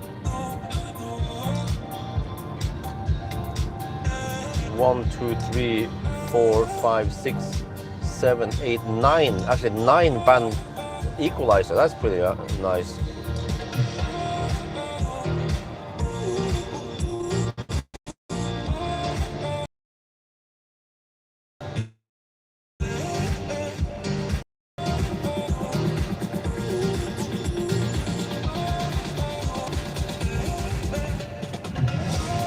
But I feel like when I listen to this song, though, it lacks a bit of that clarity in the mid-tones. Crisp treble, okay, and also the bass part. But in Chinese cars, they tend to be like that. They have very powerful bass, deep bass, not always the punchiest and tightest bass, maybe a little bit boomy. But that's not the only thing that makes the sound system sound good. So listen to Burmester and Bang Olufsen. They are considered some of the best I tried, of course. And Kef reference. I still think Kef reference sounds the best. I also tried the Kef reference in the EMEA and I was really impressed.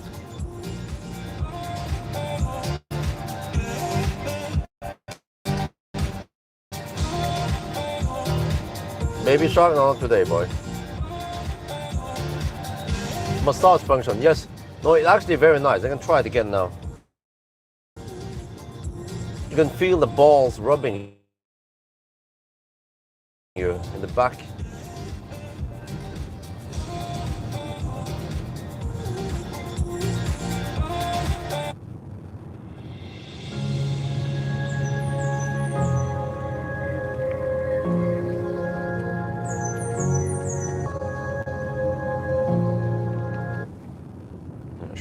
Video. I don't want to shake from the speakers. I shoot some B-roll. Some sunny weather over here.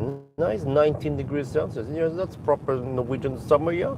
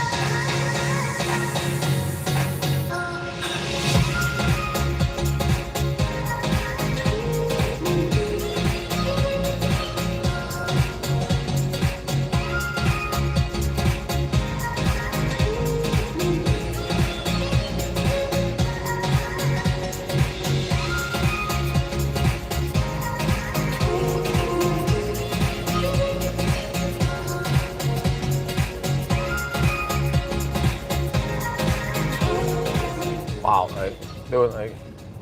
this Bundesstraße has 70 kilometers per hour speed limit. Welcome to Norway.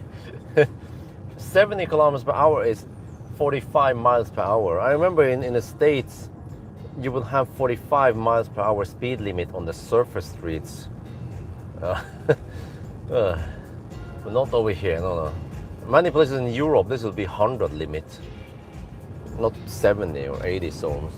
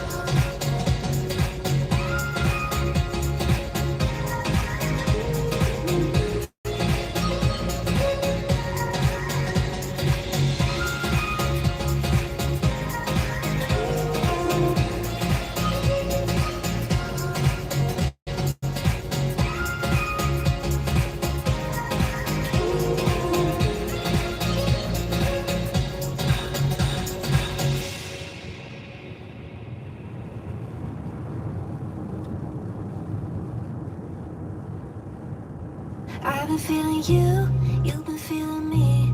Summer loving got me falling, wanting you daily. I've been feeling new, hit me with your heat. Skipping double time on a sunrise heartbeat.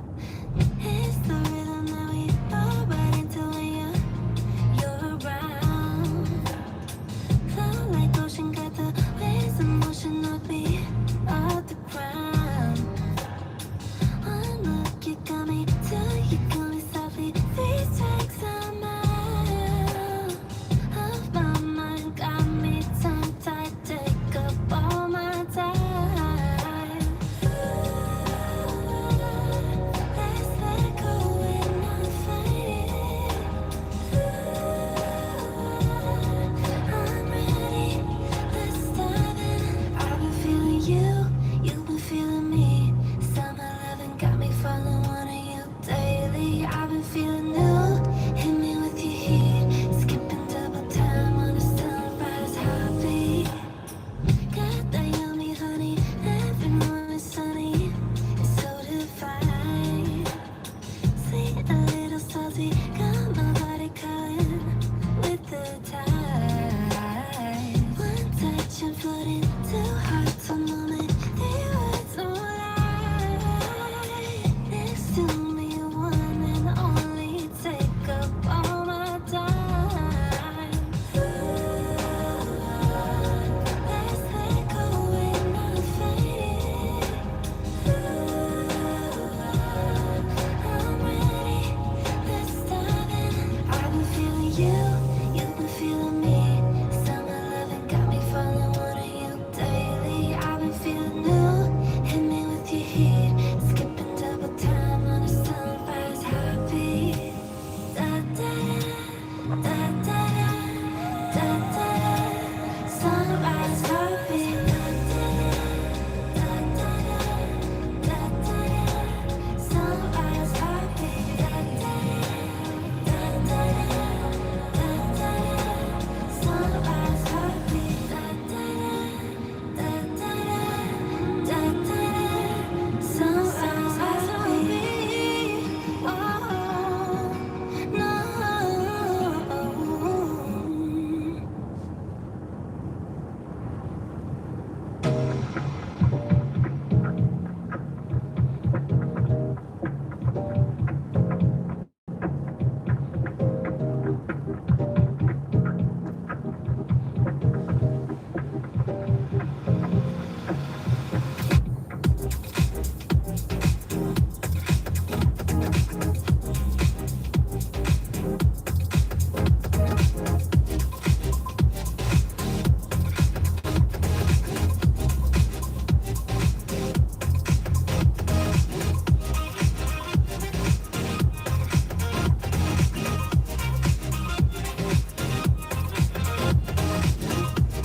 The bass here by default is tuned way too high for my taste.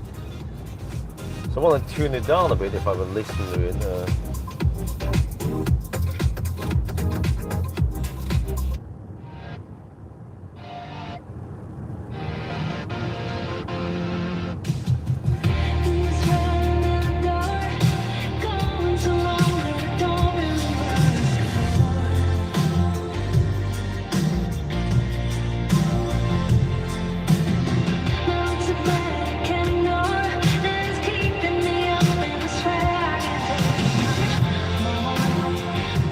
So I would increase some of the mid tones and then decrease some of the bass. So that now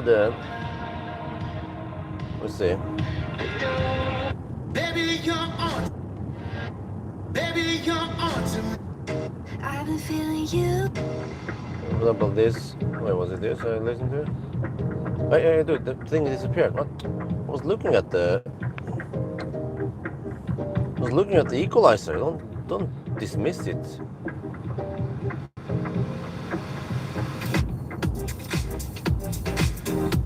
Okay, we need some songs with some kind of.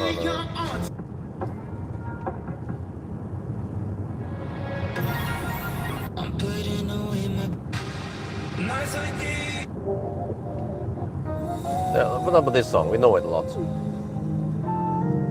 Okay, with the default equalizer or equalizer off. Let's see. Yeah. Equalizer on. Yeah, that sounds better.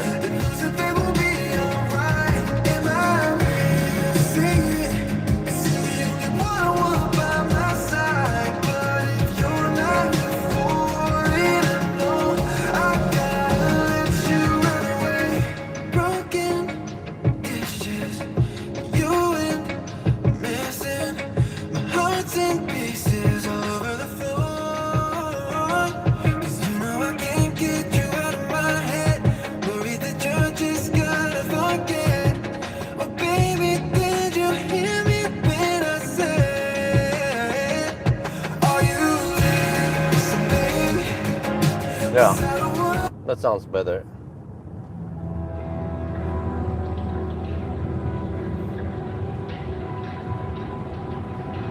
Well, 152 watt-hour per kilometer. Damn!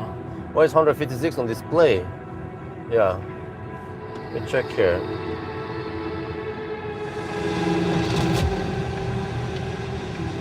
Yeah, that's 152. Damn, that is class-leading consumption, which means that, okay, drag coefficient is low, but also drivetrain efficiency must be good.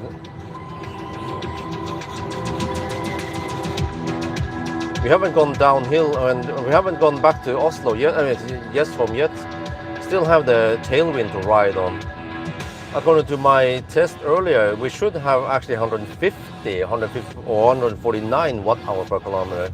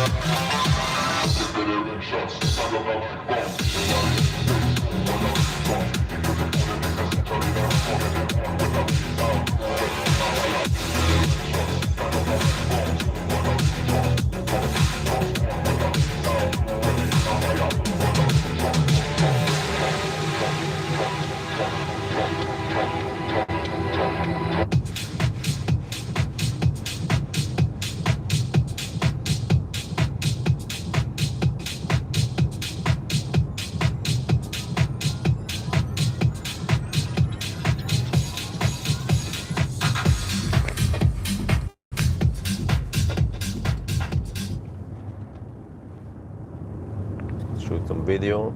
Okay. Don't want any shake in the camera. Another 70 so. All the flowers are blooming now. This time of the year.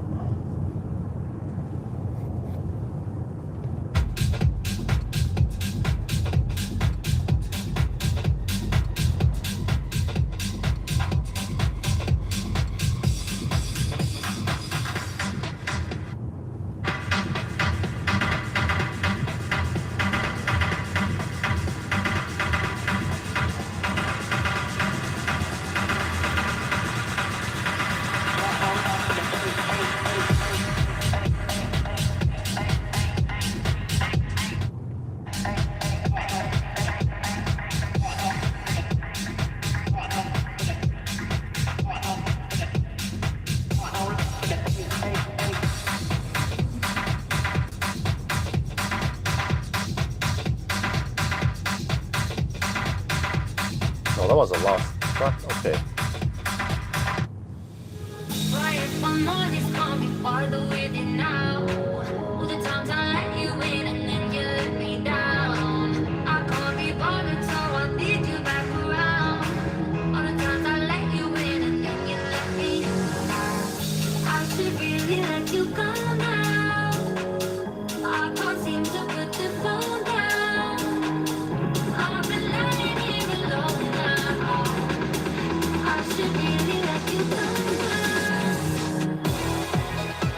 What?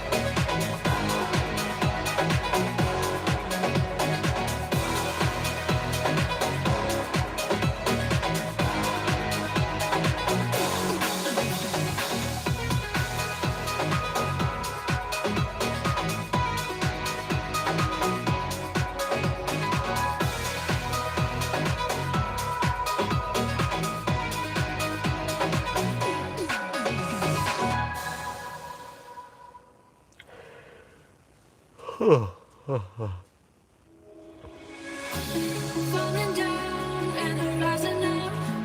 Reach the clouds and I see the flowers. Rolling through the sky, I forget the faces. Do you ever wanna always try to find these places? Hold my hand and call out my name. We'll go to a land where our hearts can stay. I can see you falling, reaching for a grip. Come with me, I'm rising and I'll never let you slip from.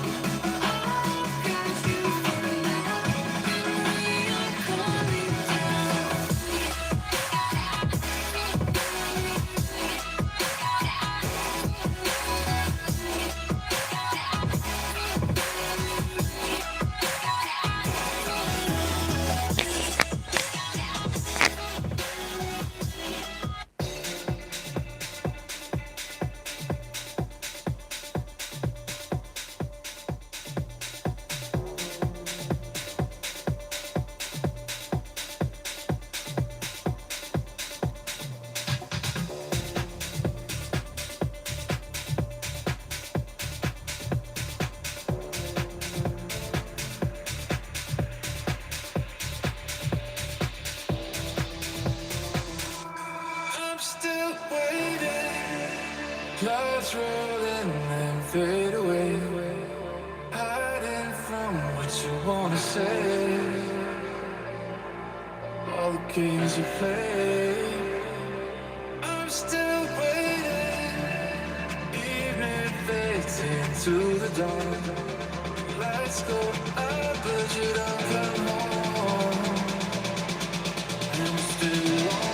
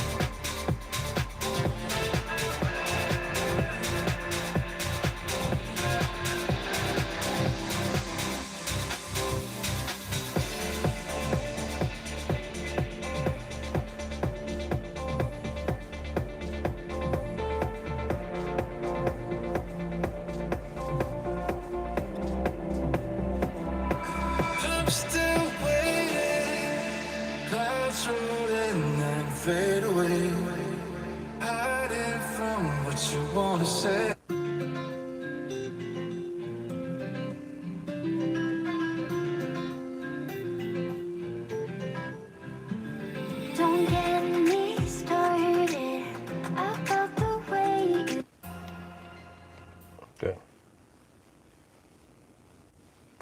Man, this is a really long stop.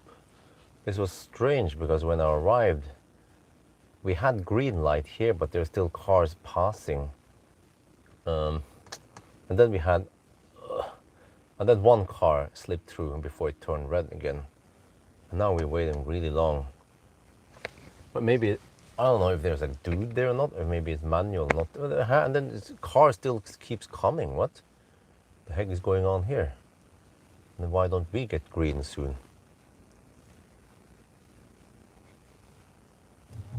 What is the difference between sound dampening and soundproofing?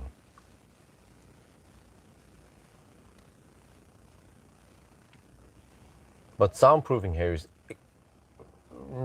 it's outstanding.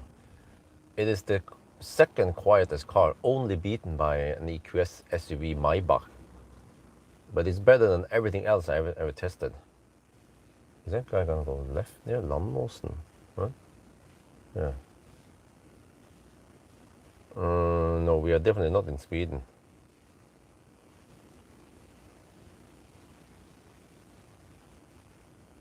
I don't know why cars keeps coming still without any. Where is that guy going? He's gonna go there, and then he goes. There's a detour, but it's kind of long. This road should be fine, right? Well, actually, not that long detour.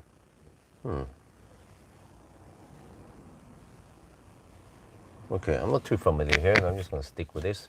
I feel like we should get green, so we've been waiting on red for a freaking long time now.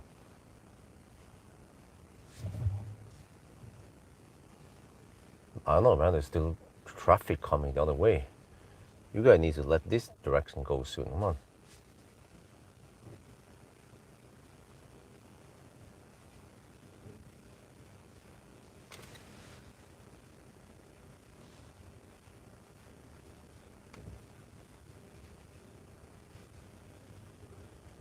And then there's, what the heck is going on? There's like one car can pass now. And then there's a bunch of, Okay, cars are just running on red right now. I guess we just follow the crowd because I'm annoyed. I mean, is this guy gonna stop or what? Okay, let's just go. Wait, he's gonna stop. Jesus. Okay, you know what? I'll just take this detour then. Why not? I don't know what the heck is wrong here, but let's take the detour. It shouldn't be too long. Follow that other guy. But where the heck was it again? I saw there was a road here somewhere. Yeah, okay, there's some kind of road. Hopefully the navigation picks it up. We're just gonna, it's all about the detours today. Navigation still doesn't understand where we're gonna go yet.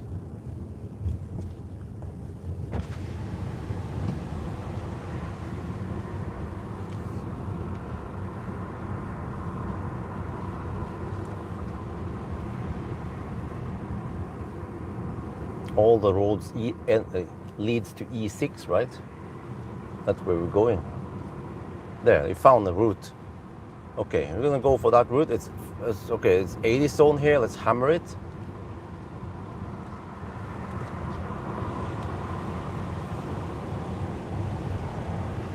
Kind of narrow, but it seems like there's almost no traffic here.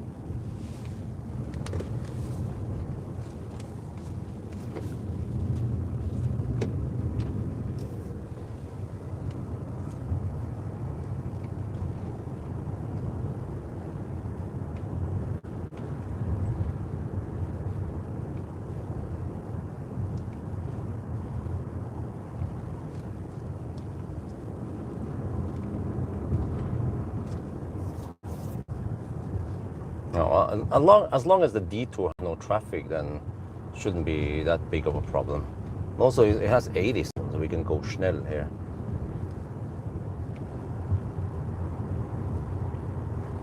The main road is actually somewhat slow. It goes around 50, 60 kilometers per hour many stretches.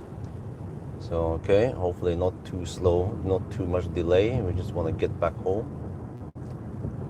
Okay, I'll be in Gjøvik around 3 in the afternoon now. Okay, I might have a quick pee stop there or somewhere, or could actually do it here also, somewhere in the bush here, before I proceed. Oh, there's one car. Okay, need to give some space here. There.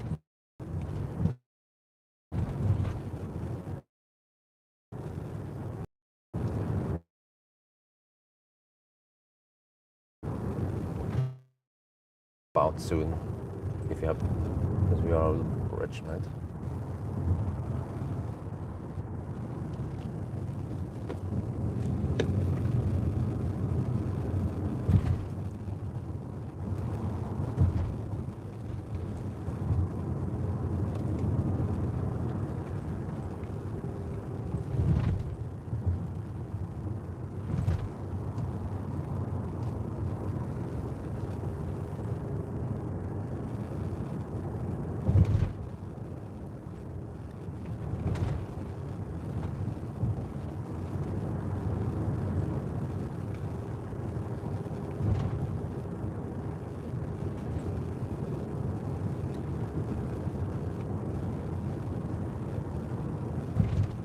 This is Tømmerdrift, 50 zone here.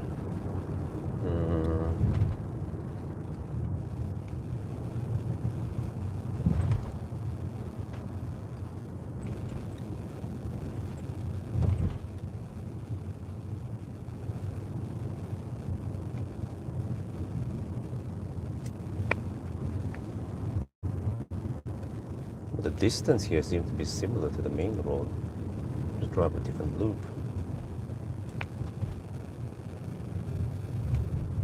Oh, but the road is really narrow, man. Shit.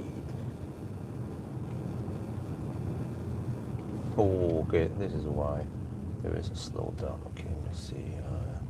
Oncoming traffic. Okay, go.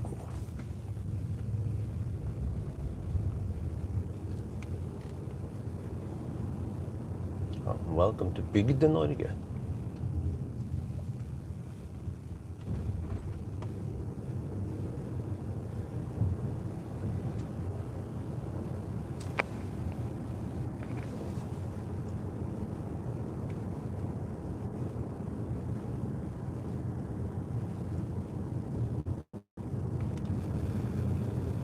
Okay, repeat again. This is Norway, not Sweden. We're not doing 1,000 kilometer challenge. And remember that in Norway, every day is a Sunday drive.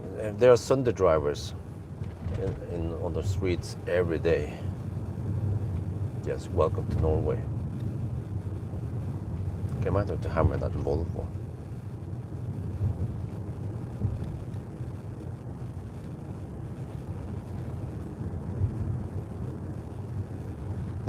Suddenly there's a lot of traffic here. What the heck? What the heck is going on here?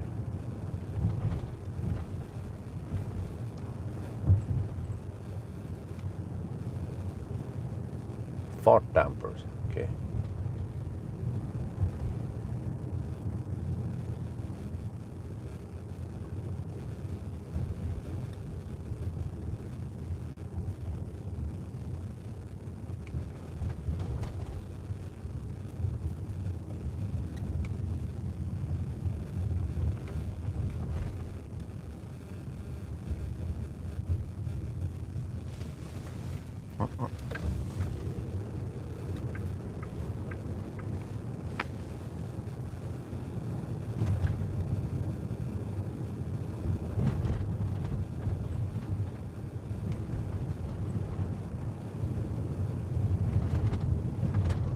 Another bumpy road here. Okay. Oh, there's some trees here on the road. Okay.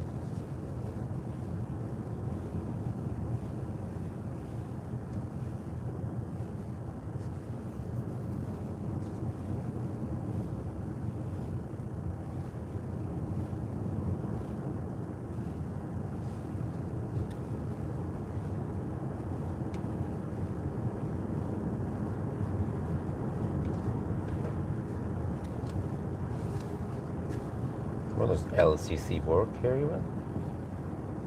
Oh, apparently LCC think this is a one wide lane. They want to drive in the middle of the lane. Okay. Sorry, Mac. That's not how it works. Maybe they don't have narrow roads in China.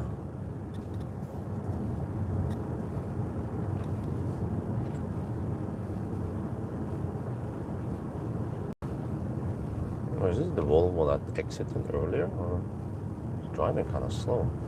Okay, move aside. There's a bridge coming, so it kind of tightens it at the bridge.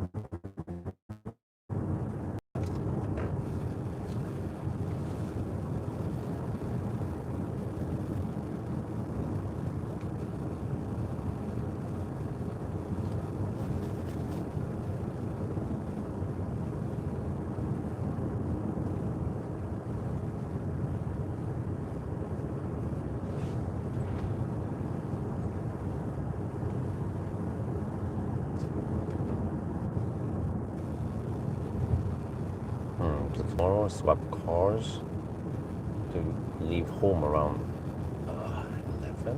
No wait. Or maybe a little bit before, 10:30. And I go to Høvik, swap cars, and I have to meet Knut Arne in Oslo. He's gonna show me the stuff with the G6. Not sure what it is that is so important, but okay. Then get back home, so hopefully I'm not too late back home then.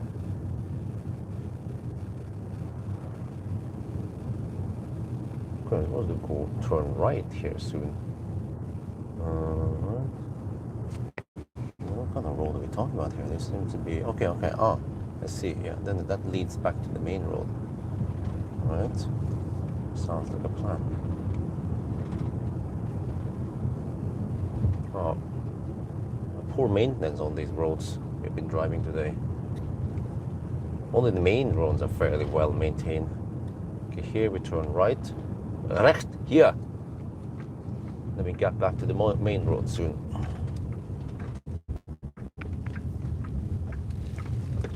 Oh shit, this is an almost shittier road than the previous. Oh. Welcome to Norway. We have 80 zone, we can hammer it. Avoid some of the bad tarmac here. Okay, only 1.4 kilometers before we're back on the main road.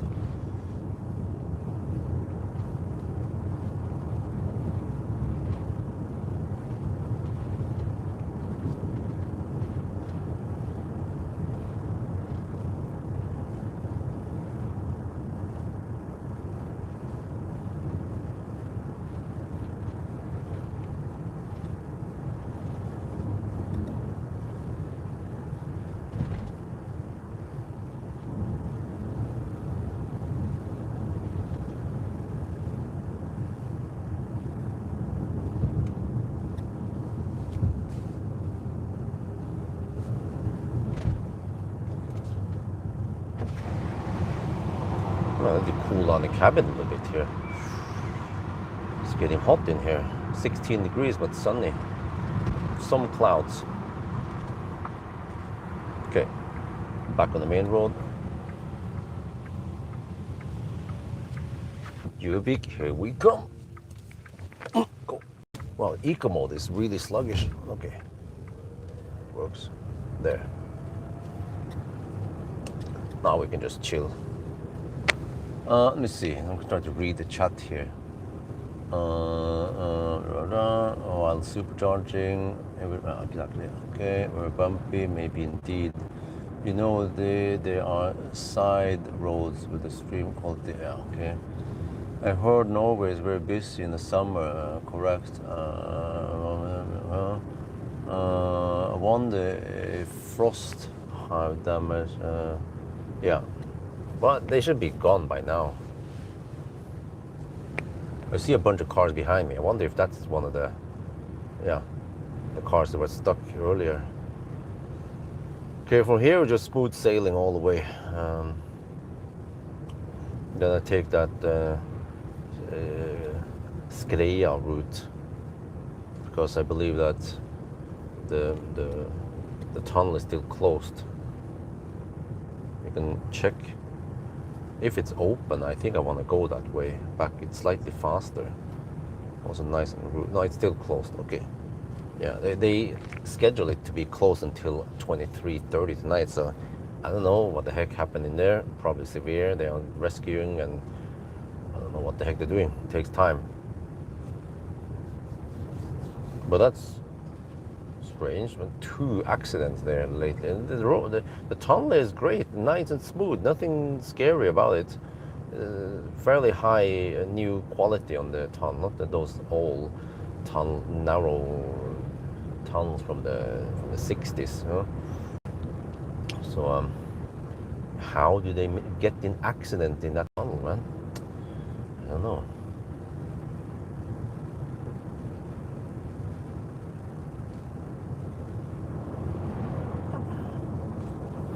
Oh, Polizei. 1, 2, Polizei. Wait, what was it? Medic?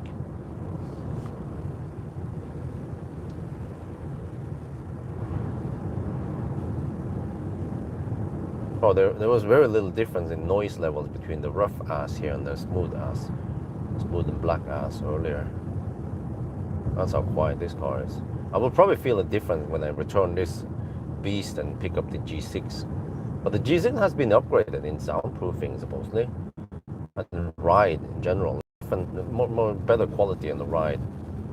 But I also remember that the noise was not that great in the old G6, and it was better in the C-Line actually. C-Line felt more premium, the whole ride and sound levels.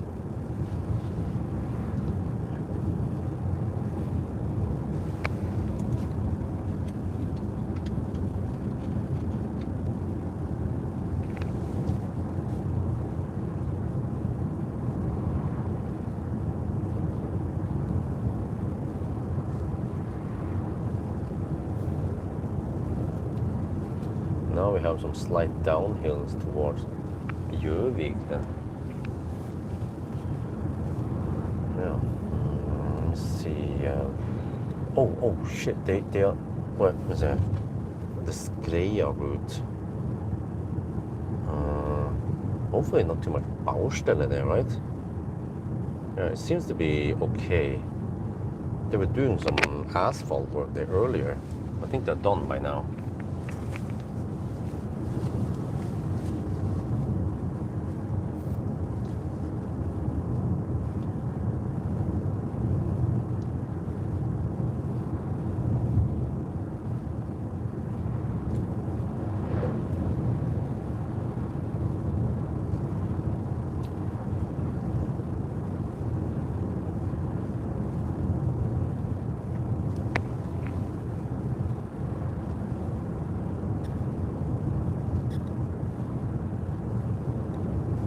I can vent down. Oh, it's 16 degrees, it's fine. It's not too hot outside.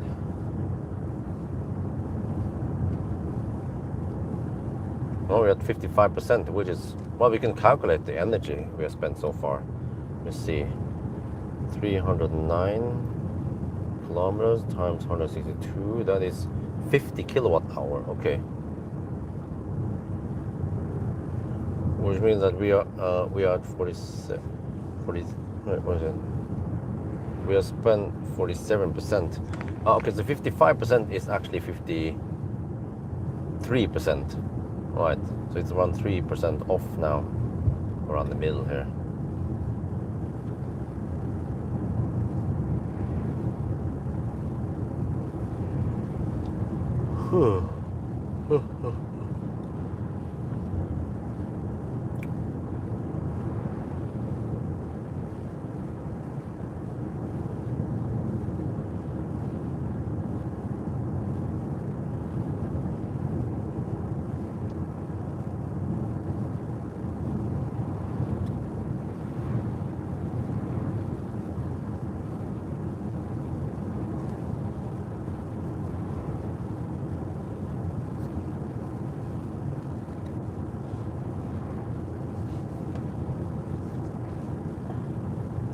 Okay, but do I stop at Gjøvik, Kallerud?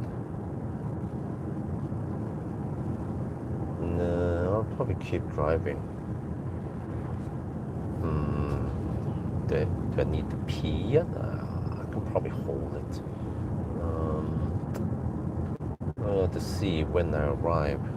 Okay, so from Gjøvik to Home, is that 1 hour? Maybe it's more. We should be there at 3, no, in 5 minutes. Yeah, we should be at the Kallerud in 5 minutes. Yeah, well, 8 minutes is here. Okay.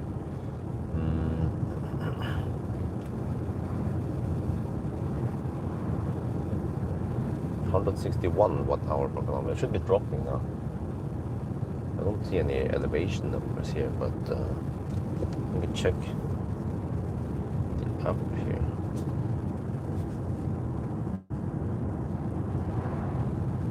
Oh, 350. Yes, home is at 200. So we still need to descend. Yeah, there will be a descent from here to Gjøvik. Let's see, I think Gjøvik is roughly at 200 meters with sea level. Mjøsen is at 200, roughly. 210, maybe 209. Check one time. So, yeah. Then we should get an impression of what the consumption will be. But then we should get tailwind on the way back now. But I wonder if wind is stronger in Eina versus Minnesund, versus the Skreia route. Yeah.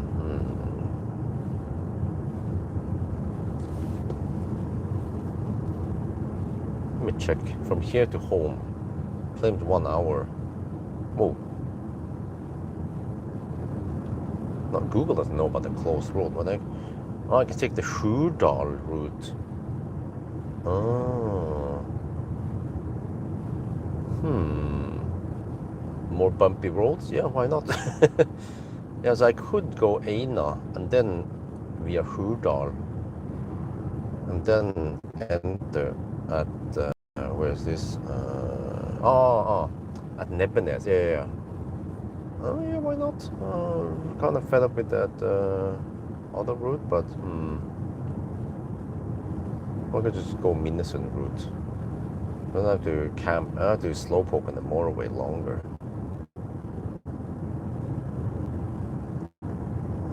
113 kilometers, 103, 113,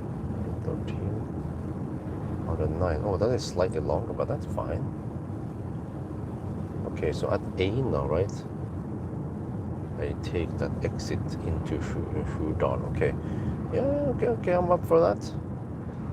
Hurdal route, 1.5 hours. Okay, so we should be then back in Home around 4:30. And then I go straight there and pick up the Kinder. There's another one, too many segments. And then go home. Yeah. And that sounds like a plan. Which means that I should head south and don't head for Kallerud as a slight detour. This and then this. See what routes the navigation suggests. Oh, it suggests that route. Perfect. That's the one I want. Check here. Check on the map. Yep, at Eina. A little bit twisty road there. Get over food. Oh, it takes another route. Okay, it goes on that side of. Oh well. Okay, that's fine. We can do that. Okay. Yes. 106 kilometers. All right. We have a plan. No, wait, what kind of route does this car want me to go now? Oh, that one, okay. Yep, alright. What batteries? I don't know, but it's 110 kilowatt stunden. I don't remember the provider.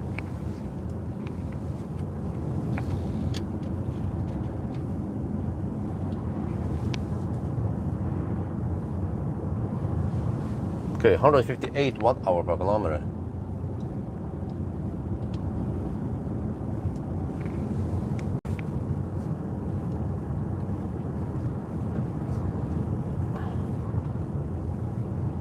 Corrected at 154. Oh, okay, not too bad. Yeah, let me see. So now we should ride on the tailwind.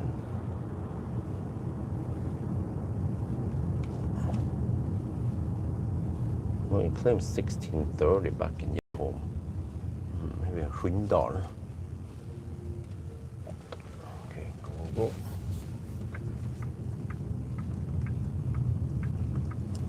Oslo, Gjøvik, Minnesund, right? Yeah, the whole that route via Gjøvik, it's very slow. Gjøvik to Lena. So I'm like, okay, whatever. I can skip it for this time.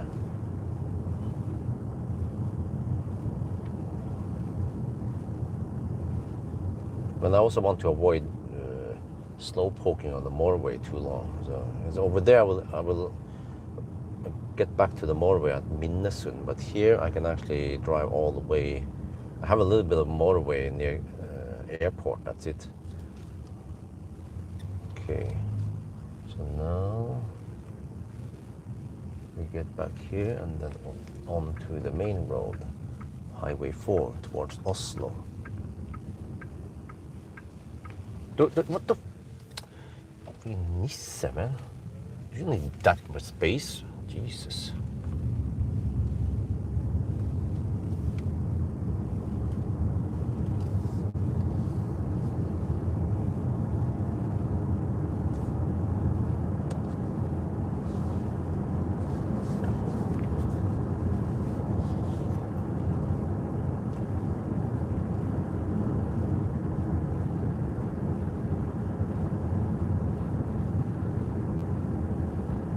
Yeah, this road here is quite nice and smooth. Until Eina. Huh? Air suspension driving on high and low. What do you want me to explain?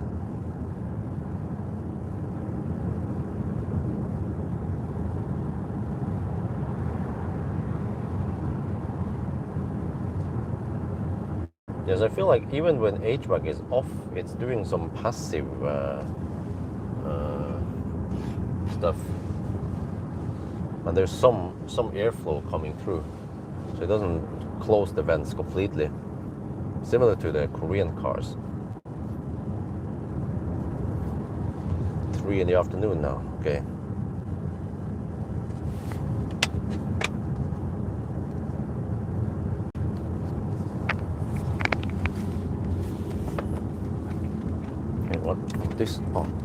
This cable here, I should pack it away, tuck it away.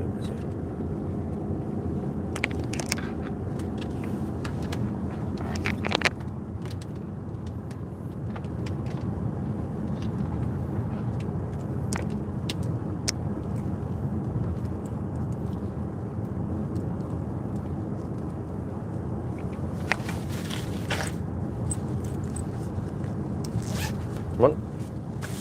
See when someone's slower than me. What? Dude, I know I'm gonna go slow, but I'm not keen on going that slow. Okay, we need to hammer this Tesla. Oh, it's a Tesla with an L. Okay. Yeah, we need to hammer it before it's too late. Otherwise, we're stuck with it behind it all the way to Eina.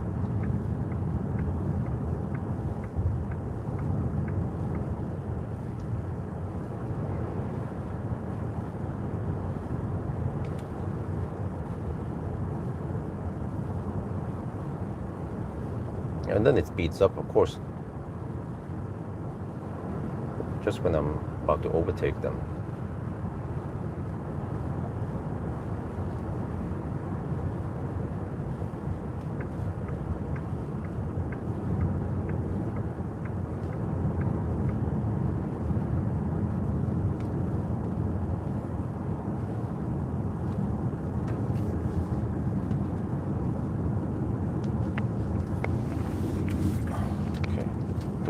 Cables here anyway.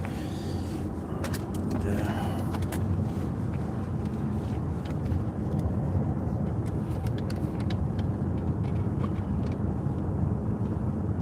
We just passed Gjøvik, and yeah, I checked that the tunnel. Wait, dude, you can't see much here until you zoom it very far in. There.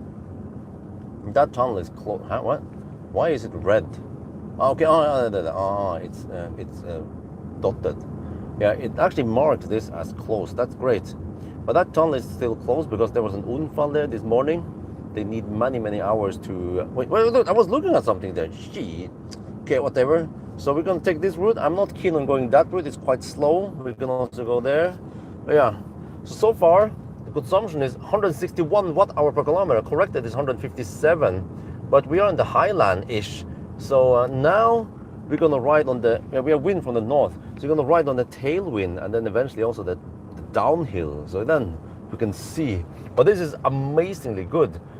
This is even the all-wheel drive, you know. There is a front-wheel drive that is even more efficient. So wow, these Xpeng X9, they are really efficient for a minivan.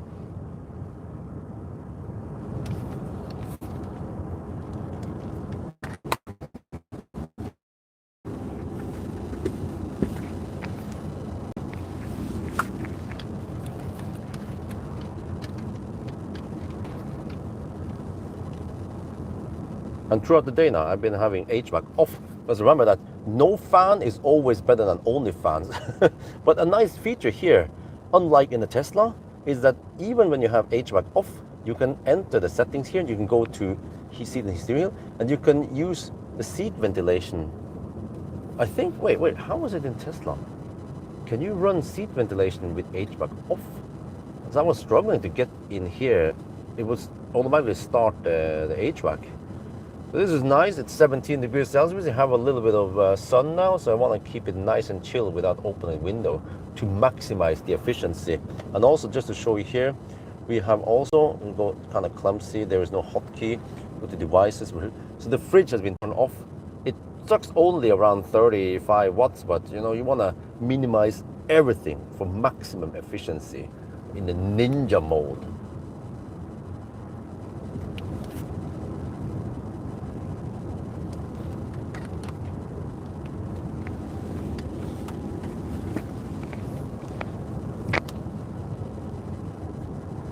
Oh, okay, you can. Oh, you can. Thank you. But I remember I was struggling to enter the HVAC settings in Tesla. I would try to fire up things. Like, no, don't do that. Just because I wanted to see the settings. I wanted to see about this Tesla here. Eventually I might want to hammer it. But for now, it's going at the exact same speed as me. So that's fine.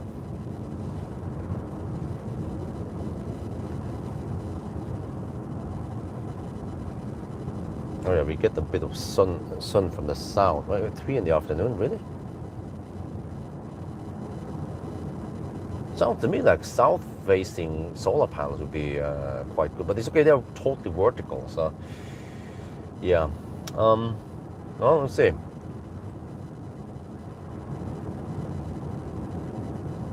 I would expect the sun to be more west now in the 3 in the afternoon.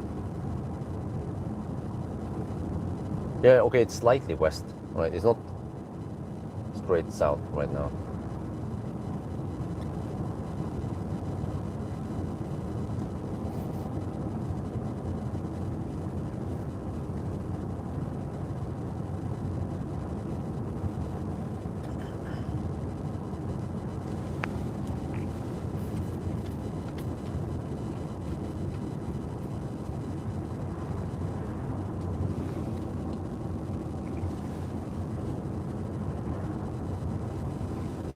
You need to add solar panel on your south wall. Well, but that's what I've been talking about. Why not get everything? So I want to get equal amount, well, at least as equal as possible, but let's say 4 panels, or roughly 2 kilowatt on the east roof and 2 kilowatt on the west roof, and the exact same panels, 2 kilowatt on the south wall, mounted as high as possible. And then also, that's one slightly different. We need bifacial fence to match roughly 2 kilowatt. And then somehow we need to be able to measure how much each side string, what they produces over the year. That would be super interesting. We need a whole year to gather data.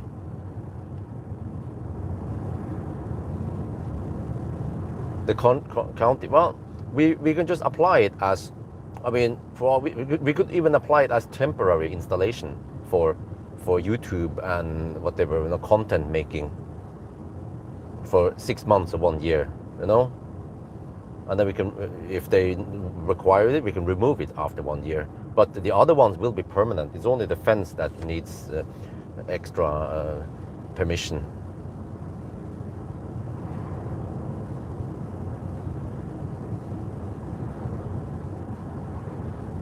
But I've seen some videos about people testing the east-west wall and the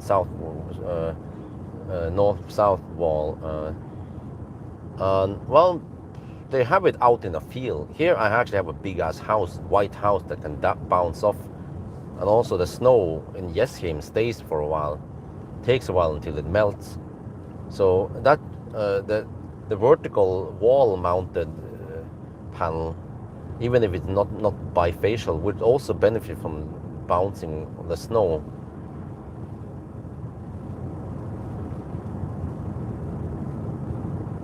But I need funds first to do that. I don't know how much, 100k NOK, 50k NOK, depending on how much someone wants to sponsor me. But I think around 2 kilowatt on each side would be good. That would be actually a total of 8 kilowatt, right? Or bifacial, maybe you get more, but like, yeah, 8-9 kilowatt total. So even a 10 kilowatt inverter would be good enough. Not sure how I do it, or if I will oversize the inverter in case we want to add more stuff later, or if we just how do you do it? Do you get several inverters, right? And you connect them together, or do you just want one big inverter, 20 kilowatt, 25 kilowatt inverter? I actually don't know how much I can get, but in the long run I want to get as much as possible. Whatever is enough space, you know, in the big roof and whatever. You can probably calculate that. If I know the exact measurement of the roof and angle of the roof and whatever other things are in the way, I can measure how much we can possibly put in there.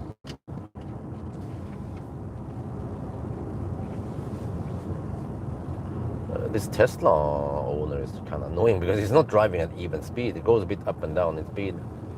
And I bet it will go even slower soon when we get to the average speed zone.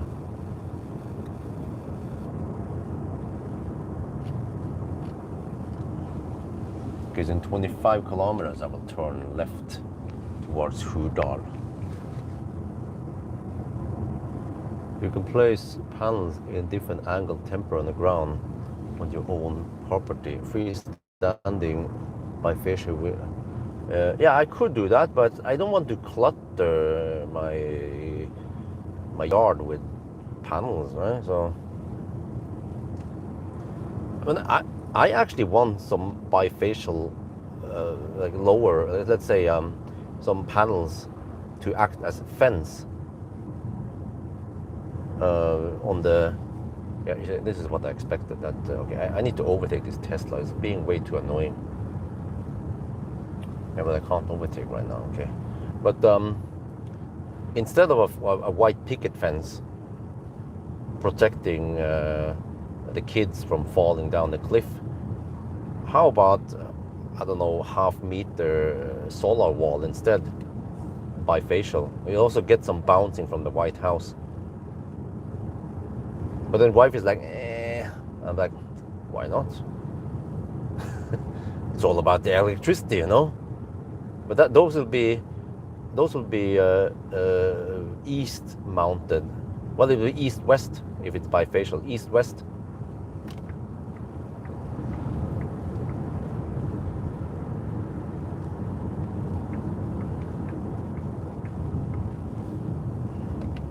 Oh, finally getting past that annoying Tesla. He's not driving at even speed. That's what annoys me.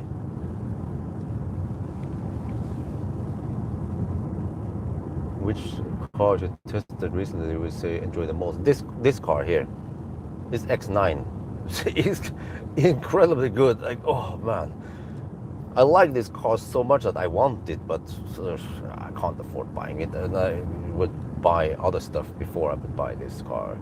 But man, it is nice. It is really nice. So good car for the money. The charging, the speed, the efficiency. I like efficient cars, I'm not gonna lie. And this is actually a very efficient minivan. We can see in the result table eventually in Sunday drive, like we would get around 150 watt-hour per kilometer. No, like this Polestar 4 might actually be thirstier than this MPV. This is even all-wheel drive, so I would expect that the front-wheel drive will consume around 15 watt-hour per kilometer less. Wait, yeah, is that even possible? Okay, let's say 10 then. That means a front-wheel drive will consume only 140 watt-hour per kilometer in a Sunday drive. Well, unless Xpeng has figured out something to make the all-wheel drive and the front-wheel drive consume the exact same. I don't know why they don't hammer. Oh, that's shit.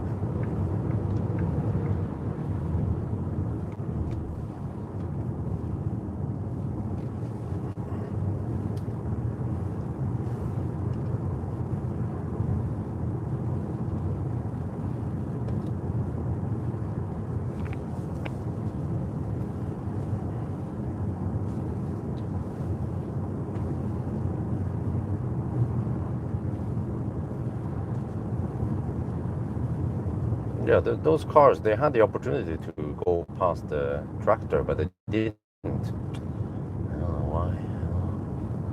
Why do you want to camp behind it? Pile up with the rest.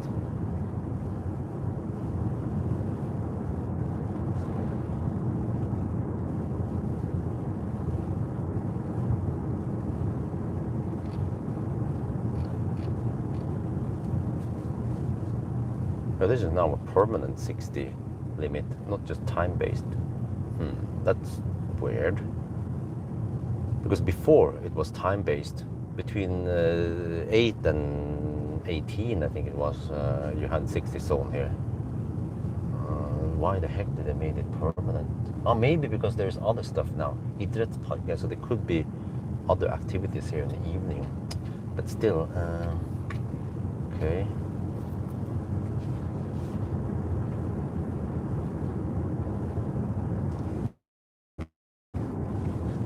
You get the large AL panels and mount sideways in your fence around 1.1 meter. Leave centimeter spacing. Oh, yeah. Well, but the fence I mean, I don't want to block too much of the view there. You know, we have a nice view with some green area around it, so I don't want that fence to be that high. I think around 60 centimeter would have been enough on the, you know what I mean, right? The cliff, the one with the slope. Just want to protect it so that the kids don't fall down there by accident.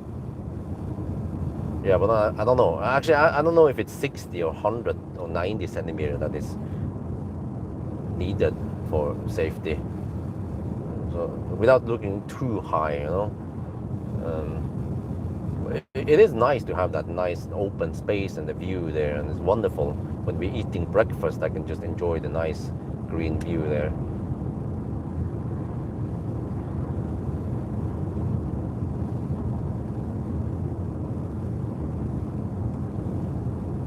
But I mean, so far, every time the kids go out, they know about the cliff. They don't just run off the cliff like a sheep. So I mean, wifey, of course, and me, also myself, we are concerned that they will fall off the cliff. But it's not really a cliff. It's just roughly a 45-degree slope, and it's quite easy to spot it. You know? So our kids, are smart enough to avoid it.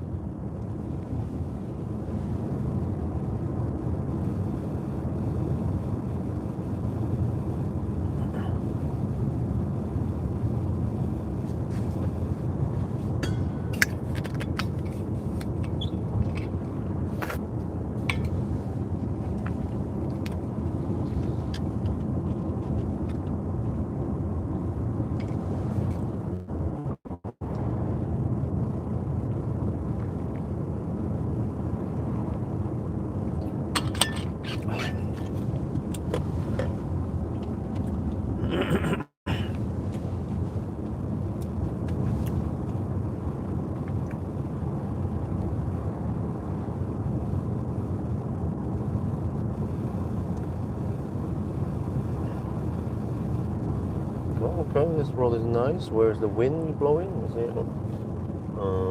Wow, I didn't expect it to be that sunny. I was gambling on cloudy weather for not too hot cabin. Okay, I can see. Okay, it's not that much tailwind.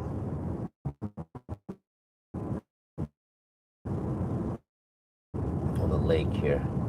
But I think, yeah, I see on the flag. Yes, we have tailwind. It's blowing from the north toward the south.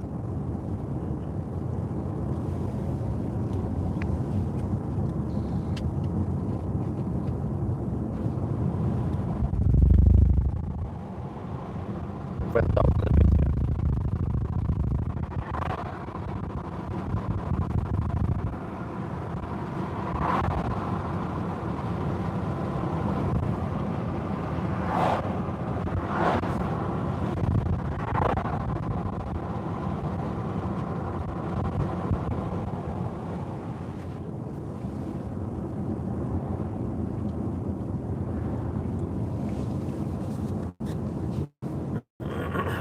Well, okay. Those sides, the lower fences, that can just be conventional fence. And the same, one day I want fence from the garage towards the road, and also separating the road from the from our property. And there's some grass there, so I need to figure out where the fence will be. Because now dog owners, they tend to let the dogs pee and maybe shit at that little patch there between the house and the road and the grass there. So yeah, but I see. Oh, let me check the flag here. Okay, it's blowing from north. I think more or less straight. No, it's roughly from northeast. Yeah, I remember it now. It comes a little bit northeast. The wind. So now we are finally riding on the tailwind, getting the consumption lower.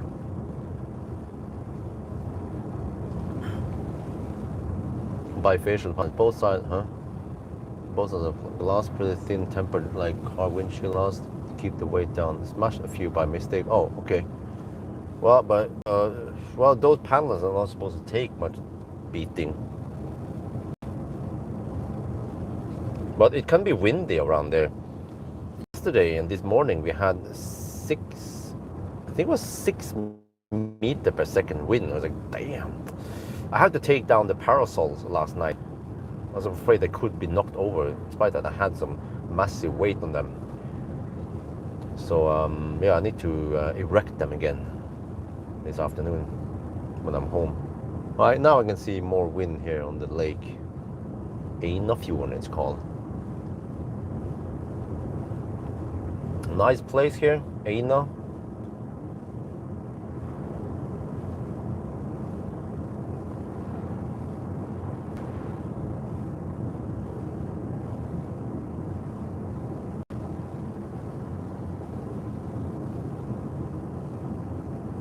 There's a nice autobahn here, 80 zone. Wind is fine. It's a load spread over the whole surface. Yeah. Well, I need to leave some gap between them maybe so that the wind can blow around it, and also gap under.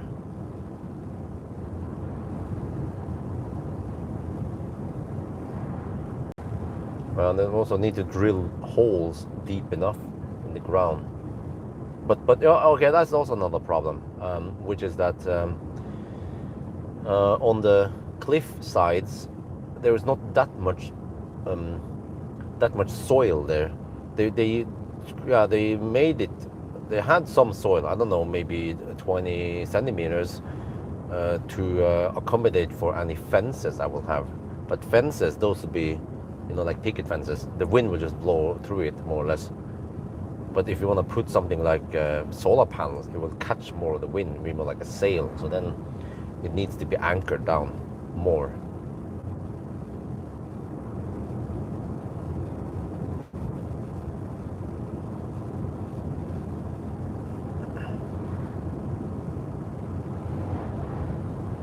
But I mean, it's fine. I don't have to cover the whole property with solar panels. as long as the biggest and most significant areas are covered. Bringebær, do they actually have it here? I don't see no bringebær. Okay, are you guys gonna hammer that tractor yet or not? There's a Tesla and a van and an e-Golf here. None of these guys are gonna hammer that tractor. Even if they could, if they had the opportunity. Okay. Well, the tractor should pull over, so it'll be easier for the guys to pass. But okay, he wants to turn left. Okay, good. What about the other guys? Are they gonna go schnell or not?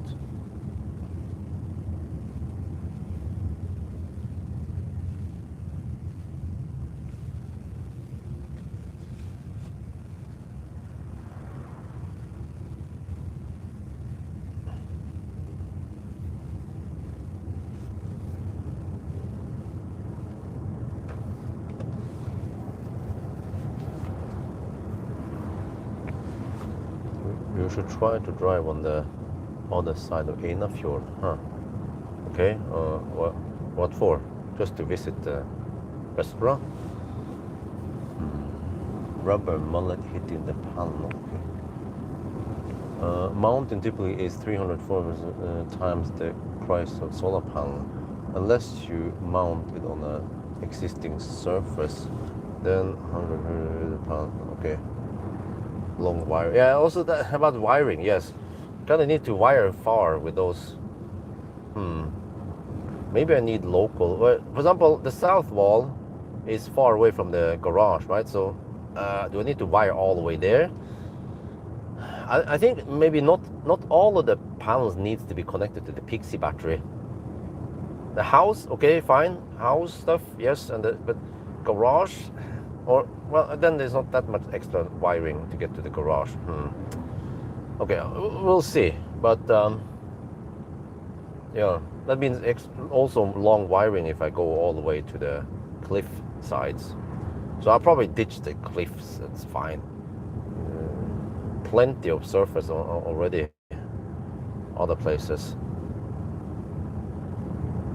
Oh, okay, wait. There might be one upper limit here, which is I have 43 amp fuse going into the house. Doesn't that mean that I can possibly output? I mean, I can export up to 43 kilowatt if there is some consumption at home.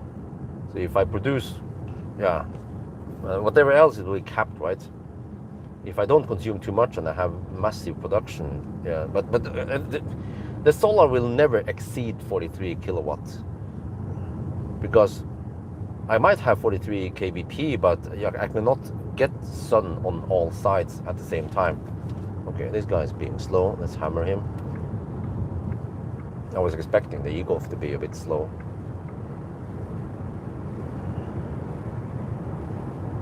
Simply because it's an e-Golf, you know.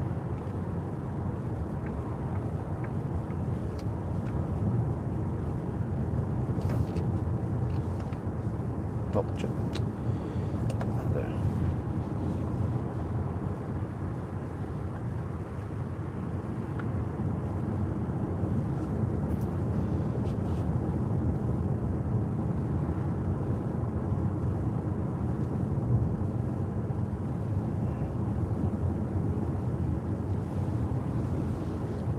Yes, 400 volt 3-phase TN. So the house is ready for action. And actually, the EcoFlow is ready to ship me free items. They just want me to be ours. So I have to do the whole ours with my partner and we just get the stuff rolling. Man, we've been talking about it for years now. I actually don't know. I'm going to pick the name now. 43, a lot of space for power. Yeah. So I think around 20 kilowatt would be okay. I can actually get 20 kilowatt during parts of the day. But because of the coverage of the house, I can probably get a flatter curve. You know, I can get more even power throughout the day from the morning, or on a perfect cloudless day. I can probably get high power from from around 10 until maybe 6, 8, 7 in the evening. So yeah, so my curve will be different. I don't have panels on only one side, so I don't get that typical U shape, the normal distribution curve. I get a flatter curve. Yeah, I like flat curves, and I cannot lie.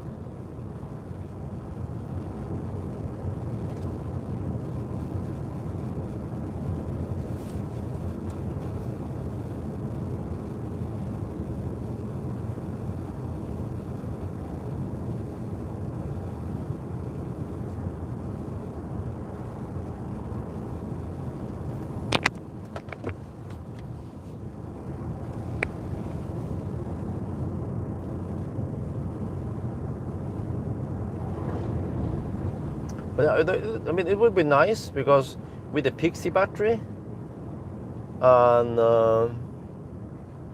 eventually some solar. But first of all, the Pixie battery, it's close to starting to use now. Then we can start doing some stuff. Well, except for that. Okay, yeah. But yeah, so with the Pixie battery and solar, I could do a lot of peak shaving and avoid too high peak. So normal days, I don't need to charge at 10 kilowatt. Or if I charge at 10 kilowatt, it will be for not too long. It depends. I just tend to start with that, but I can tap it down on easy. I go, the lowest is 7 amps, and that's roughly 5 kilowatt, or 4.5, I think it was. Yeah. Whereas 11 kilowatt I can get, yeah. So I can charge at 4.5 kilowatt, no problem, for most cars. But then sometimes, yes, when I want to top up quickly before I go on some test or something, then I can go faster and charge 10, 11 kilowatt. But I wonder if I can, with the help of solar and Pixie, if I can go as low as 5 kilowatt peak, or the average peak power, which puts me into that. I can get lower grid fee. Okay, so this road here can be a bit twisty and bumpy.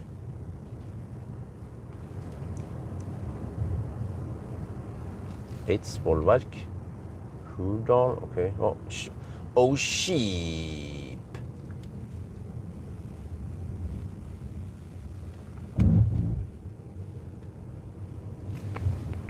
With the Pixie battery and DC system decoupled from the grid, you can add all kinds of solar options using cheap equipment and no permitting. Oh, if I go off grid, well, okay. Not sure if I can go off grid with only 50 kilowatt hour.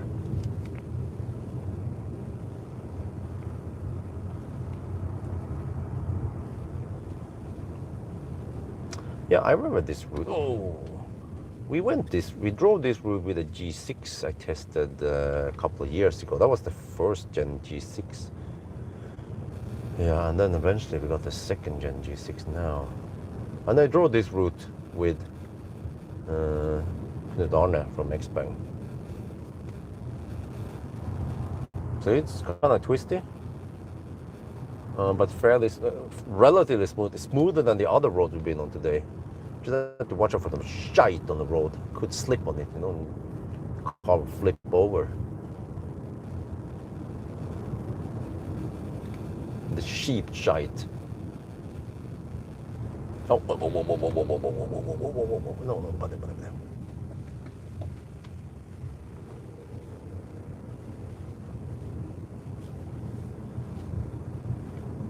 Fårikål in production here, you know.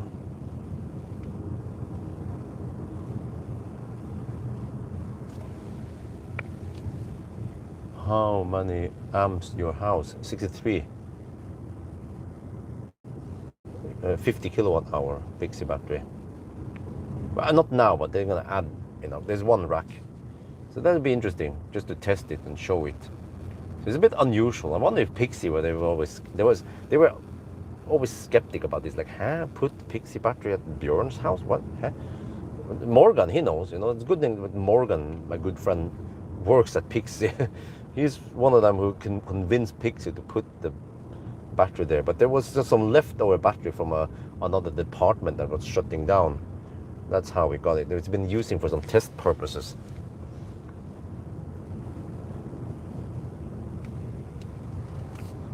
So I just want Adrian to do his magic and then enable some stuff, and then via NeoWatt, and we can start using it as BVP, and I can start generating money. It would be pretty cool if we can start showing numbers that that battery is generating. Let me see, what can we expect here? Let's say 2,000 NOK per month. You know, just by sitting there doing a little bit of sending and receiving power, right? And it could almost be like that Pixie battery in 1 year, it basically pays for the electricity bill, even though it's different. They're not doing the same thing. They're just, yeah.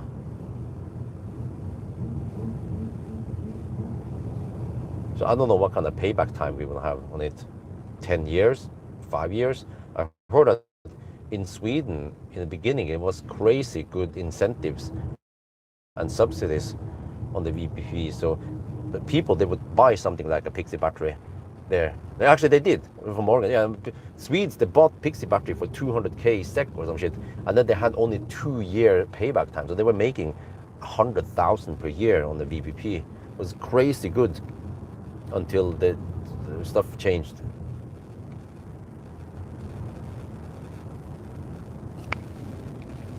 Now that would assume that for me, who has 43 kilowatt available, then I could benefit from it. Not sure how it works, but okay, I can't be penalized by pulling 43 kilowatt. But if at least they can just pull 43 kilowatt for a couple of minutes, right? Whatever is needed to stabilize things, yeah, that'd be great. So they get hit by the high peak power. Or if that happens, then at least after that, I can get I can use the battery smart, so we avoid. I can discharge the battery maybe, so I avoid too high peak average for 1 hour.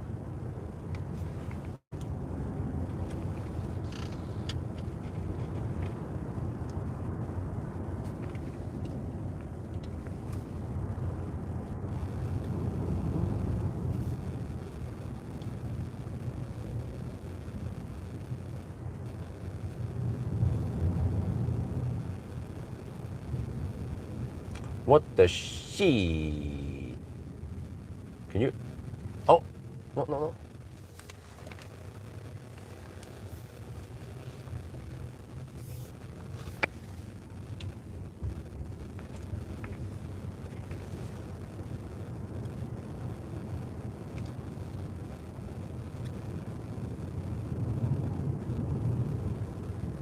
Wait, is it really that massive buffer on the Pixie?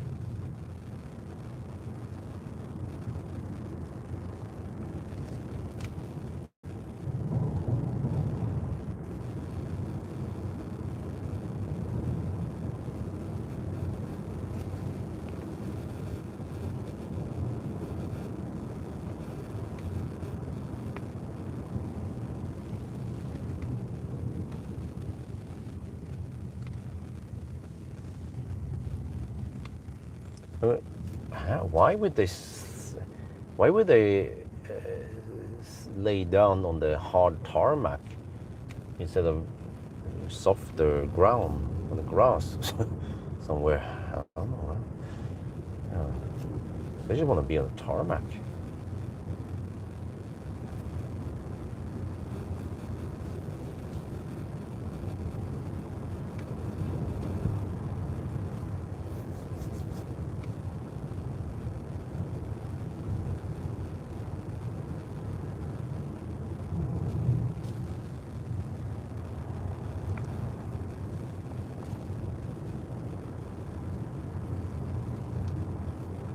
Well, 161 watt-hour per kilometer, but we are kind of in the highland now. Should go down.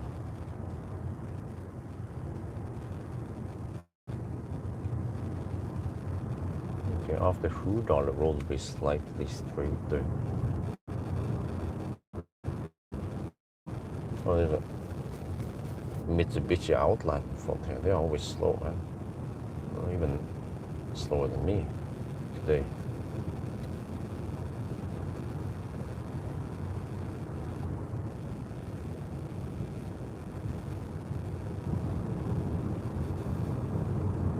Nice fårikål and pinnekjøtt coming.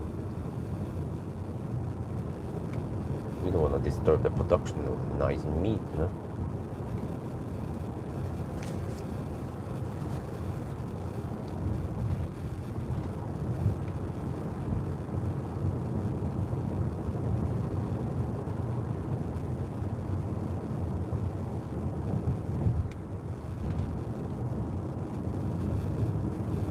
These guys are driving really slow. What the heck?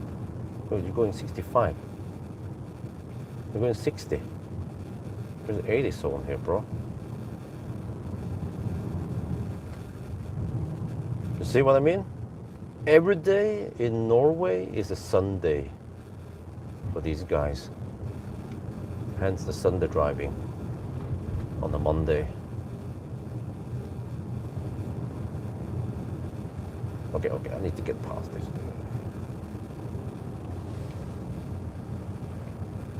Okay, let's go.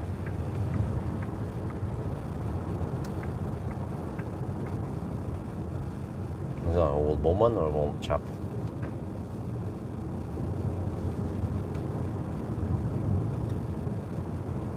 Okay, right turn in 16 kilometers.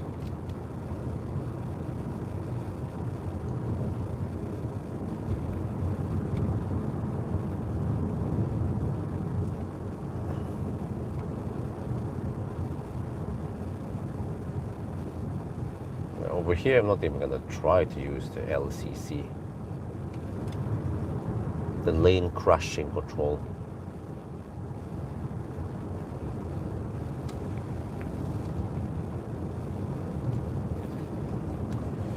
So yeah, wait, it means that now the car estimates 38% at arrival. Damn. So, okay, that's roughly 1/3. Okay, so we drive 1/3. We drive 2/3.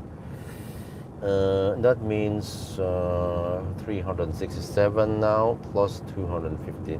No, that's arrival. Okay, plus 50 kilometers, so that's 400. Wow, this has been not so fast run compared to the Venabygdsfjellet. So I can only cover 420 kilometers roughly.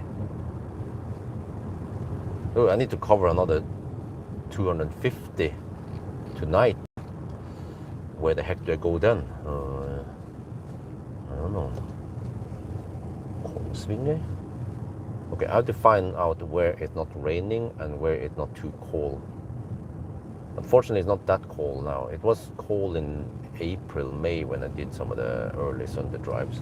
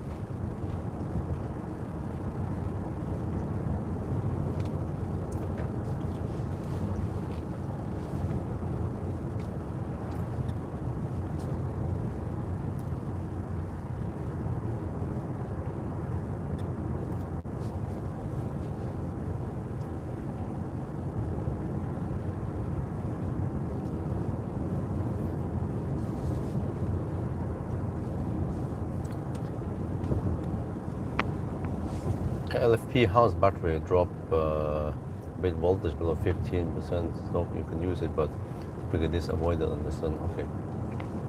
Driving Sunday, driver review. coast. Well, sometimes I coast, but most of the time I don't bother. This car doesn't have that great coasting capabilities.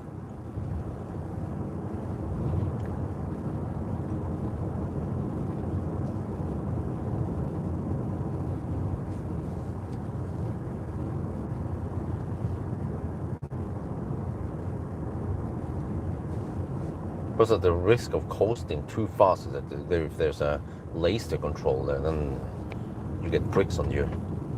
Holy cow.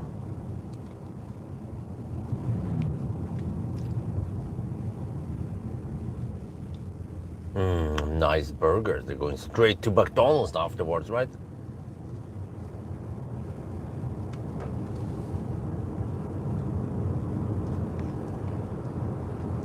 Wow, I've seen so much burger and 40% today. Can you film a video showing the ability of the HUD? Not that much. It's just a regular HUD plus the blind spot warning thingy. And navigation, just the typical stuff that you would expect in a HUD.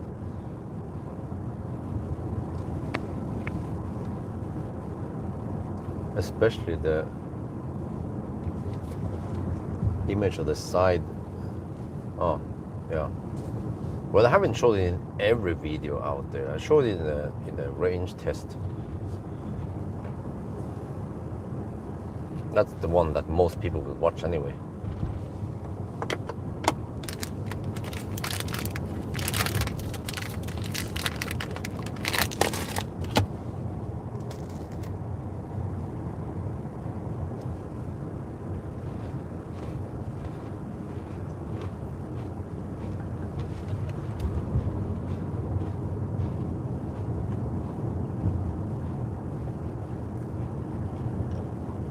Yeah, good afternoon.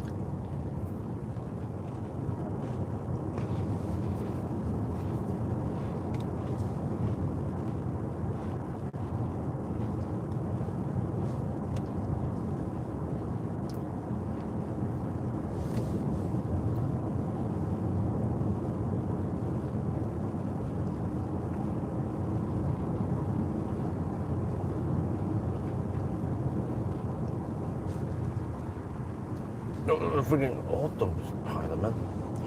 Is the same, huh? Is it the same X9 like in the P? Huh? Wait.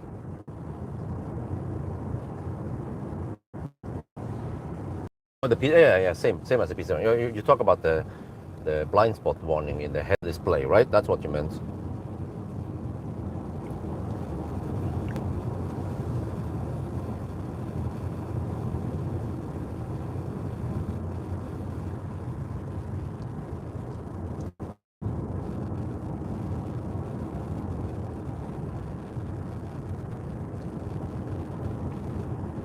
Yeah, the P7 Plus, yeah, exactly. So I wonder if the new, wait, G6, does it have head-up display? And the G9 should have it, okay. Oh, it was the flagship of Xpeng for a while until this beast came out.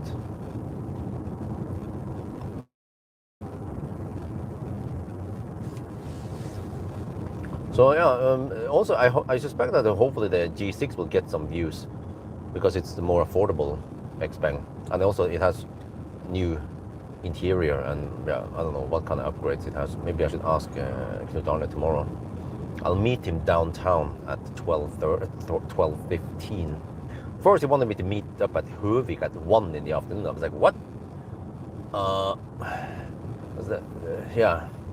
But then it's way better. I can pick up the car earlier tomorrow and then get over to Oslo near Falbesgate, near the university over there at 12:15, and then he can tell me, hopefully not too long, within 15 minutes, what's new with the G6.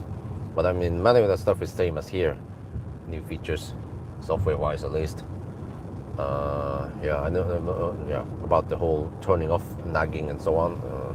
He probably set up the X combo for me, and then let's see. and then I can hopefully leave Oslo by 12:30 and get past Alnabru around 12, yeah, before 1 in the afternoon. Nowadays, traffic out of Oslo starts around 2 in the afternoon, 2, especially 2:30. And then get stuck in Stau, I'm wasting time in Stau. Ideally, what I want to do when I swap cars is to get over there, downtown Oslo, around 10 in the morning after the kids and what's that stuff. Then just swap it and then get back home before noon, 11-ish. So now we have this spree with Xpeng, 3 cars in a row, the Xpeng trilogy.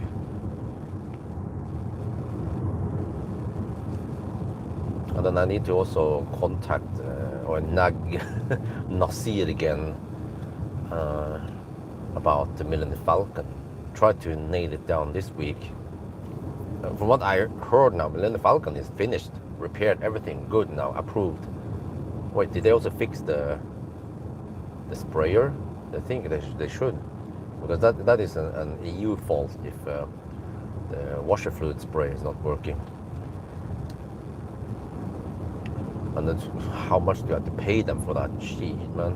70k for the car and then 30k for repairs, maybe 100k. I wasn't planning on spending that much money on a car, you know. I was happy with the Soul.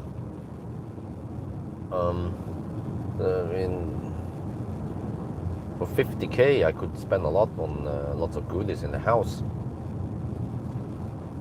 We finally can get like heat pump, and well, you know what? I think I might not need the heat pump, but I still wonder about that zip screen for the entrance. If maybe curtains would be good enough to try to block out the heat. Well, I mean, it doesn't block out the heat; it kind of reduces the heat a little bit, and then you can contain it towards there. And I guess if we choose some reflective curtains, right? Heat reflective curtains on the outside, it will also help reduce the heat. The LCC here is not good. It does all kind of weird shit, trying to crash in the ditch and go too much to the center line. On the B roads here, it's not good. On the Autobahn, it seems to be mostly okay. So, because nowadays the sun is strong, man, in the afternoon, around between 3 and 8 in the afternoon, evening, the sun blasts in the entrance area, heats up stuff, but it's just, you know, hot, the heat in there. When we look back on the discounted price that what heck was it again called?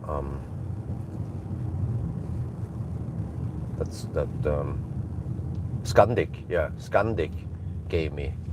It was 18k NOK for the for the SIP screen, the big SIP screen, which matters the most because it's 14 square meters huge, but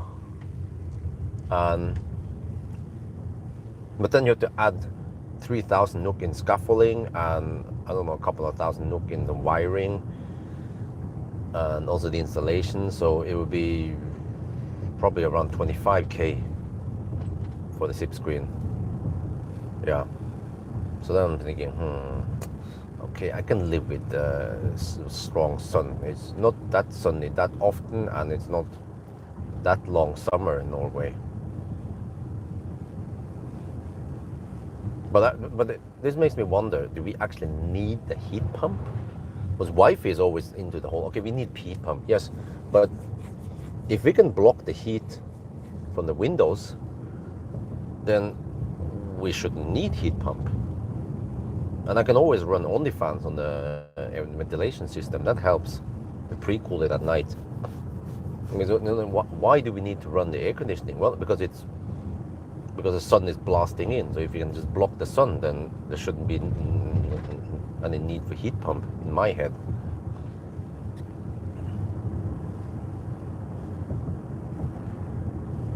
But then we basically need lots of those screens on the east side. And then the south there is only 2 windows. Okay, so that's what I kind of want to do. But it's just that the SIP screens are so expensive. But that would be great to test. If you just invest 150,000 or 200,000 NOK in SIP screen, and if there is not crazy heat going on anymore, then we have saved 30k NOK for heat pump. Because during winter, I don't feel like we need heat pump. It's fine. It's nice and warm enough in the house.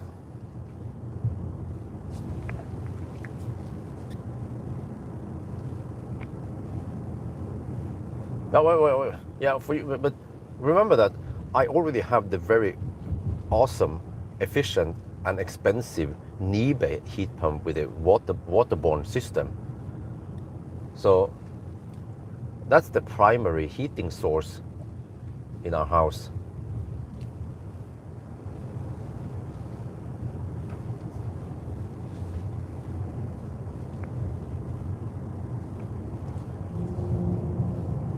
And in winter, even if it's minus 10 degrees outside, we have it nice and warm, 25 degrees inside.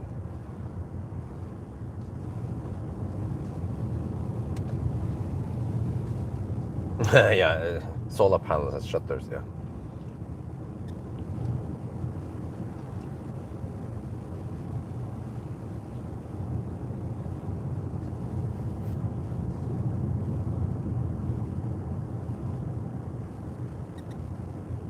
But I mean, there's one thing we could try. Yes, I got an idea, which is that we could install SIP screen on the main bedroom. The main bedroom gets the sun from the east. From the morning, we get the east sun and then the south sun. So if you cover 3 windows with SIP screen, we can then measure the effect of it.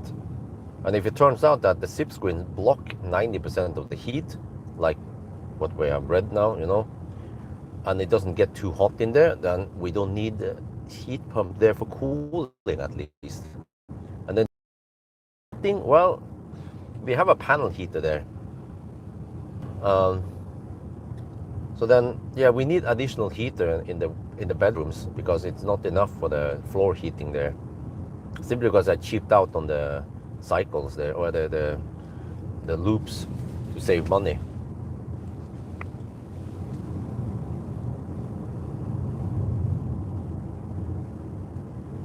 Yes, it is top level soundproofing in here.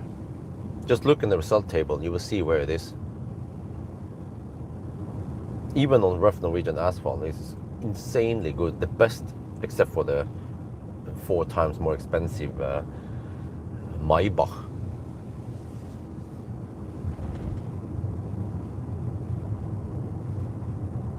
Exactly, the blinds with because that's, yeah, the white walls already reflect plenty of heat. So as long as there's a white wall reflecting the sun, then it doesn't get that hot in that house, in that room. It's just the window that lets in the heat, and we have plenty of windows.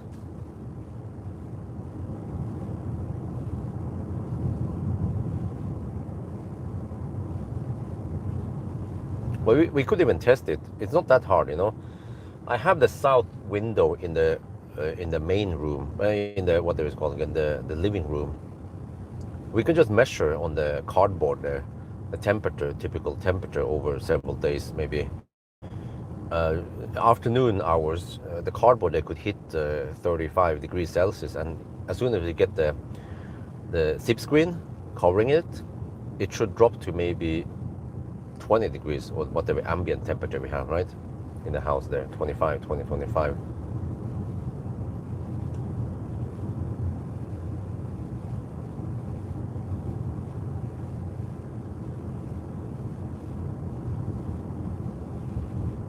So that would be great. That we would be great if I can remove the cardboard so we can see through some of those windows.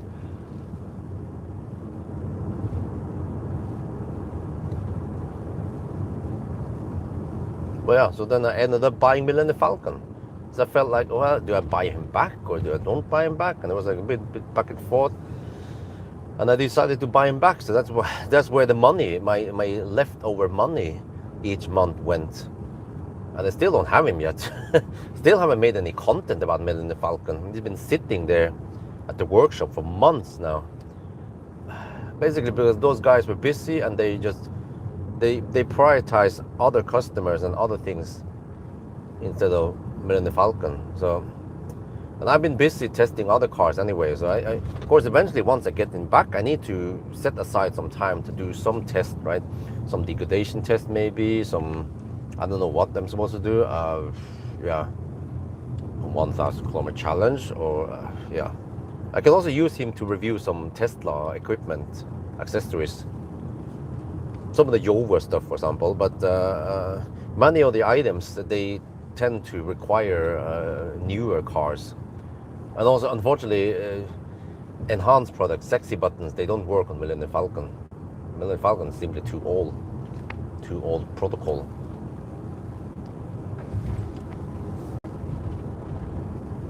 What?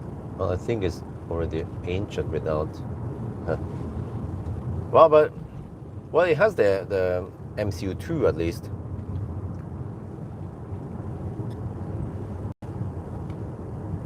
But, well, if we have the time, if Nasir could set aside time, we could try to put in a 90 pack. I mean, if he's up for it, it's not that hard from what I understand. Swapping battery, it takes a couple of hours only if you have everything ready. So you could put in a 90 pack in there. We can see the effect of it. I can try, let's say, I can do a 1,000 kilometer challenge with that degraded battery. See how it goes. But I've already done it a couple of years ago. It should be similar, right? Unless things have changed. Okay, we can do it again then. Do it again. And then we go to EV Hub, swap the battery to a 90 pack. And then try again and see how the range is. And well, we can do several things. Range, acceleration, charging, and 1,000 kilometer challenge. See how much better it is.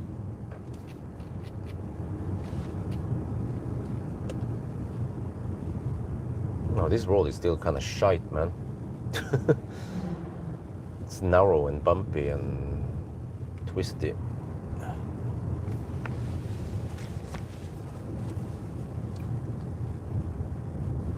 So at least there should be a couple of weeks here and there where I'm not super busy. But last year I had many weeks or many press cars that was just like a slight improvement, like the Skoda Enyaq Coupe or Skoda Enyaq. It was just, I don't know what was new with it. A slight change only. So then I felt like, okay, I didn't have to do a banana box test. Even an acceleration noise test was not needed. I was like, what do I do with it? Range test maybe? Okay, slight improvement in efficiency, and then maybe a 1,000 kilometer challenge, right? So as long as I have those weeks where there's not much stuff going on and the car doesn't require a whole shit ton of tests, then I have leftover time for some Millennium Falcon action. But this week, Morgan wants a video call with me and Adrian from Neowatt to talk about the Pixie battery and what we're going to do. So I need to set aside time for that. That is, of course, priority.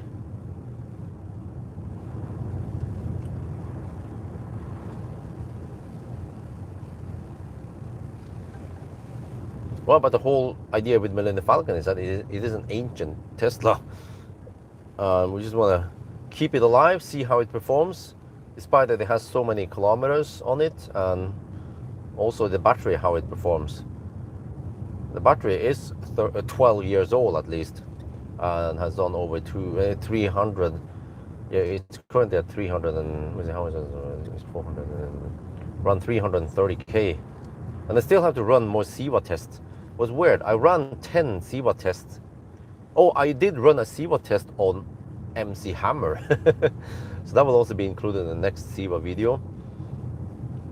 But it was strange because the SIVA report, I got 7 of them, but 3 of them, Keys, he looked into it and he said that it was throwing an unknown email address. I'm like, how is that possible? Because I need to provide the email address to log in and then choose which car I want to test it on. So I already provided the correct email address, but then somehow the system messed up. So 3 of the tests were kind of paid for, but I used the free code, but it was not completed. And also I never got the Tesla Toolbox email request from Tesla, so something went on the SIVA side, went wrong there. But I guess whatever, I can just test again from the remaining test. I started looking through the cars on my account, the free supercharging cars, right? And I found many cars with high mileage. There's actually one Model S with 330k on the odometer, so I want to test it, see how much degradation it has, and some other cars. And also, yeah, I want to test some. I have 3 cars in Thailand. How much do they degrade? I have some more LFP batteries out there we can test.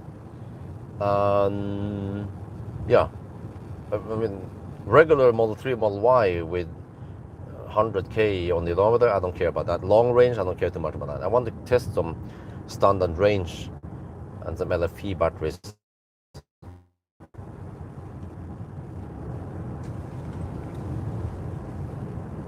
So yeah, so maybe if I have time this week, I can do some more tests. But we have nice weather this week. Usually when we have shitty weather, rain, then I stay home and I don't want to do any Sunday drive, or I avoid doing some range tests when it's pouring down. Then I tend to do some office work, whatever you should call it. But now we just have nice weather every day, so I'm like, okay, maybe then I can start. I can pick days to do the range test when it's not too windy, for example. But the G6 I will be testing from tomorrow. It doesn't need a banana box test. I don't know. I can do an acceleration test because it has slightly different batteries, so the weight might have changed. Yeah, it went from NMC to LFP. Yeah, that's right. Okay. Check if the noise level has improved. Do a range test, mandatory. And then, I don't know, maybe a Sunday drive. And then the 1,000 kilometer, yeah. Maybe also the driving impression. But when it comes to auto parking, it doesn't have to be with this car. I haven't done the auto parking with this car. Could do it with one of the other cars. But actually, maybe this would be a good car to test because it has a rear wheel steering. The test went through for my Model 3. Huddle. I wonder if that's one of the one that was failed, or maybe I didn't test it yet, because I tested 10 cars and it was like there was some work. You have to manually click. Okay, want to test, log in. For some reason you have to log in every time. It doesn't remember the session there. Maybe that's actually on SIVA side, I believe. It should be able to remember it, so I have to log in every time, because as soon as you have approved one of the, and then you get the email about the toolbox. But there, when you log in on the toolbox there and approve, then it remembers it. So in the next email you get about toolbox, you just go in there and then you approve, done. So that's something SIVA could fix, I hope. So, but okay, whatever I have to do, I go into my list, in my spreadsheet. I have to keep track of everything. Choose the car and in SIVA report. Choose the full test, go, and then I have to write a little bit about they need billing address and so on. So I do that, and then also keep track of how many times I use the special code, and then the free code. And then there's some email I need to just keep track of and move into the different folder, and then I get the email from Tesla, and then I approve toolbox, and then I wait. And then once I get the report, I then need to name it. I name it the year, and then car model, and then also some nickname or whatever name that is associated with that dude, but not the full name, because I'll be opening it from time to see the report and screen record, and then I take that report and I put it in another folder. But then also, I look at all the data and I input the data in the spreadsheet, and once that is done, then I actually black out the VIN, because I also write down the VIN in case I need it for tracking it back, which report it was, when, whose car was this, you know. And then I also copy that. I have a shadow copy there over to the public spreadsheet, the Google Sheet, and then I put it there. Do a little bit of sorting so it comes in the right place, and that's it. So there's some work involved in doing those tests, and it's easier if I get a test from someone else, because then they have done the steps before to get to the test report. But some people, I guess they are afraid of me looking at the VIN, so then they blur out the VIN, or they don't send me the PDF, they send me the two JPEGs file, two JPEG files, page 1 and page 2. And then for me, it's like all the others are PDF. So then I use Acrobat to then take the JPEG and create a PDF. But then the weird thing is that the page 2 on the PDF is always a lot smaller than page 1. So I'm like, okay, whatever. It works, just weird. So, yeah. But I mean, at least running the SIVA report is a lot faster than spending a whole day going somewhere, making sure it's charged 100%, run the test, and then swap cars back again, and then calculate stuff. And it's like, okay, way easier with the SIVA report. It's accurate enough to give me some indication of the degradation or whatever, right?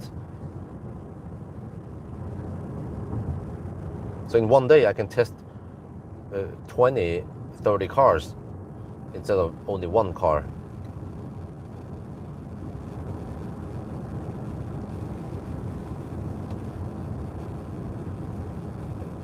Foxit reader, huh? Okay.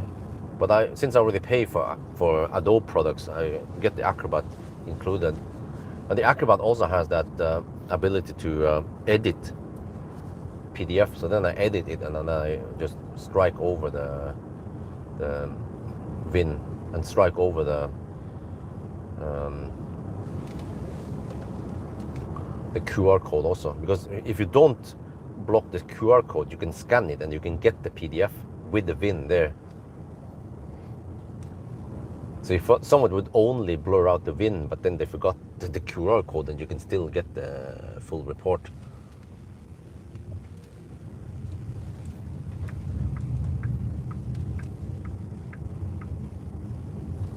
Okay, we are now in the Gardermoen area.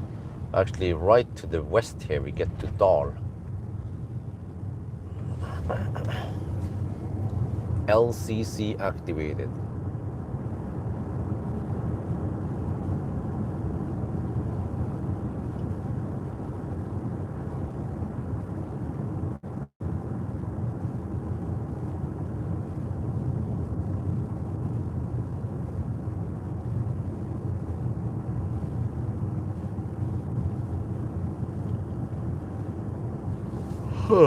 Oh, it's tired. Okay, 13 minutes past 4. Okay.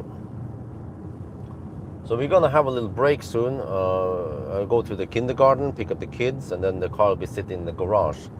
Actually, with 40% left. Oh, damn. Oh, okay, but that's not 40%. It's at least 37 or 38, 37%. Okay.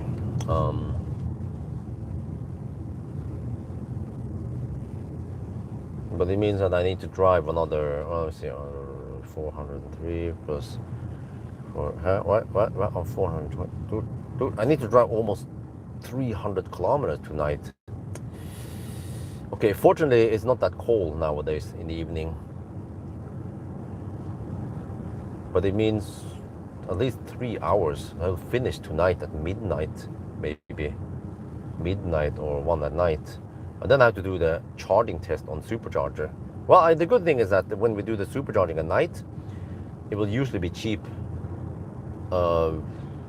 Yes Home or Gardermoen. I think Yes Home is the cheapest. The problem with Yes Home is that you might not get the cheapest price at midnight. You have to wait until 4 at night or some shit. I have to check again. Because since I'm gonna pump in 100 kilowatt hour here, or at least a full 100 kilowatt hour from the charger, then I want to try to save money where it's possible, so I don't have to pay 650 NOK for the charging session. We'd like to get away with only 200 NOK, or at least 300, right? No, I think even 200 will be possible if it's 1.6 or 1.8 NOK per kilowatt hour. So we have Gardermoen. Well, maybe I should go for at least V3, V4. Okay, we have Gardermoen, Cleavage, and Yes Home. Those 3 locations are fairly close to each other, and I could just time it so I end up at one of those, and then it's not too far to drive home afterwards.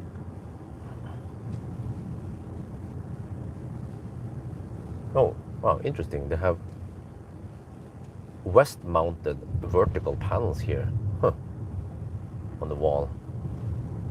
Well, but that's also okay, because you get the low sun in the evening.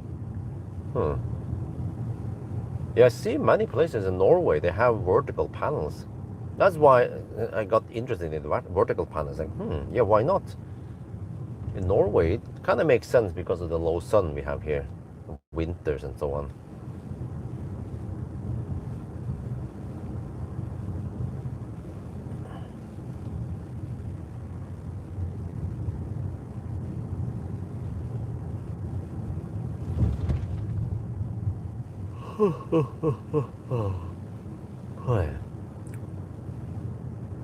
Man, why is this road so twisty? Couldn't it just be straight? There's just farmland anyway.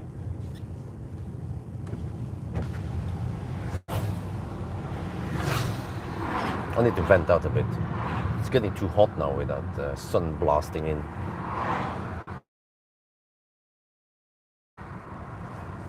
And if I want to vent it at low speed.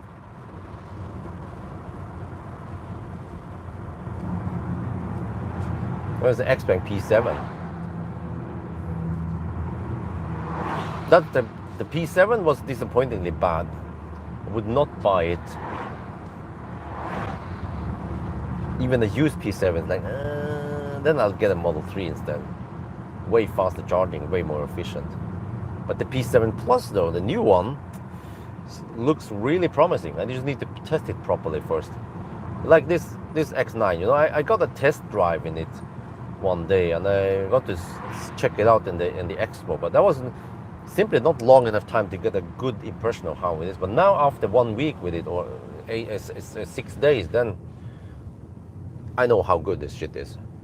Well, okay, I'll pay attention. Gardermoen, okay, right.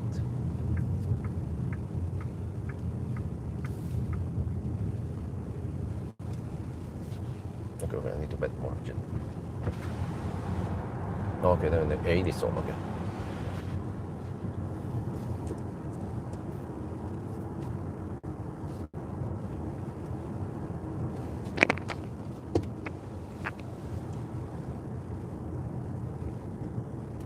Oh, really? What's better on the P7 in China then?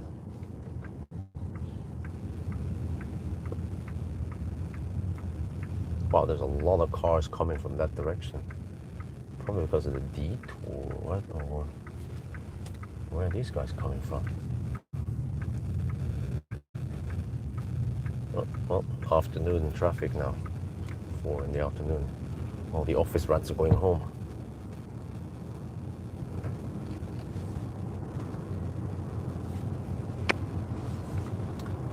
Oh, look at this. 155 watt-hour per kilometer. Oh yeah, now we're cooking. corrected is only 151, right? Let me check here. 155 divided by 1.2. Yeah, 151 watt hour per kilometer. Wow, it's simply amazing. There is no other van, all-wheel drive van, that can match this in efficiency. No, 151, not 155. So, damn.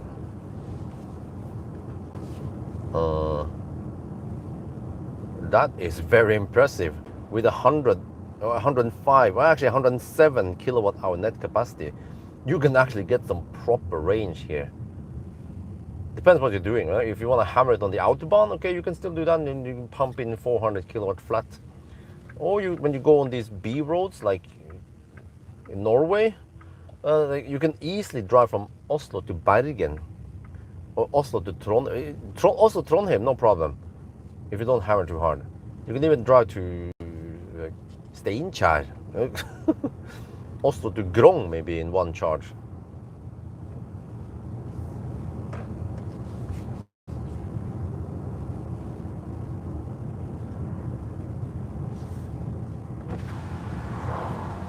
Because if I had the time, I could do it, you know, when the kids are older and more independent. This is show that you can drive. But then I probably want to cheat a bit and wait for wind from the south before I go. Yeah.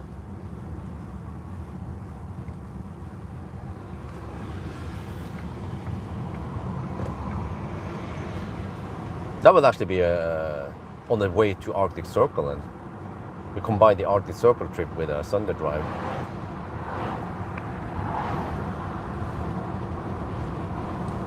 The goofy doors was to not, what? They just stopped, huh? Oh, you mean the Falcon wing doors in the Model X? Well, yeah, that was just I was a gimmick. It was more like something different to make it sell, maybe. I think it had a purpose. It definitely had a purpose back then. I bet many people bought Model X back then because of the doors. And they're actually very practical with kids. Just like sliding doors, they also have they're very practical when you have kids. But I would actually claim that the Falcon wing doors are better, because the sliding doors, they don't open fully up. There's a little part where they, when they rest on the side there, and that's where the door gets kind of in the way when I want to unload and load my kid. But the disadvantage with the Falcon wing door is that they need more space above you. But they can open in the half-open state or whatever, right? So it's still okay. But it's just that the Falcon wing doors are prone for some issues and they need repairs and stuff. So that's the downside of it. But practically, the Falcon wing doors are more or less superior to the sliding doors. But also another thing is that the Falcon wing doors, unfortunately, you cannot have anything in the door pockets. It's gonna fall out. Unless there could be some kind of opening that will automatically close. But then don't put any coffee cup there. So, yeah. Or you can have a watertight seal when it closes it before it goes up. Model YL, huh? What? Okay. They are not practical when it rains. Okay. What is that? Oh no, you can open the Falcon wing doors from the key fob, you know that? Or from the inside the car, even from the app. So trust me, I live with the Falcon wing doors for a long time. I know how they operate. It's just okay. I haven't had any first-hand experience with kids and Falcon wing doors, but I used them for long enough to know how they work.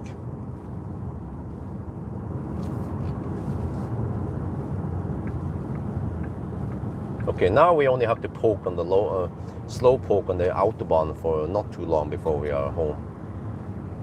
Yeah, 155 watt hour per kilometer. Damn!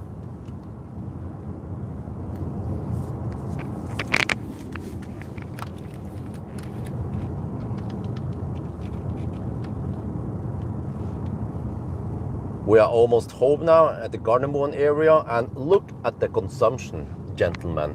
155 watt hour per kilometer. After correction, 2.5% underreporting, we get 151 watt hour per kilometer. Do you have any idea how freaking good that is? And this is even the all-wheel drive performance version, you know. So the front wheel drive could be around 140 watt hour per kilometer only. That is insanely good, and we have 107 kilowatt hour net capacity. I measure it. So this car can go way over 700 kilometers. It's going to be insanely good.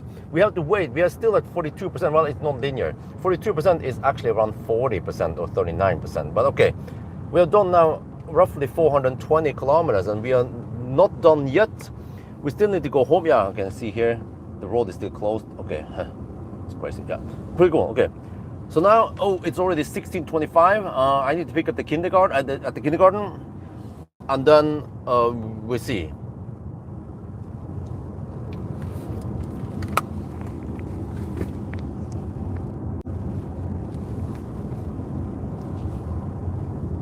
I'm bringing the key fob. What? Oh yeah, but the key fob is always in the it's always in the pocket, right? Where the heck would you put the key fob otherwise? Okay, so now we need to do a little break soon, and then we resume again tonight.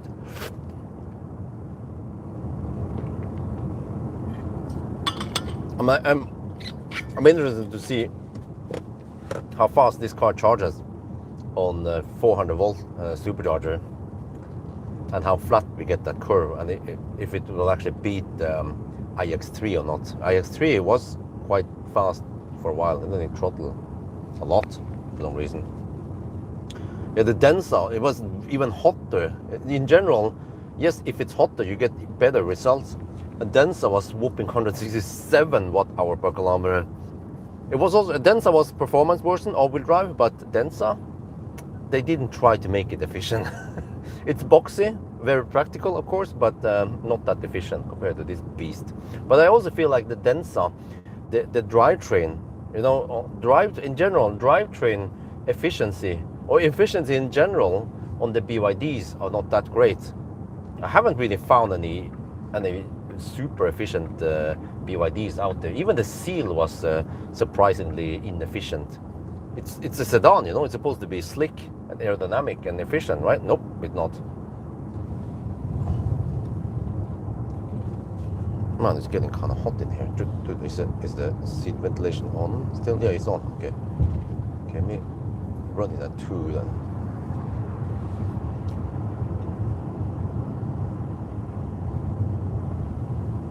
Yeah. Well, I measured 2,880 kilograms on this. So this is heavier than Densa.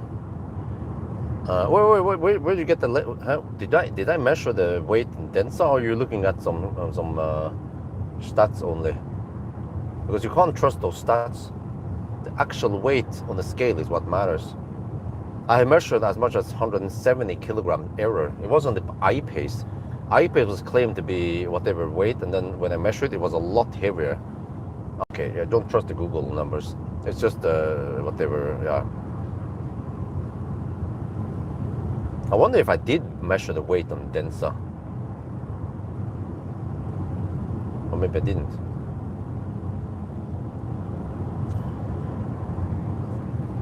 Okay, we still have 41% left. So yeah, this is where I need to end the live stream for now, and then I'll come back tonight at around, I don't know how tired Isabel will be and so on, but around 9-ish is when we'll resume.